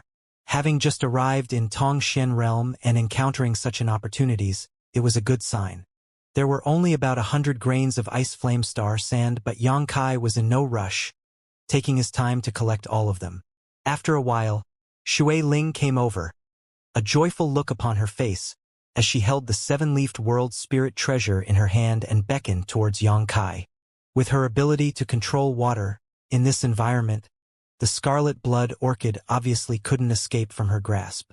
Having finished his work as well, Yang Kai smiled and rejoined her inside the bubble. "Let's go up, that group should be pretty anxious by now." Shui Ling grinned, clearly guessing what the group from Bold Independent Union must be thinking. Above the swamp, the group of people from Bold Independent Union all had ugly expression as they continued to wait quietly. The bearded man suddenly let out cold snort and said, "It's been almost an hour yet those two haven't come up yet. They must have ran. They better not let me see them again, or I swear I'll chop their corpses into 10,000 pieces." However, the young woman scolded her companions lightly. "Don't make such irresponsible comments. That girl should indeed be a disciple of Water Spirit Temple, and her identity is definitely not low." "What makes you say that, young lady?" "She has a peak Immortal Ascension boundary cultivation. Besides a disciple with extraordinary status from a powerful sect like Water Spirit Temple, who else could have such great strength at such a young age? Someone of such high status shouldn't lie to us." Though she said so, the young woman's voice grew quieter as she spoke, seemingly trying to convince herself to trust Shui Ling with this explanation. Even she has such an identity. Both the scarlet blood orchid and ice flame star sand are rare treasures. It's difficult to guarantee they won't covet them for themselves. If this is the case, then we can only accept that our loss is deserved. The young woman sighed. "All of this is a result of us not having enough ability." "Ha!" Everyone sighed. In this world, those who have the ability can obtain good things, while those who don't are only capable of watching from afar. This kind of situation was not uncommon. Quite often a person would discover some treasure only to have someone stronger swoop in and snatch it from them. When this happened, the original finder could do nothing but glare hatefully. "Look! There's movement!" As they were sighing, the bearded man suddenly exclaimed, pointing towards the swamp in front of them. From beneath the surface, some ripples of energy slowly emerged. Seeing this, the group from Bold Independent Union immediately sighed with relief, while the young woman felt a great weight lift off her shoulders. A moment later, a giant bubble of water broke through the surface and Yang Kai and Shui Ling emerged. Shui Ling quickly flew over and landed in front of the group. "You should have brought a special container for this world spirit treasure. Yes? N." The young woman nodded quickly, opened a small bag tied to her waist, and removing a white jade box engraved with a number of spirit array lines. Yang Kai secretly noted that the small bag on the young woman's waist was actually a universe bag. Seeing this, Shui Ling nodded slightly. "It seems you came fully prepared." Saying so, she casually handed over the scarlet blood orchid. The young woman's expression became slightly awkward for a moment before happily reaching out and accepting it. "Thank you." Her manner was sincere, with not the slightest false pretense. Placing the scarlet blood orchid in the jade box, the young woman activated the spirit array and firmly secured the world spirit treasure. What about that ice flame star sand? The bearded man couldn't help asking. Ji Hong. The young woman's expression became cold as she angrily shouted. Haha, I'm just asking. Ji Hong scratched the back of his head awkwardly as he smiled towards Yang Kai. Fellow brother shouldn't mind me. I'm just naturally curious. If you don't want to talk about it, you don't have to. Whether you obtained it or not, it was yours in the first place. Yang Kai smiled and suddenly found that this big man was actually somewhat interesting. Although he was saying to not worry about it, he was still indirectly inquiring about the ice flame star sand. It's fine, we indeed managed to obtain it. Yang Kai frankly admitted. Brother has such good luck. I'm so jealous. Ji Hong grinned, also not concealing his thoughts. Watching this exchange, the young woman could only shake her head and turn to Shui Ling. For young Miss Assistance, my bold independent union is very grateful. And, according to union's rules, each of us can receive 20 crystal stones as a reward for completing this mission, while as the captain of this team I can obtain 50. Would you accept 80% of that as a token of our thanks? With a total of 8 people, 7 of whom could obtain 20 crystal stones while the young woman obtained 50, the total reward for this mission was 190. So 80% would come out to 152 crystal stones. The young woman suddenly offering such a generous thank you gift caused the rest of her team members' faces to sink. But after thinking about it, without Shui Ling and Yang Kai choosing to assist them, they wouldn't be able to obtain anything for this mission and would likely be punished instead. So their moods quickly balanced out. Shui Ling smiled and pointed to Yang Kai. Give it to him, I don't need crystal stones. Yang Kai didn't ask much. Although he didn't know what these crystal stones were or how much value they represented. From the expressions of these people he could tell that these crystal stones should be a good thing. All right, the young woman smiled. In addition, if the two are willing to sell us that ice flame star sand, I can guarantee you both a satisfactory price. Hee hee. Shui Ling giggled. A spirit-grade top-rank artifact refining material, we don't plan to sell it. Keeping it for ourselves will be more useful. This? The young woman was slightly disappointed, but she was not reluctant, soon nodding. Let's not discuss this for now, you can take your time to consider my offer. If you change your minds, feel free to seek me out. This place is only 3 days away from our Bold Independent Union's headquarters, Bold Independent City. Would you care to accompany us there so we may offer you our hospitality? After this incident was resolved, the young woman no longer showed any hostility and instead began trying to forge a relationship with the two. Shui Ling glanced over at Yang Kai and seeing him nod gently, decided to accept. Shui Ling nodded. Good. We were just looking for a place to rest. Please, the young woman said, glancing at Yang Kai intentionally or unintentionally as if she was re-examining him. The quick exchange between Shui Ling and Yang Kai just now had not escaped her eyes. This, however, only raised more doubts in her mind.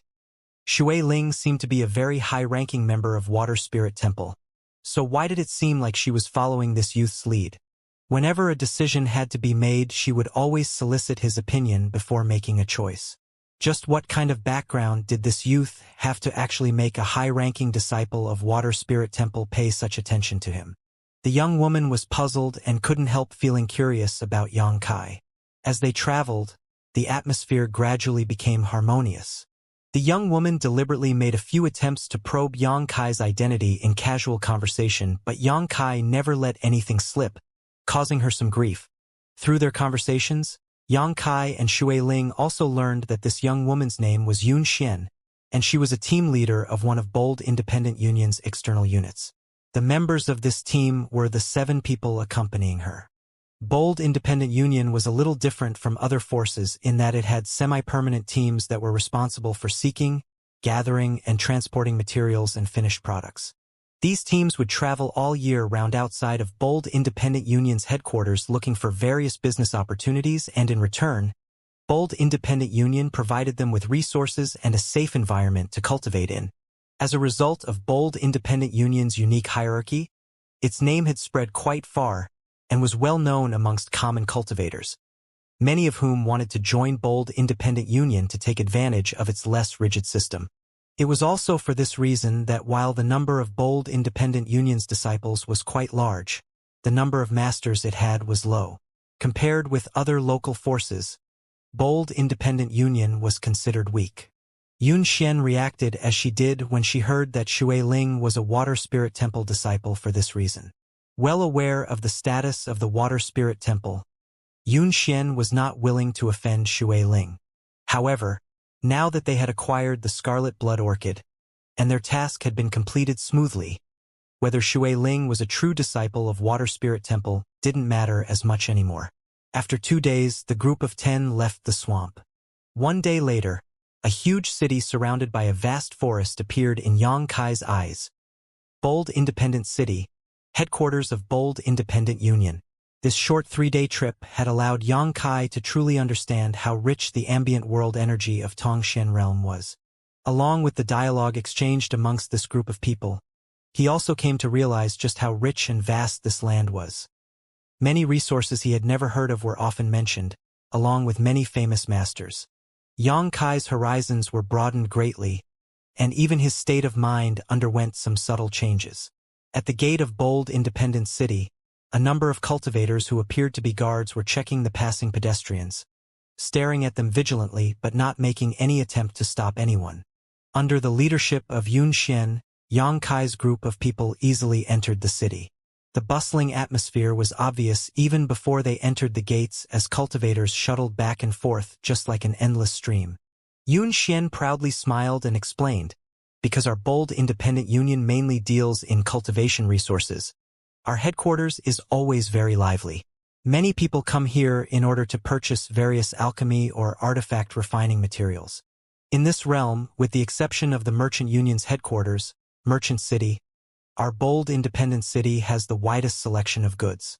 Of course, Merchant Union has connections and dealings with all 3 major races, so that's not something we can match, hehe." "All 3 major races?" Yang Kai asked curiously. Merchant Union's Merchant City is located in neutral territory, which allows them to smoothly conduct business with the demon race, monster race, and human race. "Didn't you know?"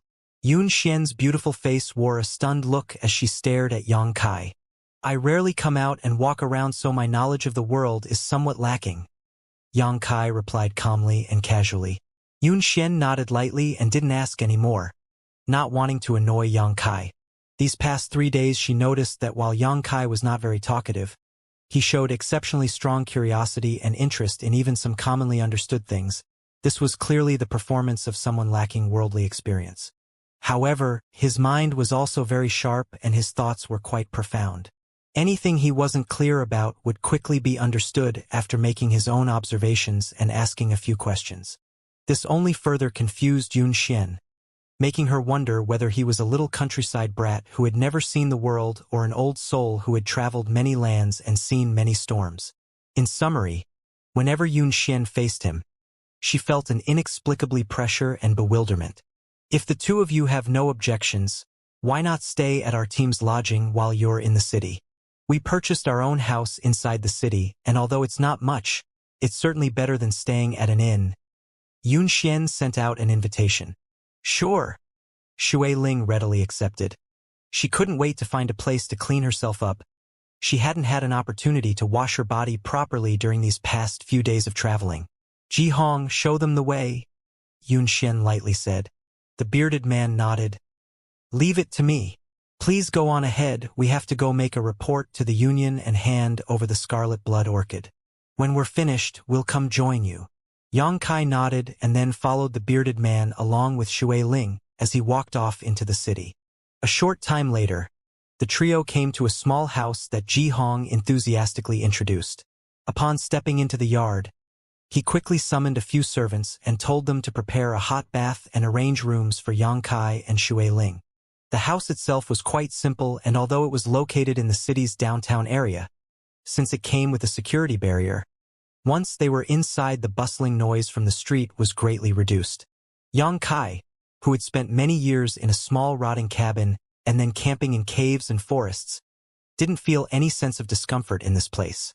In the evening, a maid came and called him, saying that dinner had been prepared. Exiting his room, Yang Kai immediately met Shui Ling, who had now restored her beautiful appearance. The 2 met eyes, let out a light laugh, then set out for the dining hall together. At this simple evening banquet, Xian and her small team were very hospitable and repeatedly proposed toasts. Shui Ling said that she didn't drink, but Yang Kai did not decline, eagerly tasting all of the exotic and foreign food and wine this new world had to offer.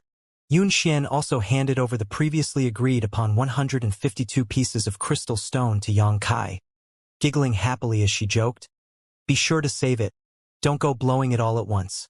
There are many places in bold independent city that are difficult to resist for youths like you. Hee." As she spoke, her mood was light and playful, probably because of the alcohols, her tone no longer as rigid and her face blushing a faint shade of red, making her all the more attractive. The bearded man saw Xian's appearance and immediately cast Yang Kai aside while trying to get Xian even drunker, clearly holding some ulterior motives. Xian, however, didn't refuse and continued drinking happily, causing Yang Kai to be stunned.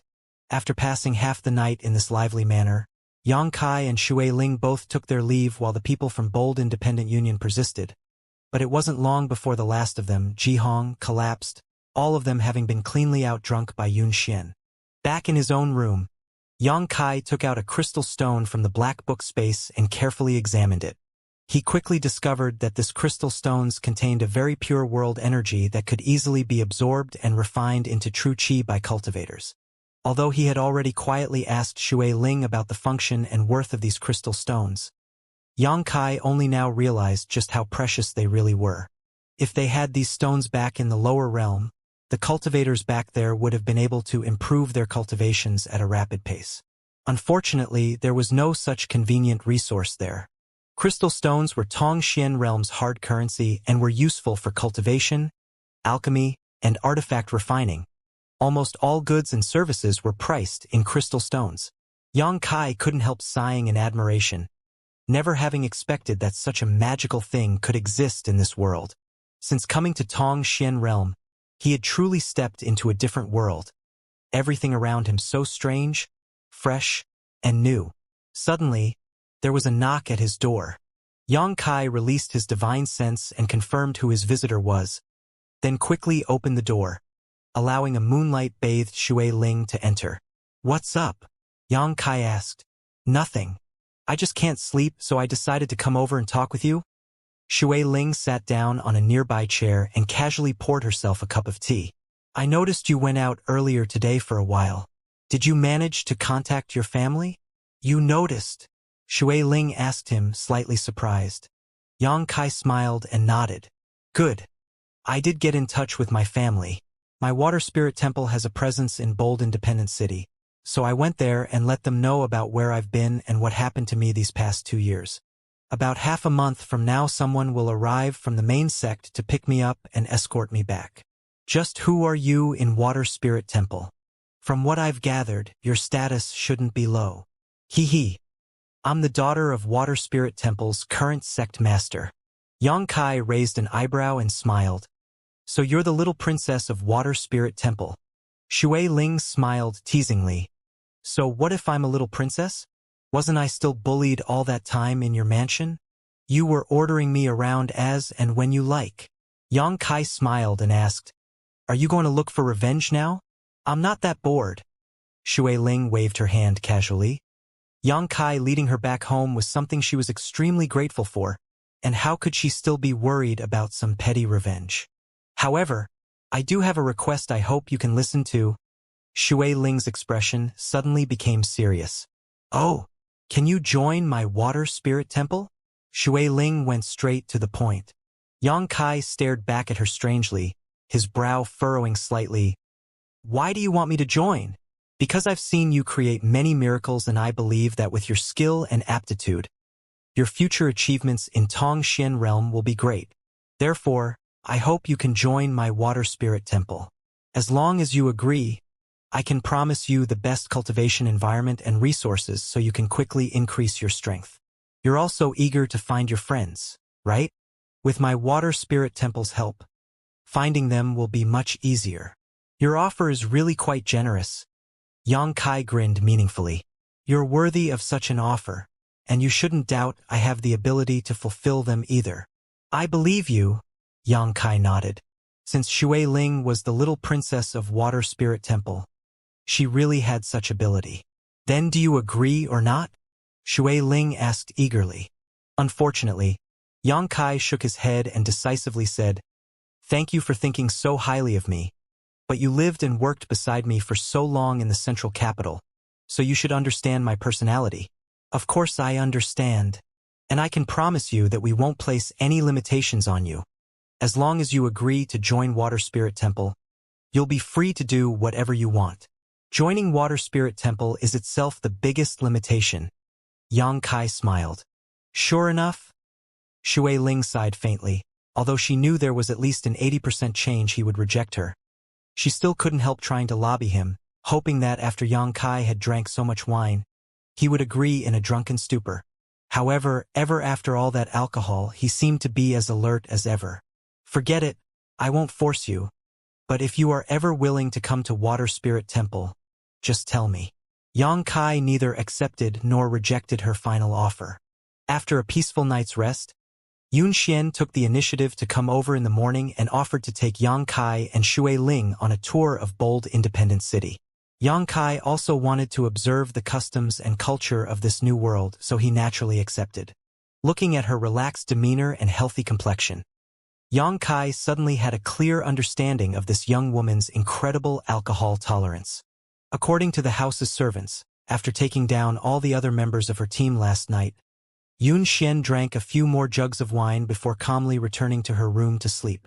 Such alcohol capacity was quite shocking to Yang Kai, causing him to raise his opinion of her somewhat. Bold independent city was not small. Although it wasn't as big as the central capital in terms of area, compared to any other city from that world, it was a colossus. From time to time, in the sky up above, some strange monster beasts would fly by, cultivators riding on their backs.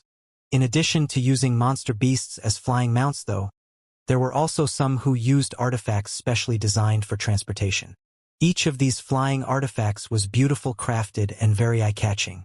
Yun Xian explained that anyone who dared to fly over bold independent city possessed great strength or status, while unimportant people like them could only walk along the streets.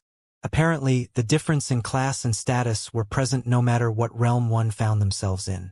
Bold independent city was really bustling, and as Yang Kai observed the crowds and the individual cultivation realms of these people, he couldn't help feeling slightly shocked. It seemed like in Tong Xian realm, Immortal Ascension cultivators were a common sight. Over 60% of the cultivators Yang Kai spotted wandering bold independent city streets had reached the Immortal Ascension boundary, while he could even occasionally encounter some transcendent realm masters. In his former realm, Immortal Ascension boundary cultivators were considered masters, and in some places those at the true element boundary were treated like kings. But here, the Immortal Ascension boundary was nothing. Yun Xian soon brought them to a large building. Yang Kai noticed that the flow of traffic here was even heavier than other places. Cultivators were entering and exiting rapidly, and most of them wearing expressions of joy, tension, or expectation. This mix of happiness and anxiety confused Yang Kai somewhat, causing him to wonder what exactly this place was. Inside a grand hall, there were a number of paths that lead to smaller side rooms, outside of which were long lines of cultivators. Yun Xian led the Yang Kai and Shui Ling towards one of the innermost rooms. Inside this room, the floor was covered in a thick carpet, and there were many lifelike carvings and sculptures adorning the walls. In the middle of the room was a small incense burner that emitted a pleasant fragrance obviously made from precious herbs which added to the warm atmosphere. Behind a desk at the back, a slightly fat old man sat on a large wooden armchair, indifferently staring at a peak Immortal Ascension cultivator in front of him, a slight look of impatience apparent on his face.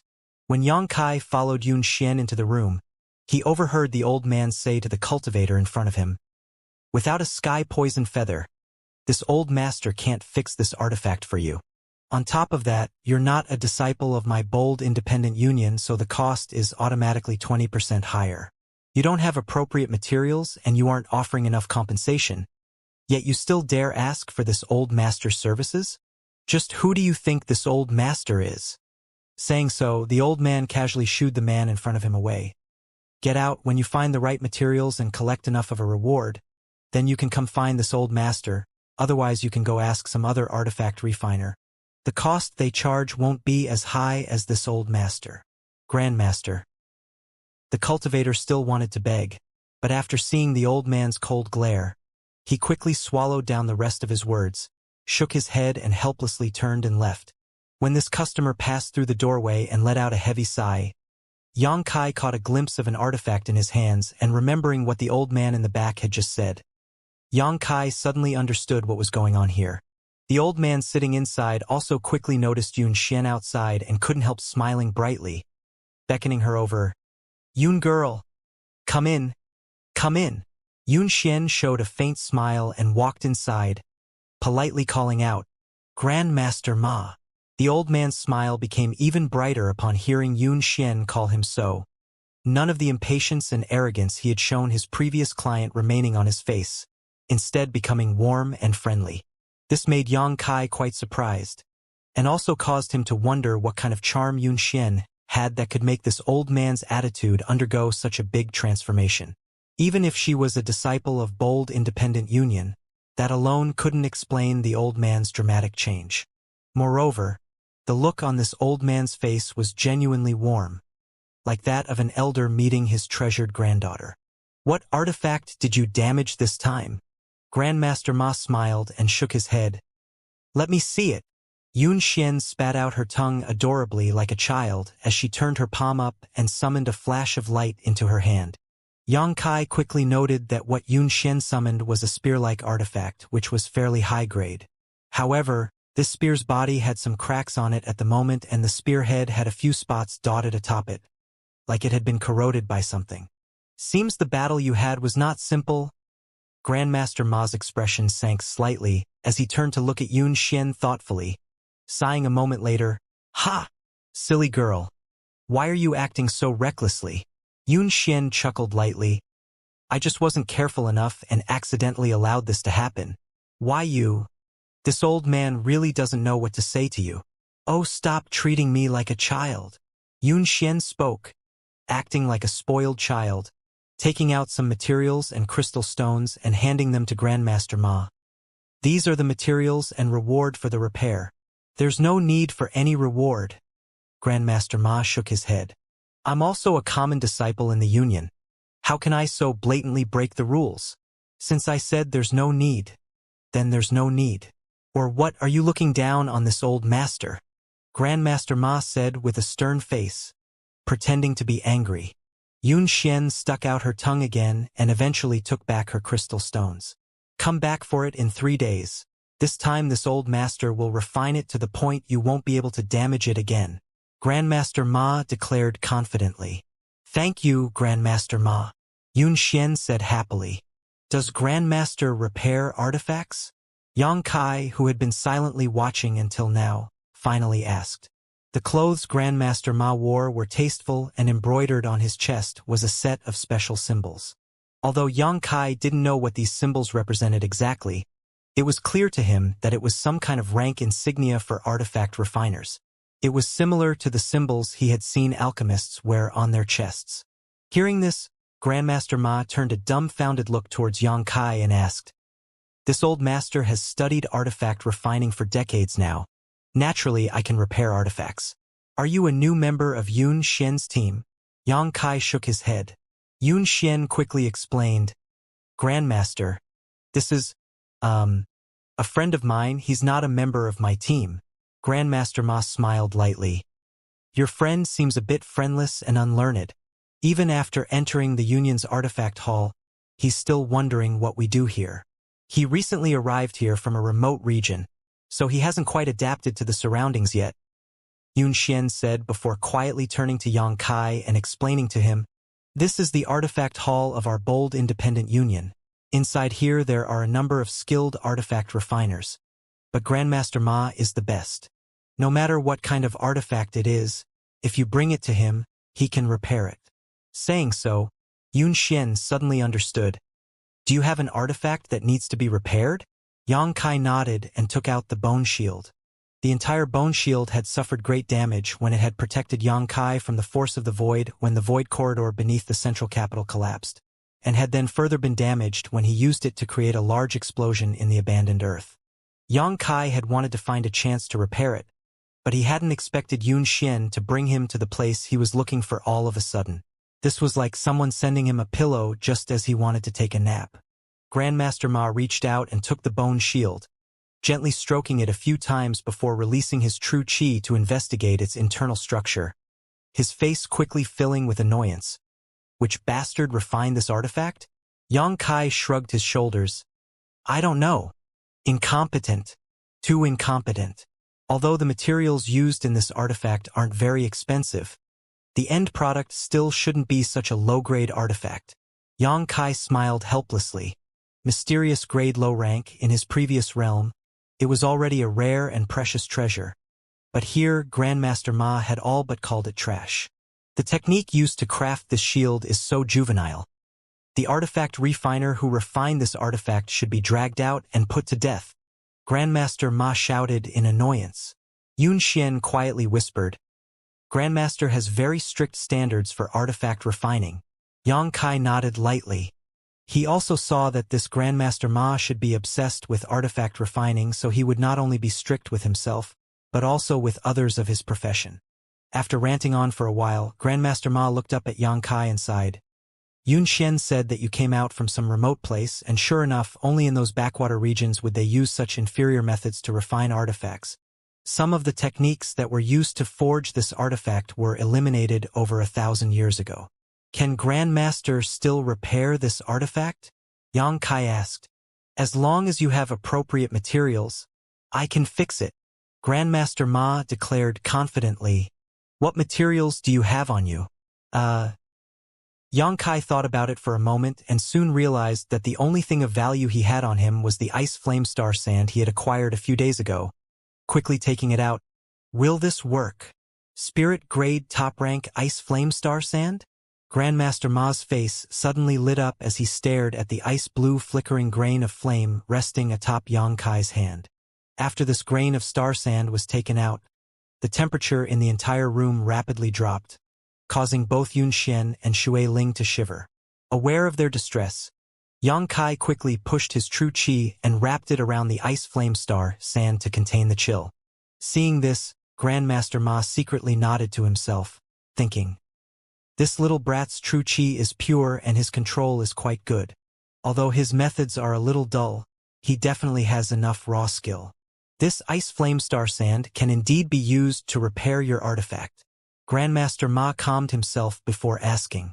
Although a spirit-grade top-rank material was very expensive, as the best artifact refiner in Bold Independent Union's artifact hall, he had seen many such treasures before, so he naturally wouldn't lose his composure. However, using a spirit-grade top-rank to repair a mysterious grade low-rank artifact, you should be able to understand. Using this ice flame star sand on this bone shield, Grandmaster Ma's mouth slightly twitched. It's too much of a waste. As long as the bone shield can be repaired, it's fine. Yang Kai insisted. Do you really want to do this? Yang Kai nodded. Grandmaster Ma wrinkled his brow slightly but no longer tried to persuade him. In any case, the artifact and materials belonged to Yang Kai, so how he wanted to use them was his business. Letting out a sigh, Grandmaster Ma continued, Good. Since you insist, this old master will accept your request. But if you want to fully repair this artifact, just this ice flame star sand isn't enough. You'll need some other supplementary materials. What kind of materials? Yang Kai asked. Black fog iron or sky cicada jade. Either of these two materials would work. If you find the former, I can help you upgrade this bone shield into a mysterious grade mid-rank artifact. If it's the latter, I can help you promote it to mysterious grade top rank or even spirit grade. It all depends on what you can afford, Grandmaster Ma said proudly. Black fog iron, sky cicada jade? Yang Kai muttered these two names. One is a mysterious grade material while the other is spirit grade. Shui Ling explained quickly. Where can I find these two materials? That's your problem, Grandmaster Ma snorted, seemingly a little unhappy with Yang Kai's wasteful manner. But as long as you have enough crystal stones, you can buy anything in Bold Independent City. Not to mention black fog iron and sky cicada jade aren't particularly precious, so the local shops should have some in stock. Then, how many crystal stones would it cost to buy one of these two materials? Yang Kai asked Shui Ling. Shui Ling smiled lightly. With your net worth, you probably can't afford them.